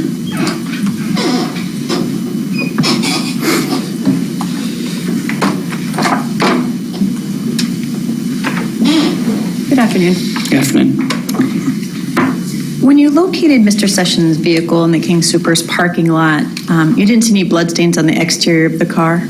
I did not see anything immediately apparent, no, ma'am. And you could see into the car's windows? I could. You didn't see any readily apparent bloodstains on the interior of the car? I did not. You didn't see any blood transfer in the driver's seat? From the outside, I could not see any, no, ma'am. And the inside of the vehicle appeared orderly?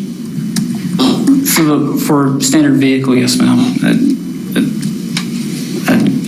I guess, could you rephrase that? Be the best way to put it. Say there wasn't in disarray? No, ma'am. Okay. You didn't see any damage to the vehicle? No readily apparent damage, no, ma'am. And that's inside or outside? No, ma'am. And you didn't observe any evidence consistent with the vehicle being involved in Mr. Sessions' death? At that time, I did not see anything apparently that stood out from the information I had. Thank you. So we saw the surveillance videos from a couple of businesses, King Supers and the Banner Urgent Care. Those captured the time period when his vehicle was left at the King Supers parking lot? Yes, ma'am. And the video collected from the Banner Health Urgent Care Clinic provides the clearest view of where the vehicle was parked. From my understanding, yes, ma'am. And from that distance, it was impossible to identify the driver of the vehicle. From that distance, it is very difficult to determine very many characteristics by that person. So some of the characteristics that would be unable to be determined were any of the facial features? Correct. Can't make out hair color? Not from a distance, no, ma'am. Or hairstyle? No, ma'am. You well, I guess I'll go here and I'll back up just a moment. You testified on direct examination that the individual depicted in the surveillance video was, quote, male appearing, correct? Correct. But that, on the video, you can't, as we talked about, discern hairstyle. You cannot discern individual hairstyle. If it was a female with hair length, yes, you could. But if it was generally similar in appearance, probably not, no, ma'am. And this was in the winter? Yes, ma'am. It was cold and snowy? Yes, ma'am. The person appeared to be wearing some sort of, winter jacket? Yes, ma'am. And you'd agree you can't assume someone is male based on the fact that they're wearing a particular type of clothing? I agree. Now that video, the Banner Health video, the viewer allows someone who's viewing that video to zoom in and out, correct? Yes, ma'am. And the further in you zoom, the more pixelated it becomes. Yes, ma'am. And if you zoom too far in, then you lose detail. Yes, ma'am. And you can't see as clearly. Yes, ma'am. There's a healthy balance. And without zooming in at all, you can barely make out when Mr. Sessions' car pulls in. Correct. And the video we just saw was zoomed at least a little bit. Yes, ma'am. And the zooming done in the video we just saw optimized what you could see. I can't testify to optimization of video. But your understanding based on the review is that this is the clearest view possible from the camera. Yes, ma'am. From the evidence that I've been shown, yes, ma'am. During the investigation, you assisted with the search of Mr. Sessions' home. I did. Okay, and I want to talk about that. You were present there? I was. And during that search, investigators didn't locate any items in his residence belonging to Ms. Frank? To my knowledge, no, ma'am. And you or the other investigators didn't locate anything which suggested that Mr. Sessions and Ms. Frank even knew each other? At that time, I did not find any of Ms. Frank's items in that home. You didn't see any suggestion that they were in a relationship? That I do not know. Now, you talked about the GPS tracker that you placed on Mr. Eastman's Subaru. You were also asked to place a GPS tracker on a maroon Ford Fusion, correct? Yes, ma'am, I was. And that car belonged to suspect Heather Frank? I was told to place GPS tracking devices on both vehicles. And those were both individuals viewed as suspects by law enforcement at that time? At that time, I was told they were both persons of interest and that we were to conduct surveillance and attach the GPS. Sorry. I said at that time we were told they were persons of interest and that we were to conduct surveillance and place the GPS tracking devices on both vehicles. So is it your testimony today that Ms. Frank was not a suspect at that time? At that time, my understanding is that she was a person of interest. You wrote a report in this case? I did. And you documented your participation in the investigation? Yes, ma'am, I did. Which was over 2 years ago at this point? Yes, ma'am. And you wrote your report shortly after your participation in the investigation? I did. In fact, you wrote it on February 13th of 2020? Yes, ma'am. Well, the events were fresh in your mind. I'm sorry, if you could answer. Yes, ma'am, I'm sorry. And you're trained in how to write reports? Yes, ma'am. It's a common job responsibility as an officer? Yes, ma'am, it is very much part of our job. And you're trained in how important it is to document your investigation? Yes, ma'am. And do it in a timely manner? Yes, ma'am. Because memories understandably fade over time. Yes, ma'am. And you're trained that your report should be accurate? To the best of our ability, yes, ma'am. And you were accurate in your reporting? Your Honor, I'm going to object to relevance. I'll overrule the objection. You can continue. And you were accurate in your reporting? To the best of my memory, yes, ma'am. And in your report, with a date of February 13th of 2020, you wrote about a tracker device, and I quote, for a possible suspect identified as Heather Frank's vehicle, correct? If that's what it says, yes, ma'am. And so that tracker was placed in Ms. Frank's vehicle on February 14th of 2020? Yes, ma'am. And that was placed in her vehicle outside of her apartment? Yes, ma'am. And her vehicle was identified by the license plate as CAJ469, correct? I believe that's correct. And the last four digits of the GPS serial number on the tracker placed in her vehicle were 2480, correct? Yes, ma'am, that does sound correct from my last review. And that GPS tracker was actually placed before the GPS tracker that was placed in Mr. Eastman's vehicle. Yes, ma'am. No further questions. Thank you. Any redirect?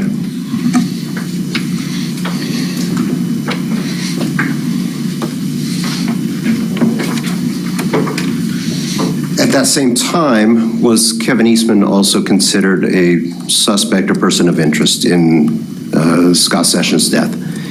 Yes, sir, he was. And this was as of February 14th of 2020, correct? Yes, sir. Okay. Has a lot of information been gained since that date? Yes, the investigation continued from that date for multiple months and years from that date. All right. No further questions. Thank you. Any recross on those limited issues? No, Your Honor. Any questions from the jury? Thank you. You're welcome to step down. We appreciate your time. May he be discharged from his subpoena. He may. Ms. Devereaux, Ms. Morris?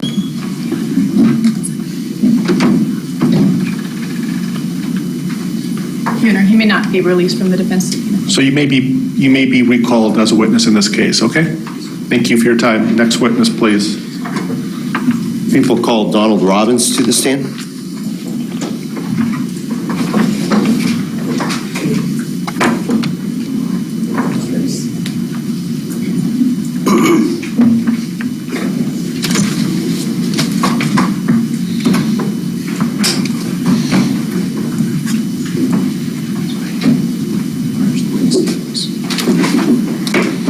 Good afternoon. I'm going to have you come up to the witness stand and I'll swear you in. And do you solemnly swear or affirm under penalties of law that the testimony you're about to give will be the truth?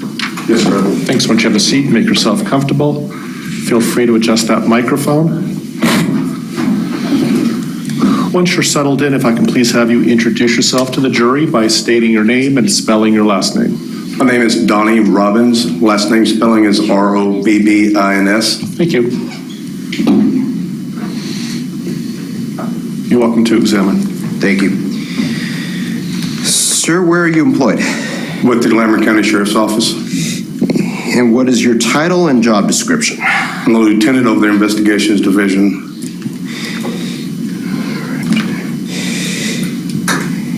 And what was your position in February of 2020? I was a sergeant with the Investigations Division assigned to the supervising the Strategic Enforcement Unit. And were you notified on February 10th, 2020 that a deceased body had been located in the Pingree Park area of Larimer County? Yes, I was. Okay. If one were to drive to Pingree Park from Fort Collins, what is the most direct route you would take to get there? From North Fort Collins, north on Highway 287 towards Laramie, traveling to Highway 14, turning west on Highway 14, going up to Poudre Canyon for probably around 29 miles, and then take a left on Pingree Park Road, which takes you to Pingree Park. Okay. At that left off of 287 to turn west onto Highway 14 to enter the Poudre Canyon, is that that left turn off of 287 to enter the Poudre Canyon, is that commonly known as Ted's Place? Yes, sir, it is. And what is located at Ted's Place there? There's a convenience store located at that intersection. And a gas station? Yes.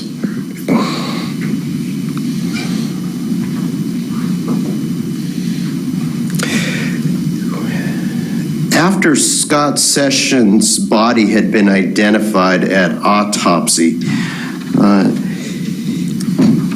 were officers directed by you or other command staff to locate the phone number for Scott Sessions and try to get location data associated with that phone number? Yes, they were. And was that done? Yes, it was. How do you go about doing that? We submit a search warrant to the cell phone carrier and requesting what's called call detail records. And we get those back from the cell phone carrier, usually in an email form, and we start going through those. Okay. And did you have Scott Sessions' phone number in the early stages of this investigation as provided by his father? Yes. Okay. And were you able to get those call detail records from the cell phone provider for that phone number at that time? We were. And did you also then, based on location data noted in his phone records, direct Deputy Thomas and Deputy Hawks to search the area of the intersection of 35th Avenue and 20th Street in Greeley for his vehicle? Yes, I did. Okay. Moving ahead to February 14th of 2020, as the investigation progressed, were you kind of orchestrating some of these directions for other officers? Yes, I was in a supervisory role directing both Strategic Enforcement Unit investigators and General Investigations Division investigators both. And were you and other deputies essentially working around the clock to gain that information at that time? We were. Who was the lead detective assigned to the investigation into the death of Scott Sessions from your agency at that time? Investigator Justin Atwood. Okay, and that's the gentleman seated at council table, correct? It is. Okay. And so he was the lead investigator, but you're his sergeant at that time. Is that right? Correct. Okay.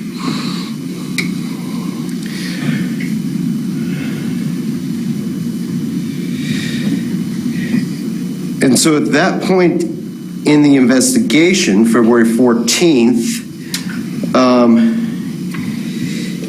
did you receive information from Lieutenant Hess about the Facebook Messenger conversation that he had located between Scott Sessions and a woman that had been identified as Heather Frank? Yes, I was. All right. And did you and other deputies conduct some research into that name of Heather Frank at that point? We did. Okay. And did you identify where she lived? We did. And was the location of her apartment close to where Deputy Thomas had just located Scott Sessions' vehicle? Very close. It was right across the street. After becoming aware of that information, did you and other deputies drive to the location of Heather Frank's apartment at 2162 35th Avenue Court in the city of Greeley? Yes, I did. And is that located in the county of Weld and state of Colorado? It is. And can you generally describe where that apartment is located relative to the rest of the street and what kind of street it is? So it's off 35th Avenue, the southwest of, I guess, the intersection of 20th Street. It's located, and I'm sorry, I don't remember the name of the high school, but there's a high school just south of it that you turn into. Greeley West High School? That sounds correct. Okay. You actually turn into 35th Avenue Court off of 35th Street, and that's where the apartment, it's kind of in a cul-de-sac, and there are multiple either apartments or condominiums in that area. Okay. And so you said this is a cul-de-sac. Where relative to the end of the cul-de-sac is Heather Frank's apartment? In the very end of the cul-de-sac, so where it makes the circle. The lollipop of the cul-de-sac, so to speak? Correct. Okay. And when you drove to that location, did you observe a red or maroon Ford Fusion parked in the driveway associated with her specific apartment number? I did. Did you also observe a silver Subaru Crosstrek registered to a Kevin Eastman in that vicinity? I did. Where was that vehicle parked? It was parked in the cul-de-sac itself next to a dumpster that was associated with Miss Frank's apartment. Okay. And that, again, was on February 14th of 2020? Yes, sir. Valentine's Day? Correct. Okay.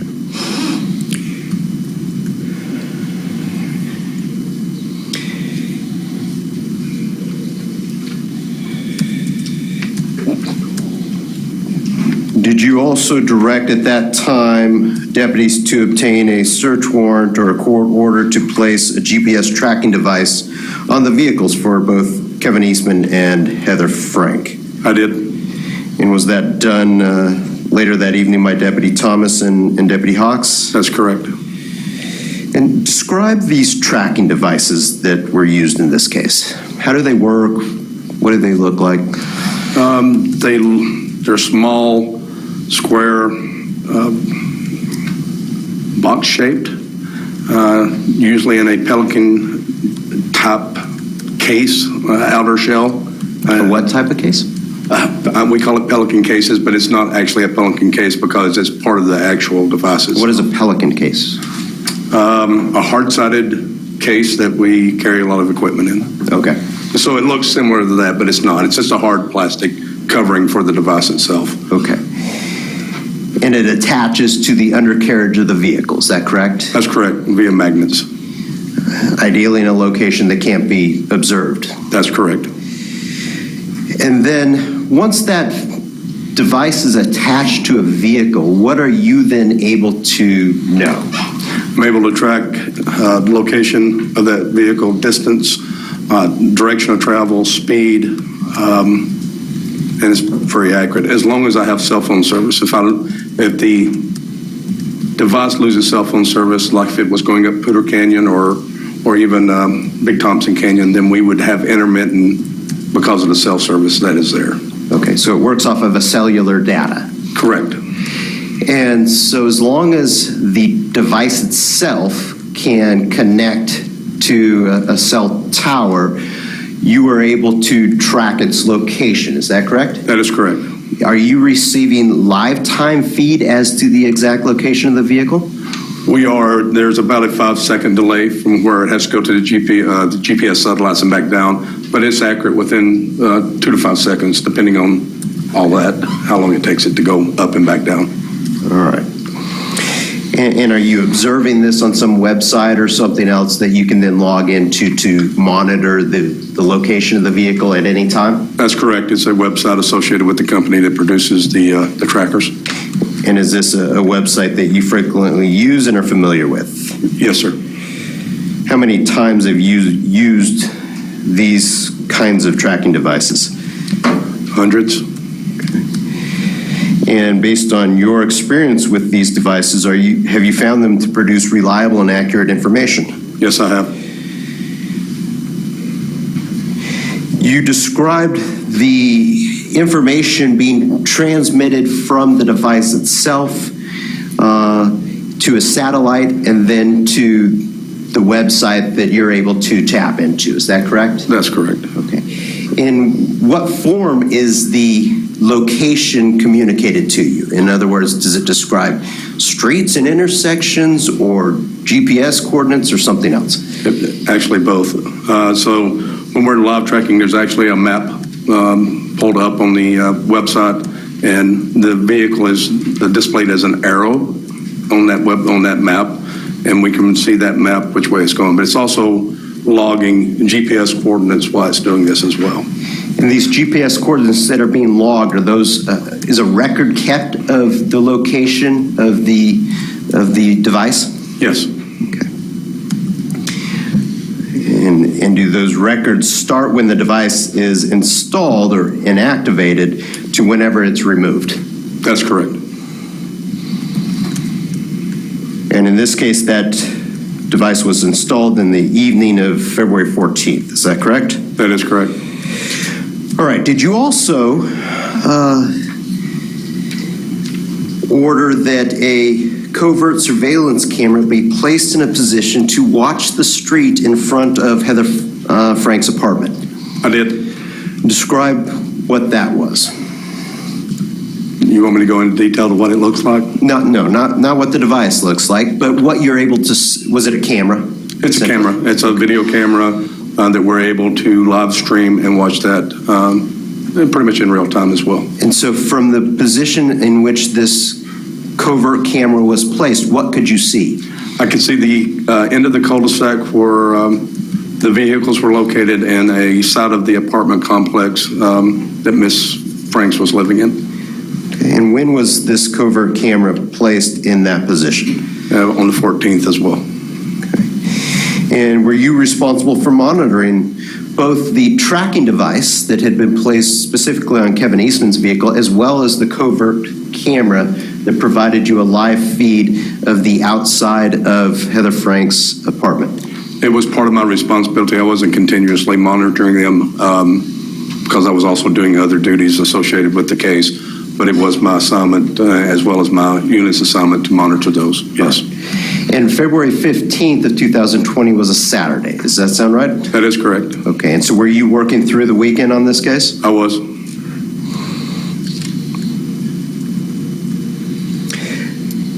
And were you monitoring the tracking device on Kevin Eastman's silver Subaru Crosstrek as well as the covert camera outside of Heather Frank's apartment in the evening of the 15th? Yes, I was. Okay. And did you observe something that caught your attention? I did. What did you see?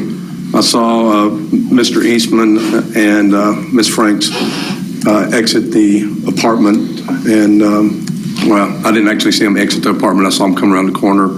They entered Mr. Eastman's Subaru Crosstrek and both get in the vehicle and then leave the area. All right. And you saw the vehicle drive away from the apartment? Correct. And then did you continue to monitor the location of the vehicle as it drove away? I did. And where did it drive to?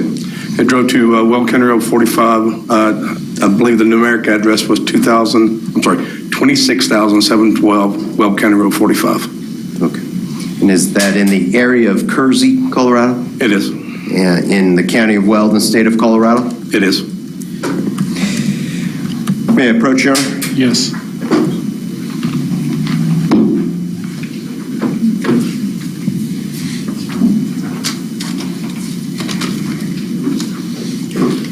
I've shown you what's been marked for identification as People's Exhibit 212, which is a DVD. Have you had an opportunity to watch the contents of that specific DVD? I have. And did you initial and date it when you watched it?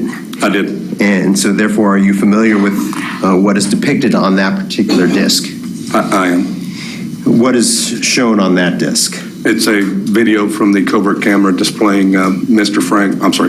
Eastman and Ms. Franks exiting and getting into his vehicle and leaving the area of her house. And that's on the evening hours of the 15th? That's correct. And do you recall exactly what time, whether it's based on the video or based on the tracking device, what time they left Heather Frank's apartment? According to the tracking device, it was approximately 5:19 p.m.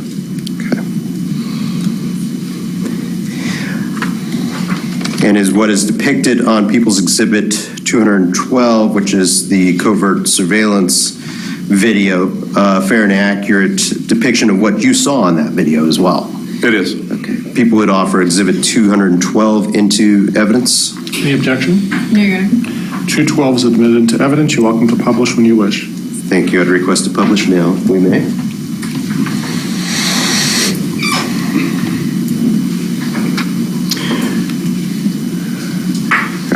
And Lieutenant Robbins, where is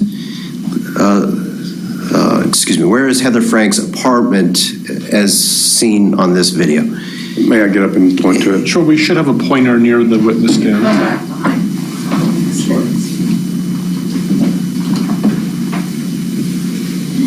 Ms. Frank's apartment is around this corner of the complex.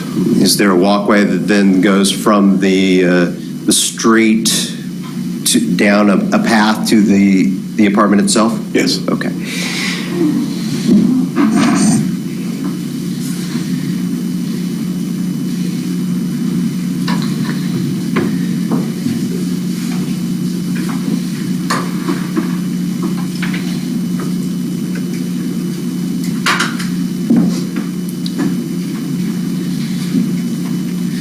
If I remember correctly, this video is about 9 minutes, so we're just going to watch for a while. And if at the point where you see, if you could identify the point at which you see Heather Frank and Kevin Eastman getting into the silver crosstrek, and actually, if you could point out where the silver crosstrek is now as you see this video. It's right where the cursor is located on here. That's the silver crosstrek. And you've pointed to an area directly in front of the dumpster and toward the center of the video. Is that correct? That's correct. Okay.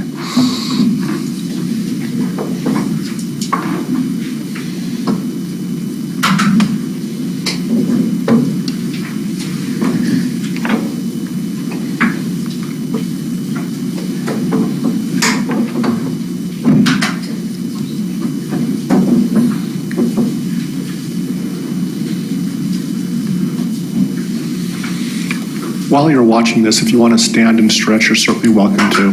It's about 9 minutes long.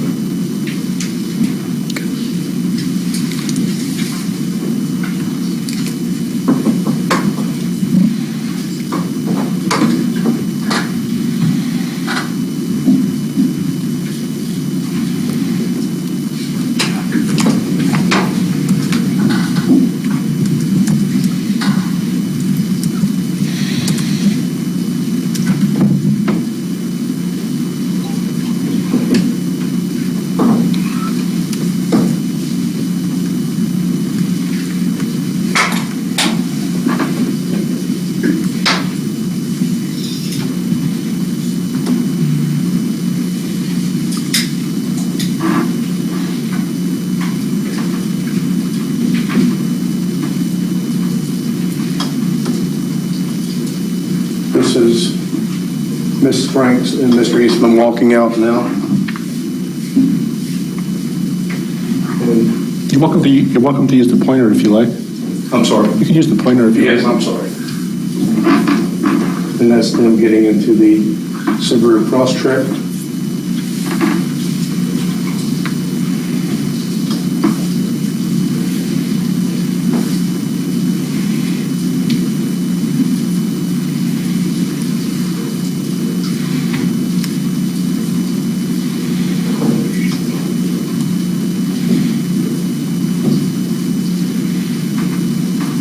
And then that's the Crosstrek leaving the area.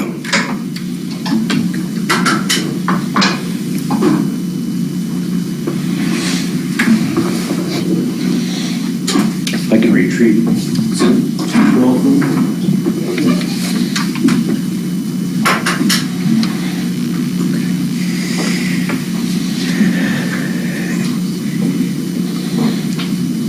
You said that you then observed the tracking device that was affixed to that vehicle travel directly to 26712 Will County Road 45. Is that correct? That's correct. And based on your observation of the data from the tracking device, did the vehicle make any stops along the way? It did not. Did it appear to take the most direct route possible to the property on Will County Road 45? To my knowledge, yes. I'm not that familiar with the area, but it seemed to be the most direct route for me. After seeing where the tracking device had gone, what did you do? At some point later on that afternoon, I traveled to the area of 26,712 Will County Road 45. And what did you see when you got there? It was dark. I observed some lights on in what I believe to be a garage, a detached garage area of the property, but I did not observe the vehicle actually itself on the property. When you say the vehicle, you're referring to the Subaru? That's correct. When you saw that vehicle, was there anything unusual about the front end? There was some damage to the passenger side front bumper area of the vehicle. Okay, you said in the video that we just watched, what you said was at approximately 5:19 when they left, correct? That's correct. It was still light outside. Right? It was still light outside. And you said by the time that you were able to then go out to the Will County Road 45 address, it was dark. Is that right? That's correct. Okay, where were you coming from to have to travel out to the Will County Road 45 address? I was coming from the Larimer County Sheriff's Office at 2501 Midpoint Drive at Fort Collins. So it took you a while. It did, and I didn't leave immediately. We were still in the process of doing some other things with the case before I left. Do you recall approximately what time it was when you arrived out to the property at Will County Road 45? And I'm going to have you speak just a little bit slower. Yes, sir. Thank you. My apologies. My recollection, it was probably between 7 and 8 o'clock that night. I don't recall an exact time. Okay. And describe generally what that property at 26712 Will County Road 45 looks like. It's located on the east side of County Road 45, south side of Highway 34. I would consider it a agricultural land or a farmland. There's a house on it, a detached garage, and some open pastures. Okay, so was there several acres surrounding the house? Yes.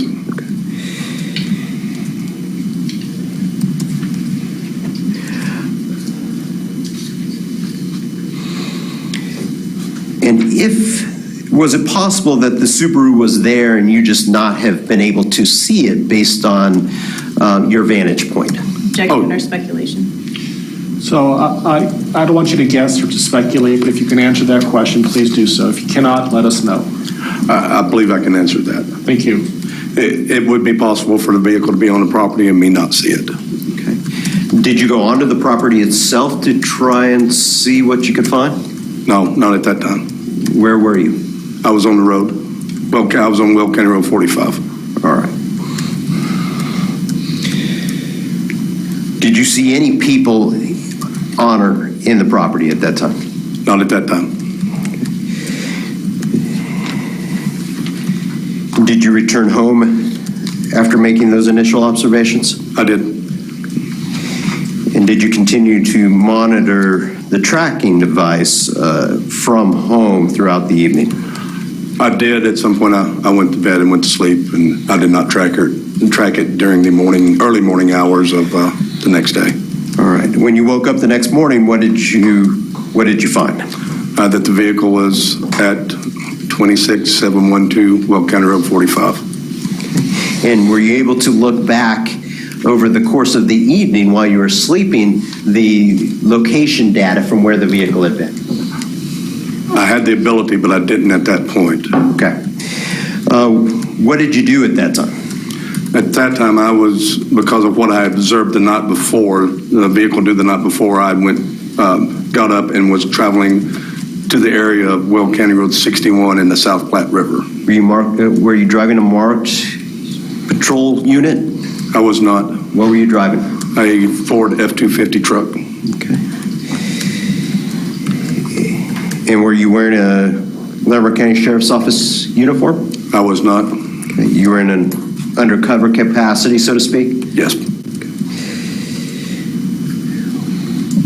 Approximately what time did you arrive back out at the Weld County Road 45, or what we now know to be the Troy Bonnell property, on the morning of the 16th? Well, I estimated it was around 8:30 that morning. What did you see when you arrived there? I observed, prior to arriving, I observed a smoke plume coming up from that area. So I traveled to Weld County Road 45. When you say you observed a smoke plume coming from that area, what area do you mean? The address on County Road 45 that we're referring to is the Troy Bonnell residence now. Okay.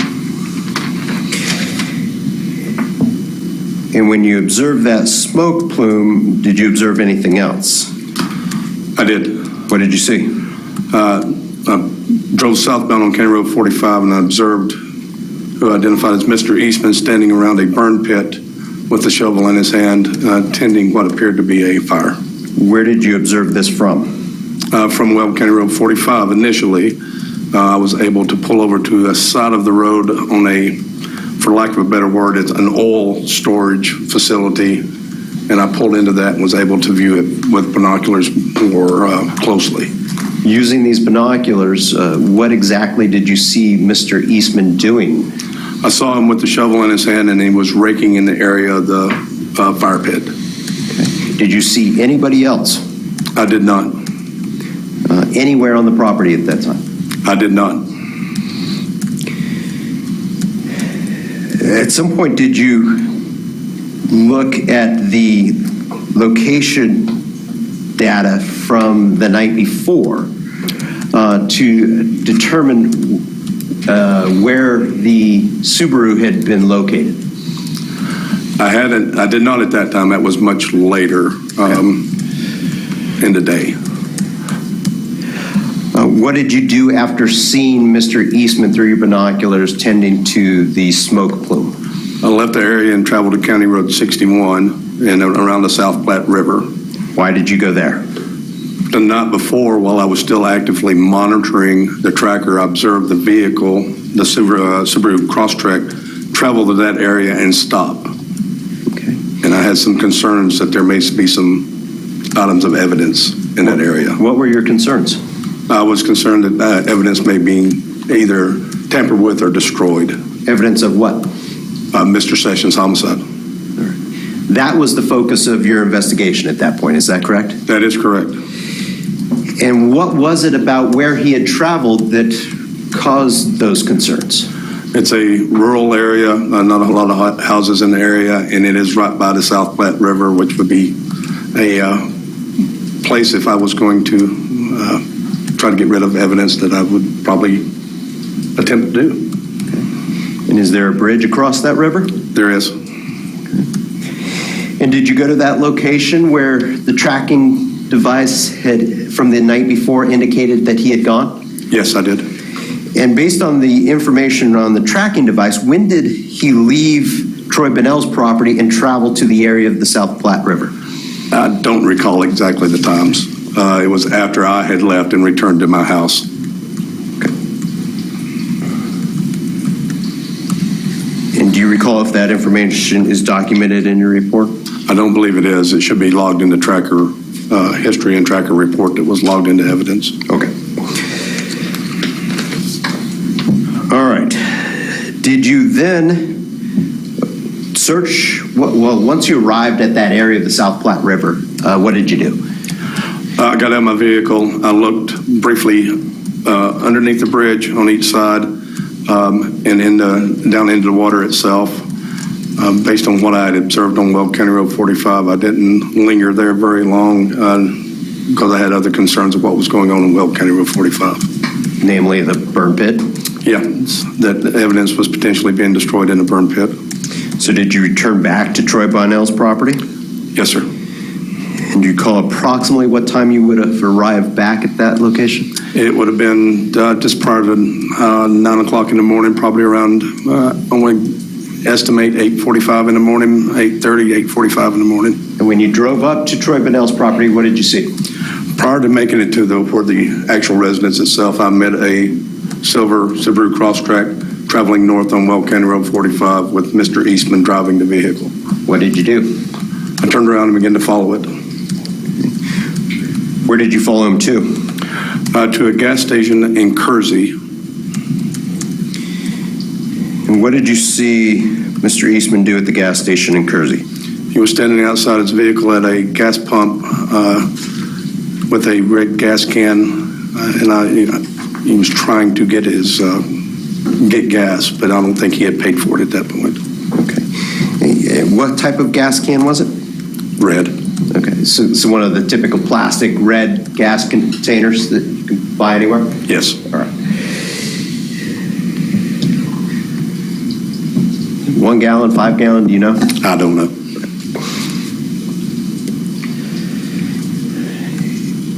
And you talked about, you identified him by name as being the person that you saw tending to the burn pit, and then also as the person driving to the gas station. You identified that person as Kevin Eastman, is that right? That's correct. Okay. Is that based on prior photographs you'd seen of Mr. Eastman? That's correct. Do you see that same person present in the courtroom here today? I do. Can you point to him and describe what he's wearing and where he's seated, please? Sitting at the defense table, black glasses, blue shirt, I believe, and I can't tell what kind of pants he's got on. May the record reflect the witness has identified the defendant. Very well.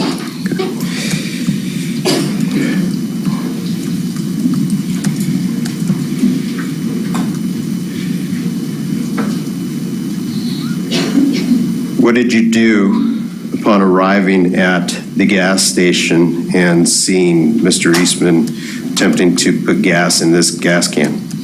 I made the decision to take Mr. Eastman into custody. For what? There were active arrest warrants for his arrest.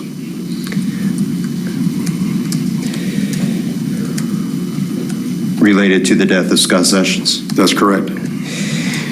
And describe how you took him into custody. I exited my vehicle, pointed my service weapon at him, and started giving him commands to get on the ground. Were you alone at this time? I was. Okay. Were you making arrangements to have others respond to that location? I did. How did you do that? I made phone calls to Investigator Jeremy Coleman and Tyson Russell, asking them to. I'm sorry.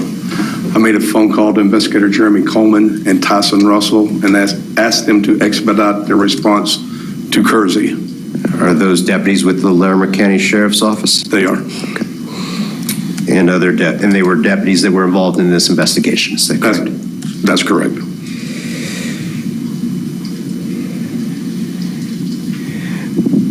Did a request for assistance also go out to the Weld County Dispatch? It did.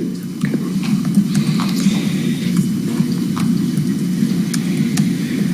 How far was this gas station from Troy Bonnell's property? An estimate less than 5 miles. It's probably 2 or 3 miles at the most, but I'm going to estimate less than 5.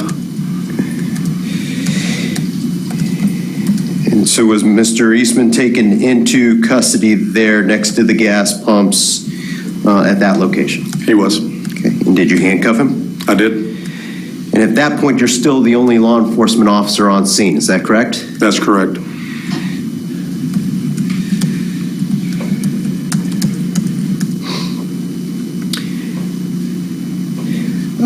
Upon taking Mr. Eastman into custody, was he Was he essentially next to his Subaru? Yes, he was next to the passenger side. Was there anybody else in that Subaru? There was not. Did you conduct a cursory search of Mr. Eastman's person at that time upon taking him into custody? I did. What, if anything, did you find? I found a sheathed fixed blade knife in his cargo pocket on his pants. There was also a wallet and a cell phone that was laying on the ground. When I ordered him onto the ground, he placed him onto the ground. Okay, was the wallet and cell phone that you located on the ground next to where he had been placed on the ground? Yes. Okay.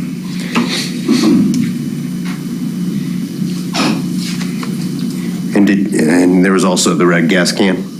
Yes. And did you take custody of the sheath and knife then? I did. Did you also take custody of the wallet? I did. And the cell phone? I did. And the red gas can? I did. Did you have an opportunity to search inside his pockets at that time? I had the opportunity, but I did not do that. Okay.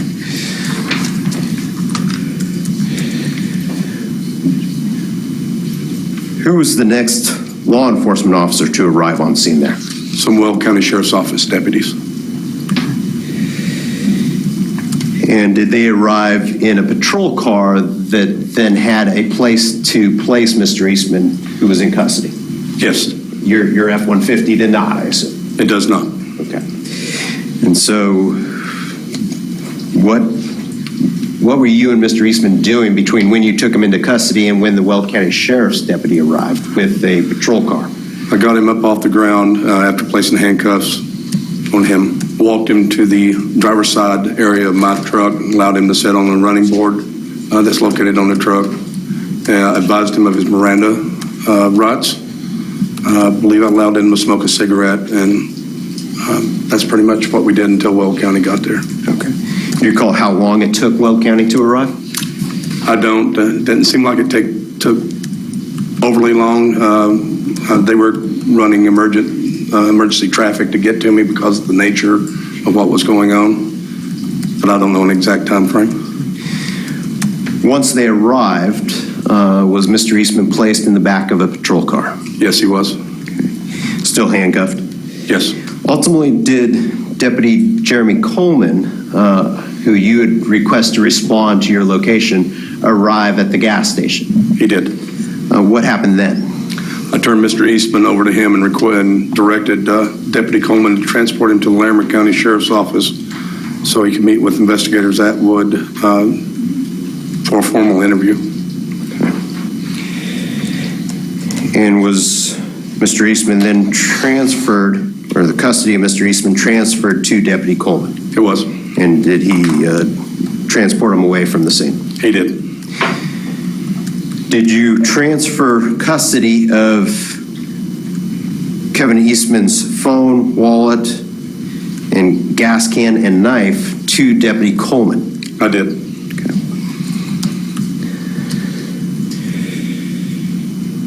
What was done with Kevin Eastman's Subaru?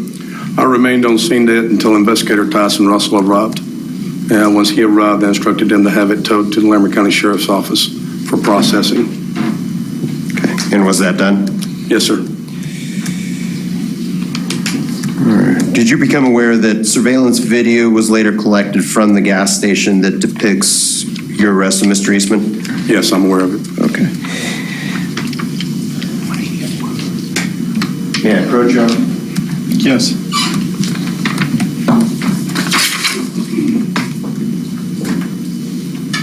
I just handed you what's been previously marked for identification as People's Exhibit 184, which is a DVD. Have you had an opportunity to watch the contents of that DVD? Yes, I have. What is depicted on People's Exhibit 184? The arrest of Mr. Eastman.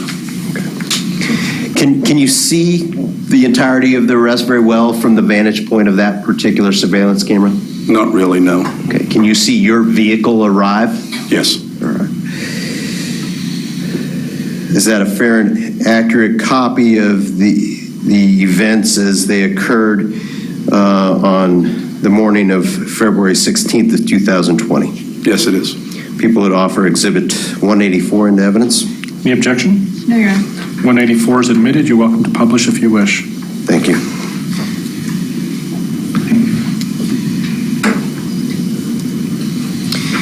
And again, as we watch this video, Lieutenant, if I could have you point out with the pointer when Kevin Eastman's vehicle and then where your vehicle is and when it arrives. Okay. You can use the pointer if you like. This is Mr. Eastman's vehicle here. Oh, it's about, I'm sorry. Yes.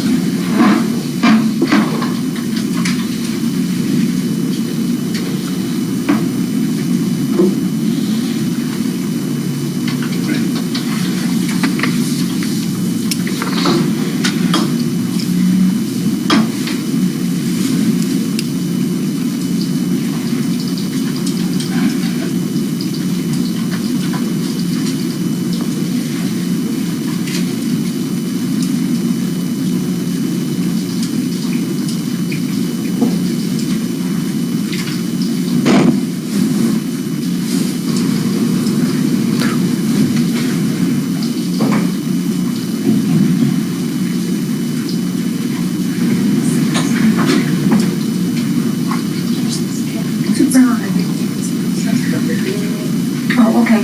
Thank you.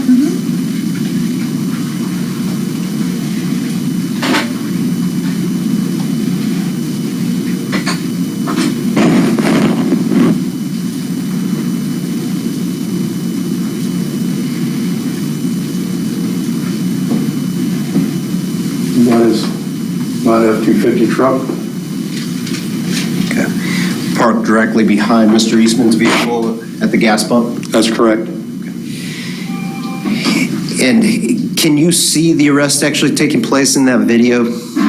No, I don't believe you can. Okay, and is that because the gas pump actually happens to block the view? Yes. All right. But is that generally the area where the arrest is taking place? Yes. Behind the gas pump? Yes. Okay. No further questions. Thank you. Thank you. Any cross-examination? Yes, Your Honor, before we do, could we have a brief sidebar? Sure.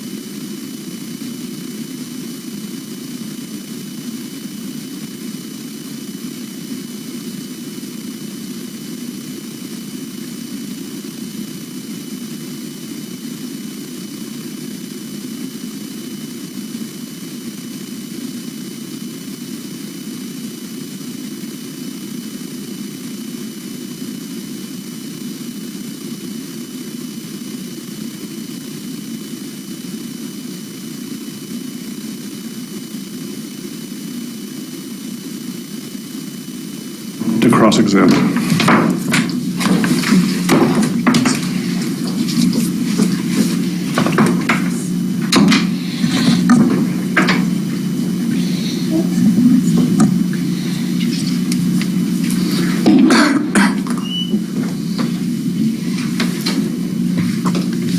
Good afternoon. Good afternoon. So after Mr. Sessions' body was found, the preliminary investigations found that Ms. Frank and Mr. Sessions had communicated with one another. That's correct. Via the Facebook social media platform specifically? Correct. And so she was one of the last known people to communicate with Mr. Sessions? Correct. And that communication was inviting him over to her residence? Correct. And Mr. Sessions' vehicle was located at the King Soopers on 2100 35th Avenue in Greeley? Correct. Which is due west, her residence is due west of that King Soopers. That's correct. And as a result of that, you did assign investigators to conduct surveillance on her residence? Correct. And so you also arranged for the covert camera we've heard about, correct? Correct. Which was recording continuously 24/7? Yes.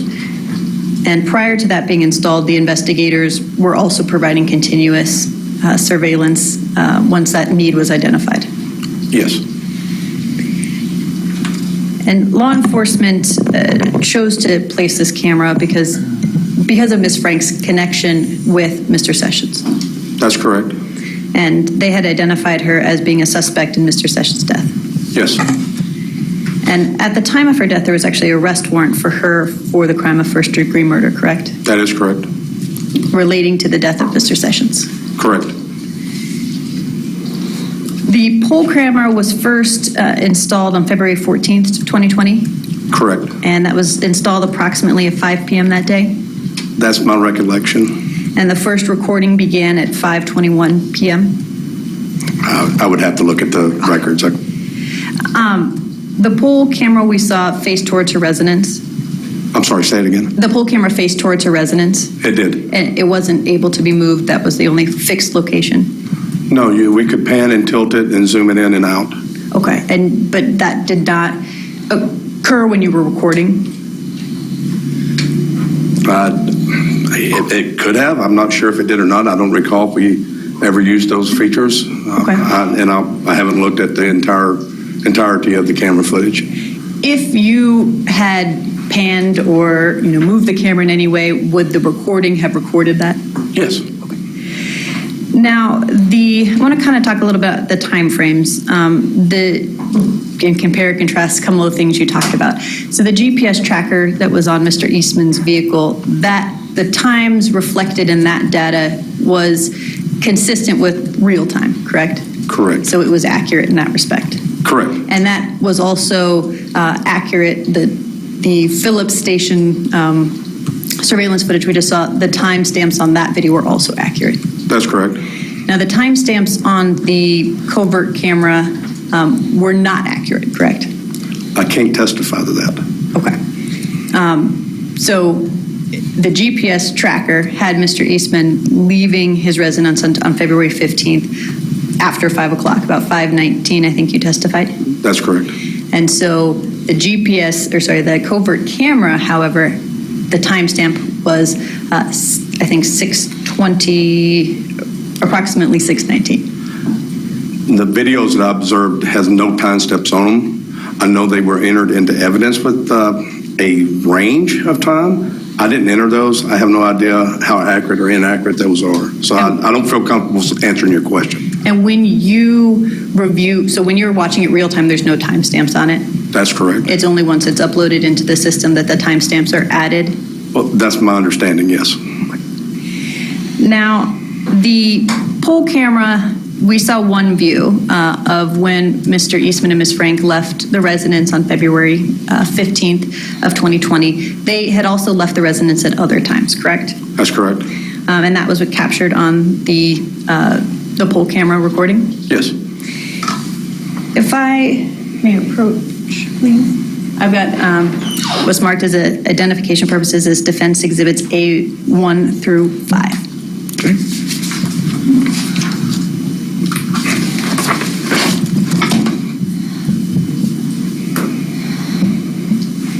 And do you recognize what I've handed you? Yes, I do. Have you had an opportunity to view what are on those 5 discs? I have. And when was that? Today. And did you have an opportunity to date and initial those discs? I did. Indicating that you had viewed those? Yes. And can you tell me what is on those discs? There's on all of them combined? Yes, just overall.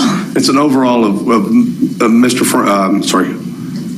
Eastman and Ms. Franks coming and going from the apartment, sometimes by themselves, sometimes together. And that's specifically on the date of February 15th of 2020?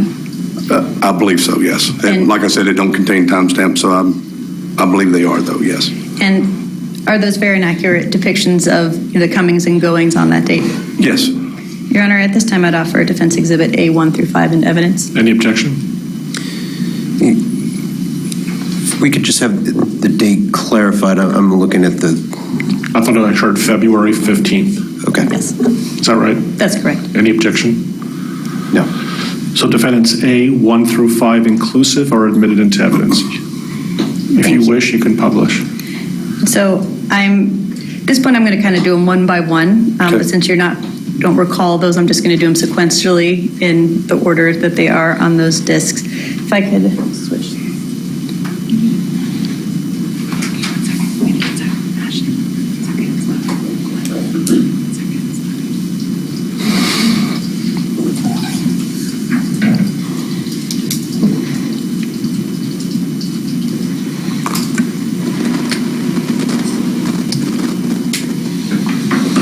I'm not sure if the jurors are able to see that we were having difficulty earlier. Is that coming through on your screens?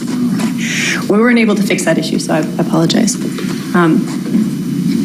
So this is the first clip. If you could tell the jury what you're seeing. Welcome to use that pointer. Yes.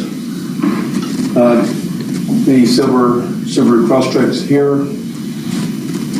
Mr. Eastman coming from the area of Ms. Frank's residence, walking towards the silver cross-track.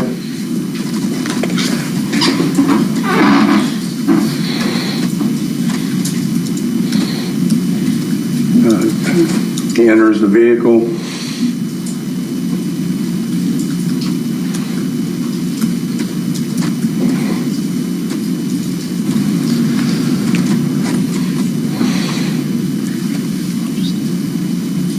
And he's leaving the area and will be out of camera view now.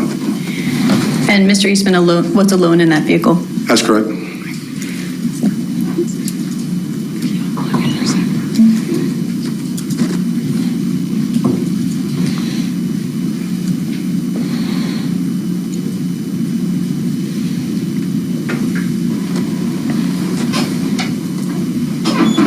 If you could again tell us what you're seeing.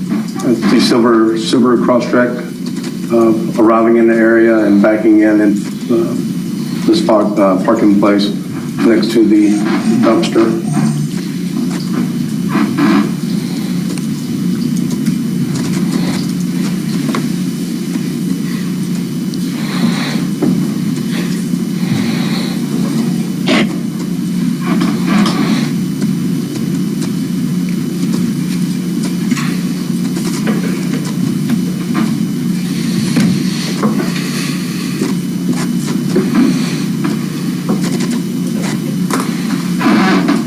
Mr. Eastman getting out of the vehicle. Appears to throw something in the dumpster and then walking back towards Ms. Frank's residence.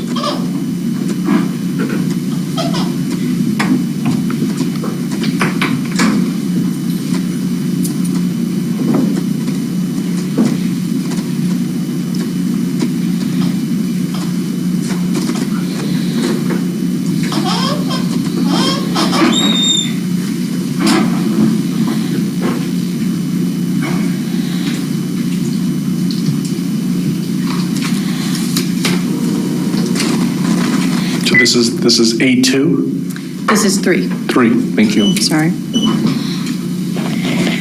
And based on your review of the GPS tracker footage as well, you're aware that Mr. Eastman and Ms. Frank traveled to the area of the Centera Shopping Center? Yeah, I'm aware of that. Mr. Eastman coming from the area of Ms. Frank's residence carrying what I believe to be a large bag, placing it in a dumpster.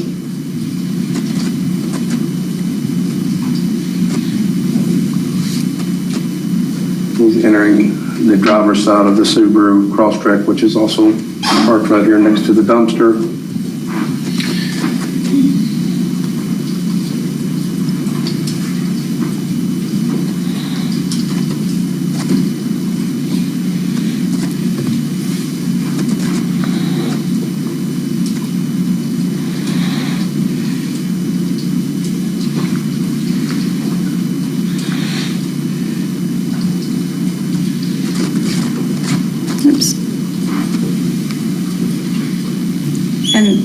They left for the shopping center around 11:30 a.m. on February 15th of 2020? I don't know the time. I know they went to Centera, but I don't know what time it was. And it was in the afternoon? I would have to look at the tracker logs to confirm that.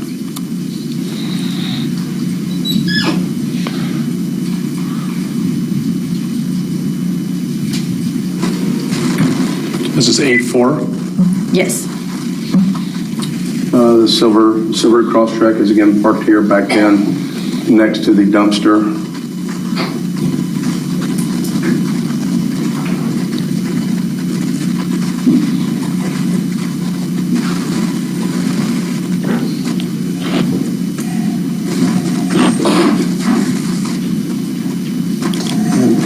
Ms. Frank exiting her residence, walking by this car, and she will approach the Subaru Crosstrek.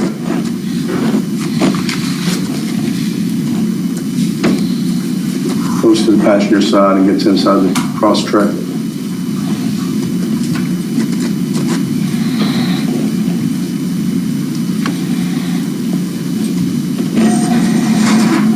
She also approaches the dumpster, appears to place something in the dumpster, and comes back and re-enters the Crosstrek.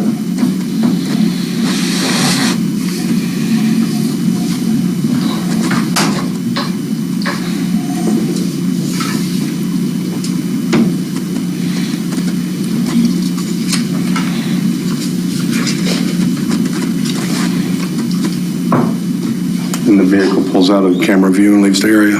Thank you. And I realize day 5 is a duplicate of what the DA has already admitted, so I won't publish that a second time. Thank you.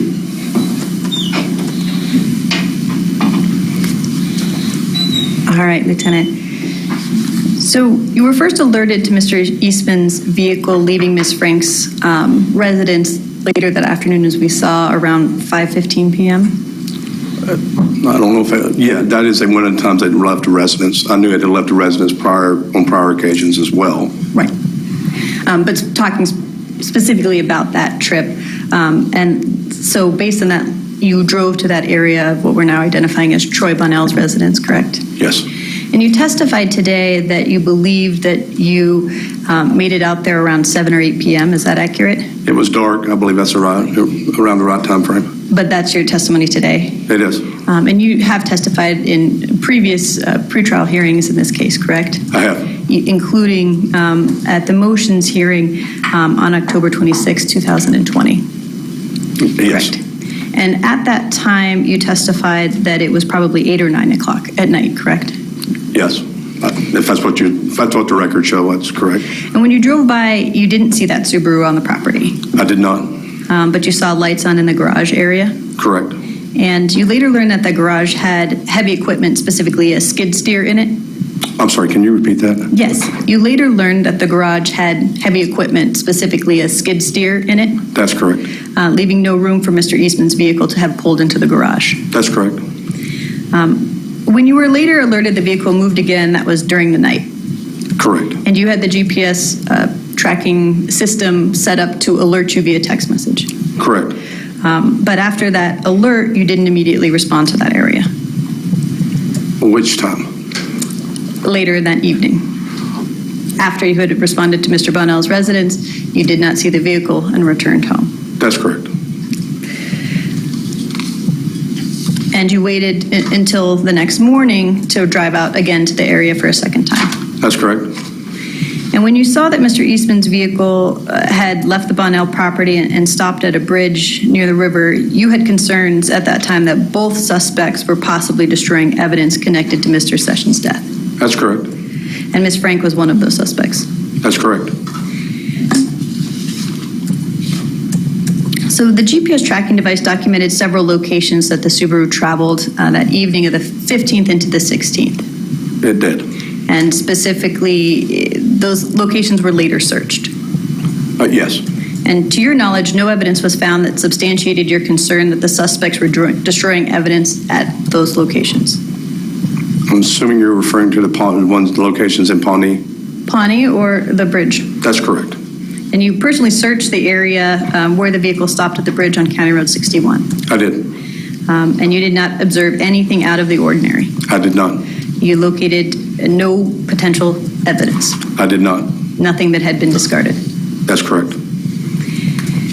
Now, you testified that you saw Mr. Eastman tending the burn pit on the morning of February 16th, 2020. Correct. And your attention was drawn to the burn pit area due to a plume of smoke.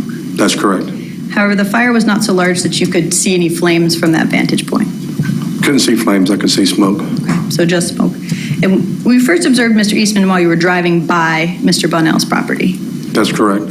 And then you stopped your vehicle Correct. west of Mr. Bunnell's property. Correct. And you watched Mr. Eastman from about 200 to 300 yards away. Estimate, yes, correct. And you had an unobstructed view of Mr. Eastman from that distance. I did. And during that time you were watching him, he didn't walk any significant distance. He did not. He was standing near that burn pit area. He was.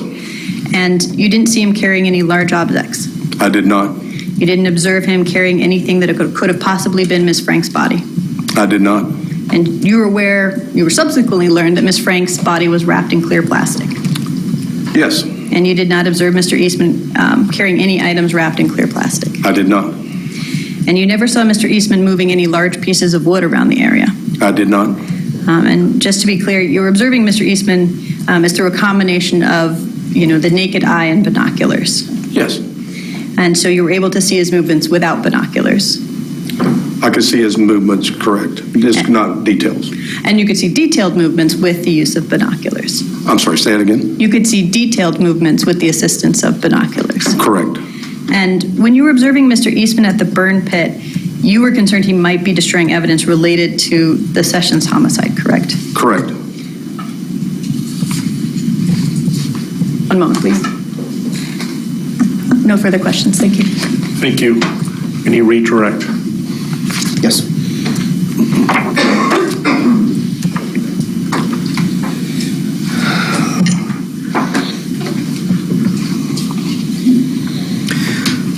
Lieutenant, when you saw Heather Frank get in the Subaru at approximately 5:19 p.m. and drive away from, and Kevin Eastman drive away from her apartment on the evening of the 15th, did you ever see Heather Frank again?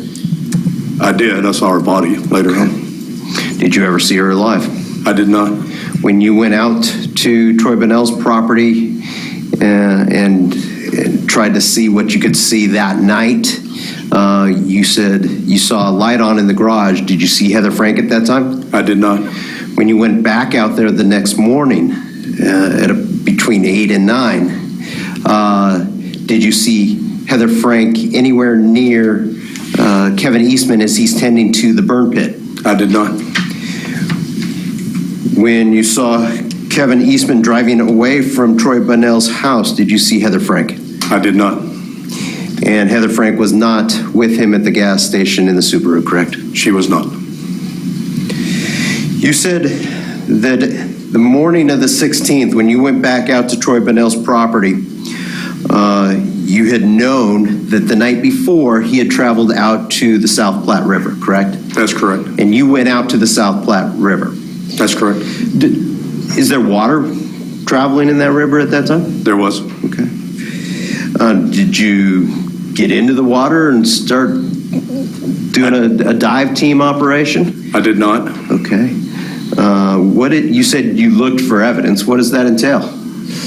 I looked for anything that would be readily identifiable: clothing, weapons, personal items that may have belonged to the victim, Mr. Sessions. But it was very quick because of the dynamics of what was going on at Bunnell's in the burn pit. I had more of a concern what was being destroyed there than what had been possibly discarded at the bridge. Okay. And so your time out at the river was short-lived? Very much so. All right. You didn't have an opportunity to get in the river and really search for anything? I did not.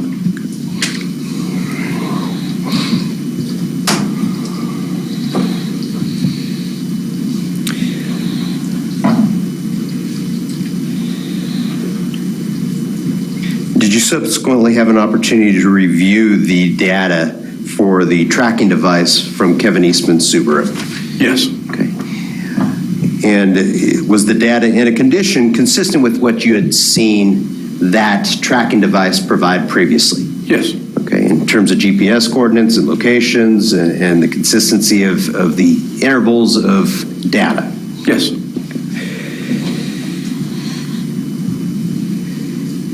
And that tracking device was later removed from Kevin Eastman's vehicle and uploaded into evidence, is that correct? That is correct. And you've had an opportunity to review that? Portions of it, yes. Okay. All right. If I could have just a moment here. Sure.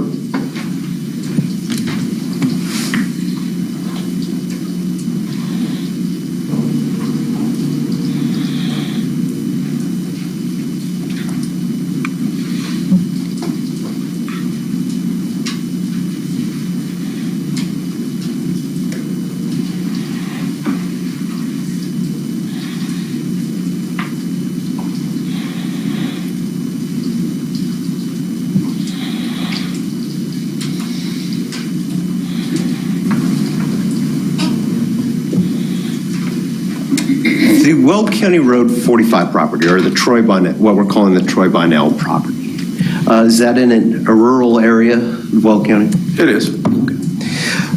You said it was the house was surrounded by several acres, and it's a larger ranch type of property, correct? Correct. Is there much ambient light in that area? Very little. Okay, so when you went out on the night of the 15th to see what you could see, you said it was dark already. It was. Okay. Could you see onto the property at all, really? I could see the main residence in a, well, like I said, I believe would be a garage, which that belief turned out to be correct. Detached garage on the property, but other than that, no, I couldn't. There are also a bunch of Connex boxes or storage containers on that property. Is that correct? That is correct. Okay. And could you see those? Not at that time, no. Could you, if you were looking from your vantage point onto the property, do those storage containers block part of your view onto the property?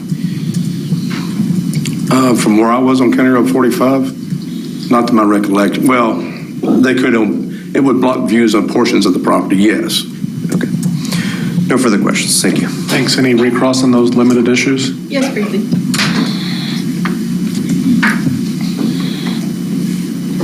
So the search that you did at the river area, that was the initial search of that area, correct? Correct. Later, the Platte Valley Fire Dive Team did a search of that area? They may have. I'm not aware of it. You didn't request any additional assistance from Larimer County or from Weld County searching that area at that time? I did not. But you were looking for items containing blood, potentially? Absolutely. And weapons, you indicated? Sure. And you didn't find either? I did not. And then lastly, we're talking about the GPS data. You know, you spoke with the district attorney about the data for Mr. Eastman's Subaru, about how the data was consistent with what you've seen before. The data for the Ford Fusion was also consistent with what you had seen before. Yes. And it was that GPS tracker was also later removed and uploaded into evidence. That's correct. And you had an opportunity to review portions of that as well. I'm not sure that I've ever looked at it, to be honest with you. But that data was, consistent at that time, or it was uploaded in a manner that was consistent with the policies and procedures of your agency. Yes. Thank you. Do we still have a jury question?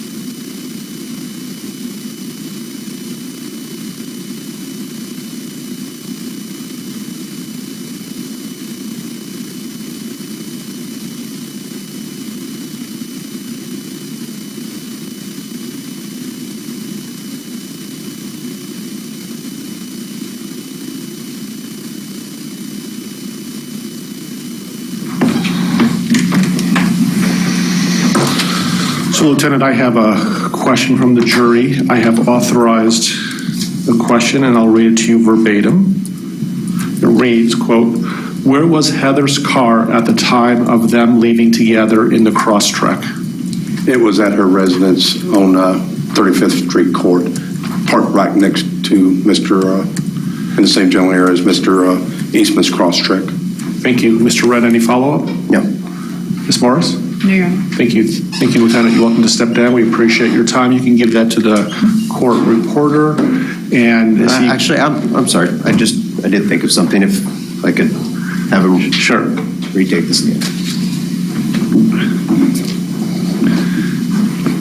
You said you were also monitoring the movements of the Ford Fusion at that time. Is that correct? That's correct. And did it ever leave that location after you saw the cross-trek drive away and go to Troy Bunnell's property? It did not. Okay. It stayed there until ultimately it was seized by law enforcement. Is that correct? That's correct. Okay. No further questions. Thank you. Ms. Morris, any questions? No, Your Honor.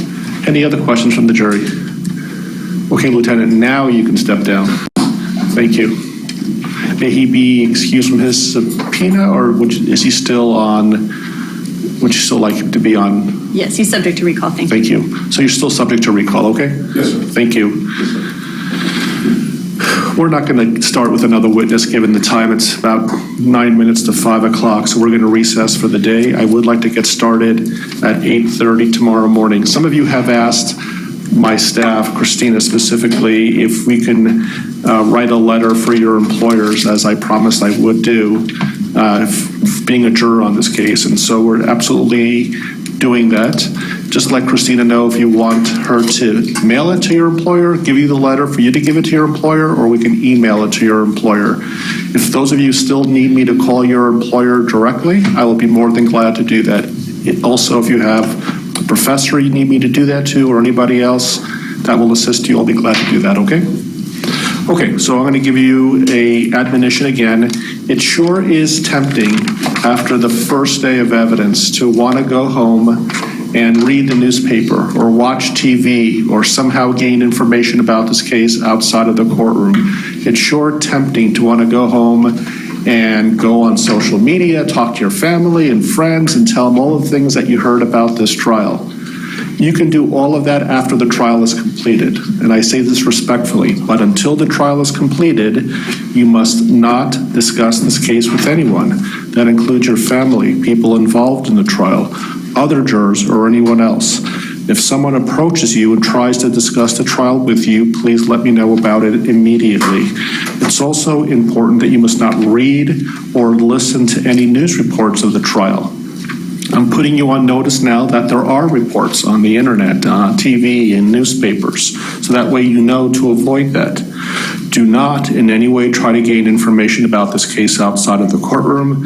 That includes no research on the internet, medical or law books, or dictionaries.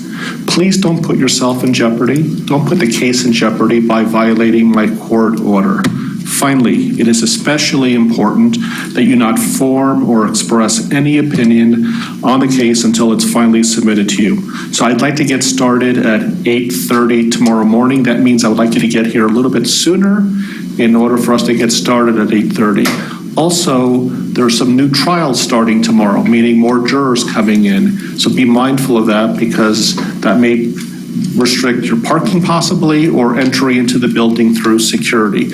We're also going to give you stickers so that people know that you're a juror so they can avoid talking to you. So Christina will provide that tomorrow to the jurors, or badges. So please make sure that you wear those so you're easily identified as a juror in this case. So thank you for your work today, and we appreciate you, and we'll see you tomorrow at 8:30. Let's all please rise for the jury.